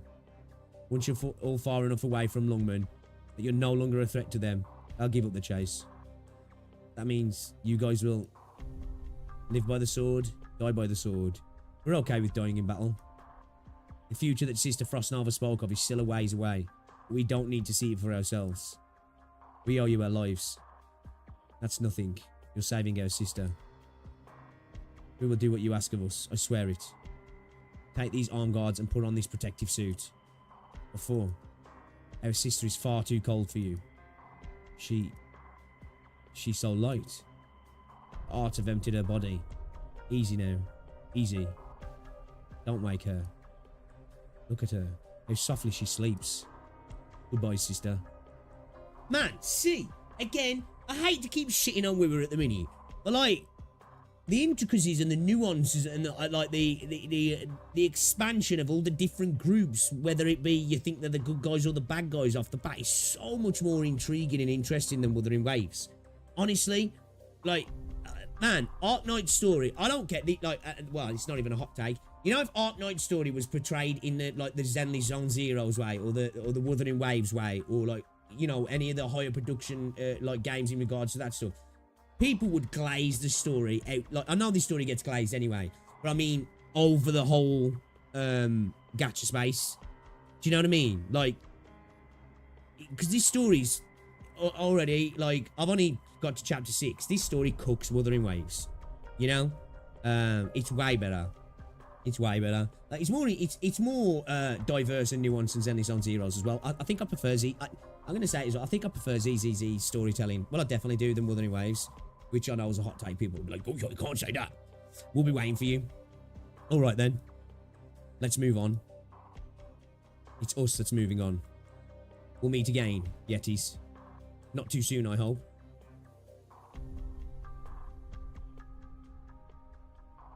Yo, what's going on, Ken? Welcome back. Yeti Squad is just bros being dudes. It's chill, guys. Are we going to die? That's on profanity. What are you crying for? Are you a Yeti or not? Are you not crying? What am I crying about? Did you forget what Sister said? She said not to cry. Right. She said not to cry. More than a decade ago. She said not to cry. So I don't want to see any tears. We don't get to cry because we haven't won yet. Once we win, once we're free, we'll cry our eyes out in the wilderness, in the snow, in the stacks of wheat piled high. We'll be bawling. Sister was crying as she said it, you know. She was only 9 at the time. We were all a little older than her. Without her, we would have died in that mine. Did you bring the sauce? Bring the what? Wait, I thought we weren't allowed to bring it. You're not allowed to drink on the march. You had it with you. I know. I want to drink too. You're not old enough yet, are you? But I've never tried before. I don't want to die without ever tasting it. Give him a little. Trova. Fine. Take a swig, but not too much. We all need a share. Naz the Drove, brothers. Warm up. To Sister and Big Daddy. To Frostnova and Patriot. Oh, Patriot mention. Patriot mention. Exactly, Ken. Even down to like, just like layman's hanging around, like basically literally no-name NPC kind of characters. And it's like, oh, let's lean into them then. Let's lean into them. Do you know these infected? I do, Officer Chen. But this final battle must be fought. Do we have a choice? We may not. Look behind you. They're not even trying to hide themselves anymore. The black raincoats. These are cool looking characters, man. So we have to fight them. This is what we must do. If we don't, we'll fall short. And the business of pushing the special forces into the Yetis become pretty unconvincing. Unless you could convince them to surrender. As long as there's infected behind them, they won't give up. Amiya, I won't force you to fight. I'm sorry, Officer Chen, but we will witness it. The LGD fought bravely. No one can deny that. You fought for Lungmen against the invaders. This is how we will help you against our special forces. And for our sake, We must record every battle for the infected. Every single one. Amiya, Officer Chen. When this battle is over, let's grab a bite together. But I'm infected. I don't care. The loudmouth and the tall lady, they won't mind either. This is battle. It's going to cost a lot. For us, it's a battle. For Lungmen, it's a war. And that's what war is. For whoever it was who planned all this, they're not here. Say, there's something I have to tell you. But not right now. Yeah, not right now, Officer Chen. Doctor. Don't want to watch? Just like in the ruins of Chernobog. You're right. I decided I need to see it with my own eyes. Together. Together. See that right there? See that right there? Just that little dialogue there, man. I'm sorry, that cooks most things I've seen in Wiwa so far. Man, I need to stop shitting on Wiwa. I don't know what's the matter with me. I think I'll just get triggered by how much glazing he gets when I think sometimes it's just like, you know? Plus it annoys me as well because I really like the game. So we don't call her big sister because she's older than us. Why am I just learning this now? Well, it works for you. You were 3 years old back then. Hey, what's with the attitude? Did you get drunk off 2 sips? When you cried out for food? Did I feed you or not? That was then. This is now. You know, it's funny. I'm suddenly thinking about those Rhodes Islanders. Why? That one cat with the hot body. The one who said she wanted to drink with us. It's too bad. She looked like she'd be able to hold her liquor. She looked like a real good time. The little rabbit. She can't be old enough yet. What is she? 16? 17? More like 14. She just seems older because she talks fancy. As old as sister was back then. Let's tell them one more time. So it is said, so shall it be done. So shall it be done. So shall it be done. Arknights should be more coordinated. Get out of here. The Eddies can only hold them for a while. You don't think that what they're doing is incredible? If we die, they all did it for nothing. Phantom crossbowmen say we can't go back to Chernobog, so we're going to a new place. You don't care where our new base is? Wherever it is, I'm going with you. Hey, you Arknights are no different from us. I was hoping they'd treat you better here. Turns out it's the same as it was in Ursus. Infected suffer the same everywhere. It's not what you said when you first got here. People change. Yetis. Are those the Yetis? It's the Yetis. Right, definitely. Yeti. Yeti! Why are you... Yetis like this. Damn it. Don't die. I won't let you die. Just hold on. I can save you. I'll get you to safety. Why do you infected want to die here? Special forces stopped attacking. No. Looks like they're pulling back. Seems they're giving us the initiative. Are we showing the power of Lungmen's law enforcement? Lungmen profanity? They don't underestimate us. They underestimate us, sorry. Never mind. Listen up. This is the last wave. Don't disappoint the people or Chen, sir. We'll show Reunion how powerful Lungmen is. The infected won't dare attack our city again.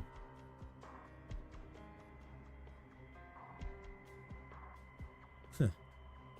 Phantom crossbowman. Don't let us down. You have to get our sister back to the old man.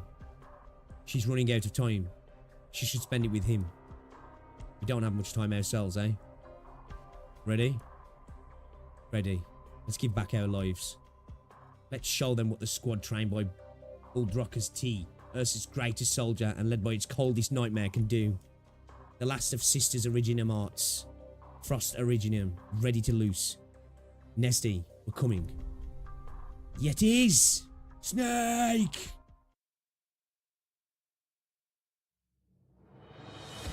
I'll do as you say. Okay. I can't wait to finish this off so I can go to the anime, because, man, they're cooking with this, I'm not gonna lie. They're cooking with this shit. They are cooking. I'm here to help. Okay, these two might not be so useful for us, right? I'm listening. There you are.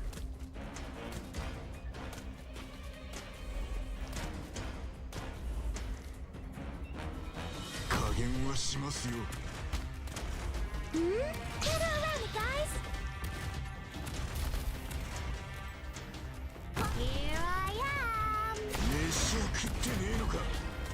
Okay, I feel like this is going to be messy already. Yeah, I've only watched season 1.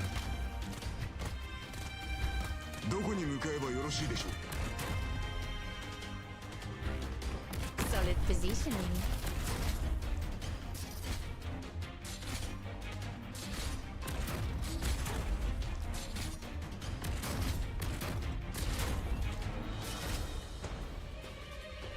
Gather up, my rats. My headset audio just fucked up then. Whew. We're counting on you again today, little apple. Little apple. I don't know what the ranges of this thing. There you are. No need to cover up. If secrets go public, then everybody. Okay, so she's getting hit. He's not low.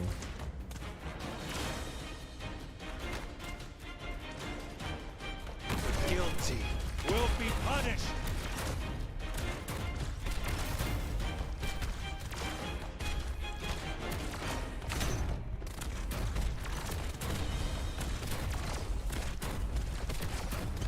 There you are, Kefara. I knew who you were right away.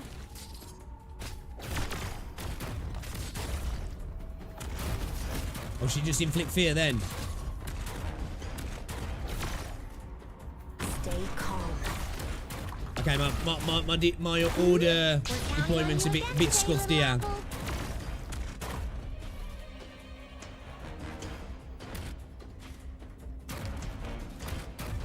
She's gonna get hit there, yeah.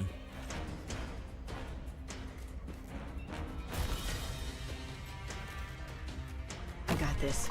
Focus elsewhere. Probably not the best spot to put her.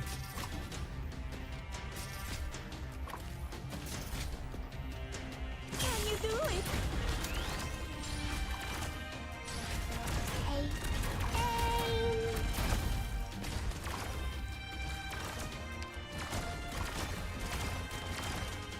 No one knows. Follow me into the shadows. Shit. There you are. Whew. Let's gather around it, guys.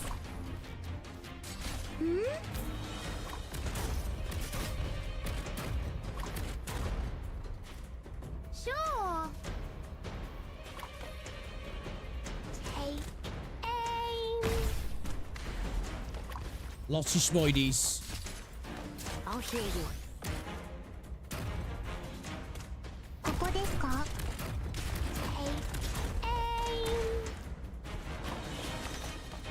Oh, that was wasted. That was wasted. That was wasted, man.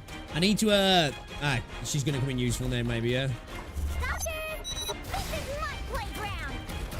Fuck, maybe not. Fuck. I come from the shadows. Okay, I wasn't ready for the wave. We need to drop, I think we drop, Phantom and Graveler, yeah. I mean, we can get away with dropping them too and bring somebody in who's going to be a little bit more useful for us. Get some AoE in there, maybe, yeah? Get some AoE in there. I'm fucking slugged. I might keep Graveling, actually. Get rid of Phantom. Maybe keep Graveling.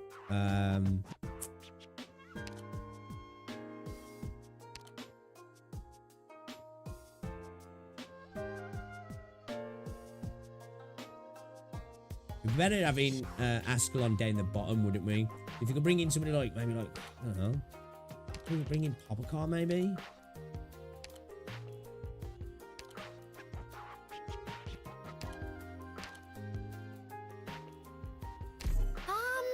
Let's try that. Maybe have Core up top lane, yeah? Have Core up top lane. We'll be fine if we stick together.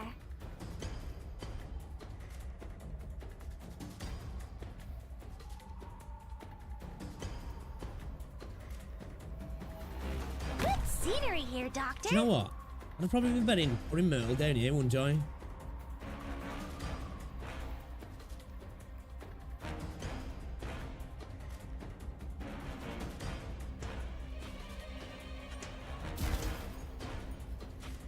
Please stop arguing.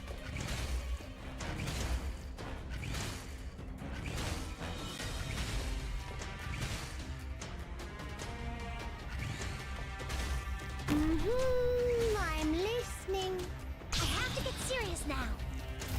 Take aim.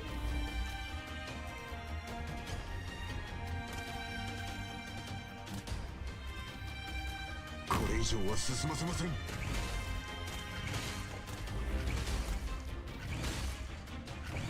Solid. Here I am. どこに向かい、まとめてかかってきやがれ。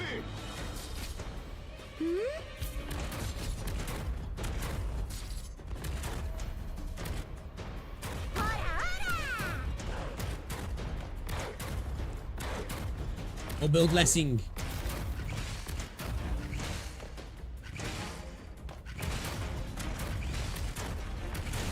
I'm right here and don't move.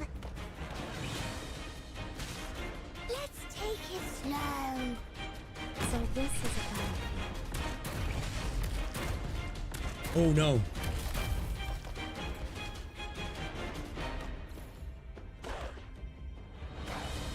Where these spiders become a bitch, yeah.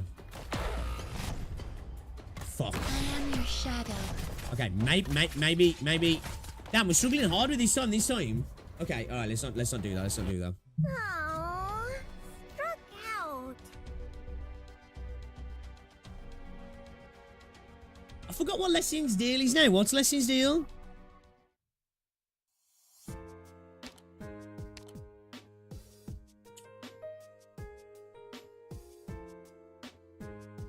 Maybe we play deeper. I think we play deeper. That's my range units, maybe. Let's go.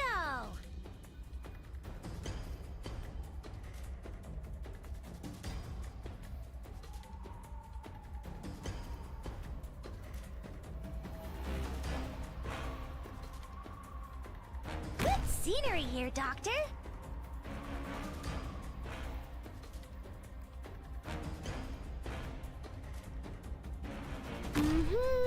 I'm listening.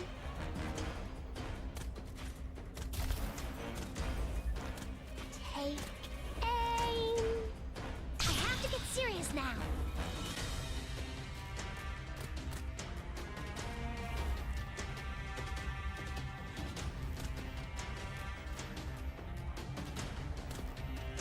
Solid positioning.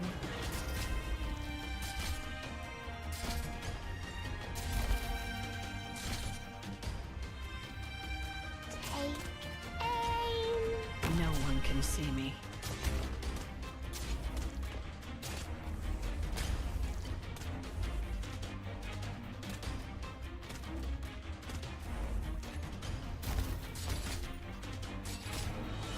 They only remember my blade. Oh, you fuck. Didn't get the silence, did we?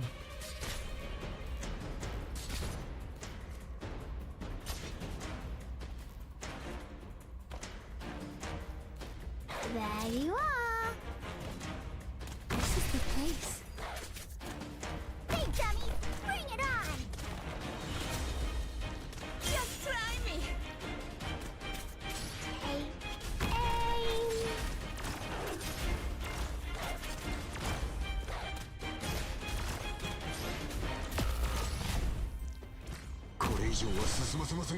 You get fucked, bro. Not getting through. You're not getting through. They only remember. Follow me into I think bro's about to take a beating, yeah. You won't disappoint tonight, my friends. Concentrate. Here I am. Oh man, that's clutch. She's still here. No, she's not. She's gone. Fuck.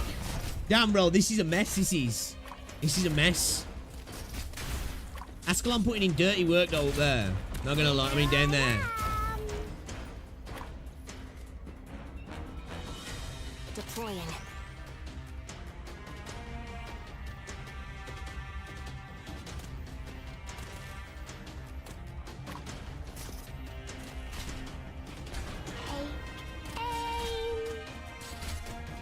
Can you do it? ここですか? This is the place. Take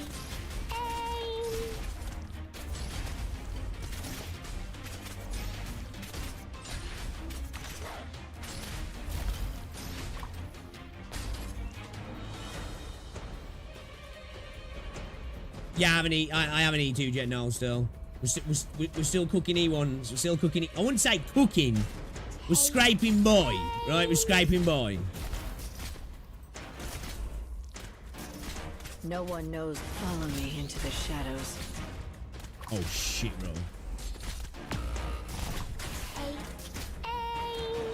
I want to stop this fight.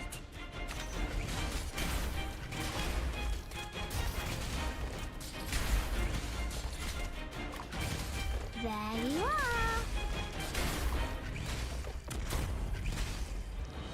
Oh my god, we did it.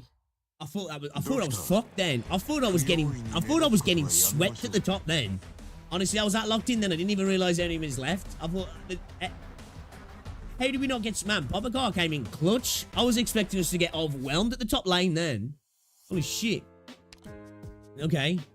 Alright. Sweet. Time is it, man? It's gone 7 o'clock, guys. It's gone 7 o'clock. I did want to play some Stellasaur on stream. But I'm going to have to call it there, Jack, because I've got some stuff to do still. I've got to go and get a phone case. I've got to get some little bits and pieces sorted before I go on holiday. I'm flying out tomorrow, so I need to get stuff done. I've got to go adult, guys. I've got to go adult. So I want to say thank you to everybody joining me today.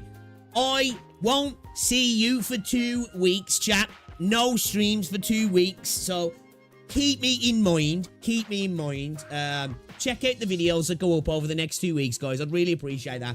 Even if you're just sticking on in the background, just to help the channel stay in the algorithm, so when we come back, you know, YouTube doesn't go, who the fuck is this guy? So yeah, this stream was going to be more of a yapping stream because of it being the last one. I've hopefully got some stuff that we can put into some videos as well, because I've got like 6 videos. I want to try and get to like 7 or 8, 9 possibly. So there's one at least every other day, maybe a couple of days in there as well. I'll cry myself to sleep. No pics for 2 weeks, Sag. But guys, I want to say thank you, man, for the continued support recently. You guys have been absolutely amazing on the videos, in the streams. It's really been appreciated. You guys trying to help out, trying not to backseat as well. You don't understand as a streamer. That's really appreciated. You guys know so much more about the game than me. You're trying to give me like tidbits here and there, and I appreciate you guys actually holding off on just being like, bro, just do ABC. That means a lot to me because I am genuinely enjoying the journey on this game.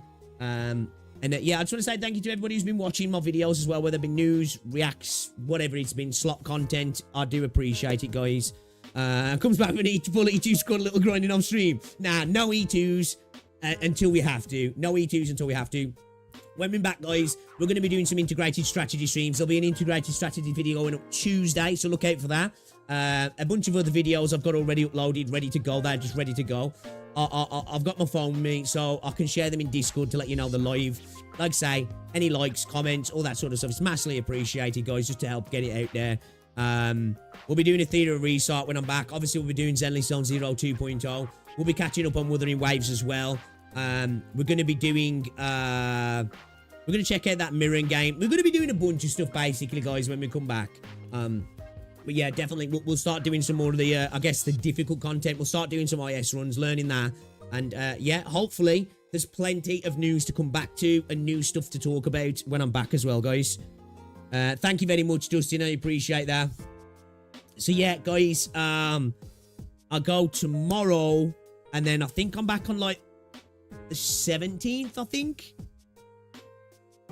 Either the 16th or the 17th. I can't remember now. I think it's the 17th, so... It might be a stream on the 17th or on the 18th, because I'll get back late. I'll be back at like midnight, I think. So I'll be able to stream the next day, which I'll do. So, yeah, look out for that, guys. Look out for that. Will I post some vacay shorts? Probably not. Probably. I might put some posts up in the community tab. You know, maybe just some pictures of where I am and stuff like that, so you guys can have a little look. Live stream your holiday. Man, the missus would kill me. But yeah, I might put some posts up on the post to look out for some photos and stuff like that, maybe. Maybe me screenshotting some pulls if I get any decent pulls, if you do anything. But make sure to cook you in a theory of PvP when you only that. Right, dude, I'm going to get bodied, bro. I'm going to come back and everybody's going to be smashing me. It's gonna suck. That's why I'm hoping I can get it installed when it drops, so I can at least try to keep up, I guess. But I'm gonna have to sweat it when I get back, I guess. That is what it is, right? Is what it is. I'll be drinking cocktails in the pool, right? That's how I'll make it up to myself. But yeah. Again, I'm gonna go try and get a couple more videos edited now. So look out for some videos in the week, guys. Normal time, I've scheduled them all to go up at 12:30. So that's the normal time I go live. So the time I go live every day, there'll be a video going up at that time. So just look out for them. It's much appreciated. I'll share it in the Discord anyway, guys. You don't have to stream right away. Yeah, I'll see how I feel. If I'm jet lagged or anything like that, I'll see. But I do want to get straight back to it because I'm not gonna lie. Don't get me wrong, I want to go on holiday. It's going to be good. I'm going to come back rested, ready to go again. But I've really been enjoying content creation and streaming recently, so it's kind of come at the worst time. But I am so ready for it. I can't wait. It's going to be a nice 2 weeks with Rosie. And we'll come back better, bigger, and still E2-less chat. So look out for plenty of content coming up, man. We're going to start making moves. So, guys, enjoy the rest of your weekend.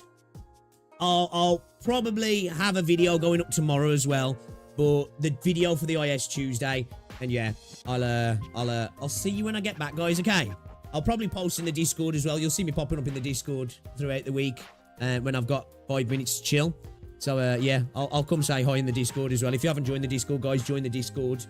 And I'll see you all later, man. I'll see you in 2 weeks, guys. All right. Appreciate you stopping by, man. Enjoy the rest of your weekend. Stay safe. All that good stuff. I love your faces. Thank you for the support. I'll see you all later, guys. Ta-ra.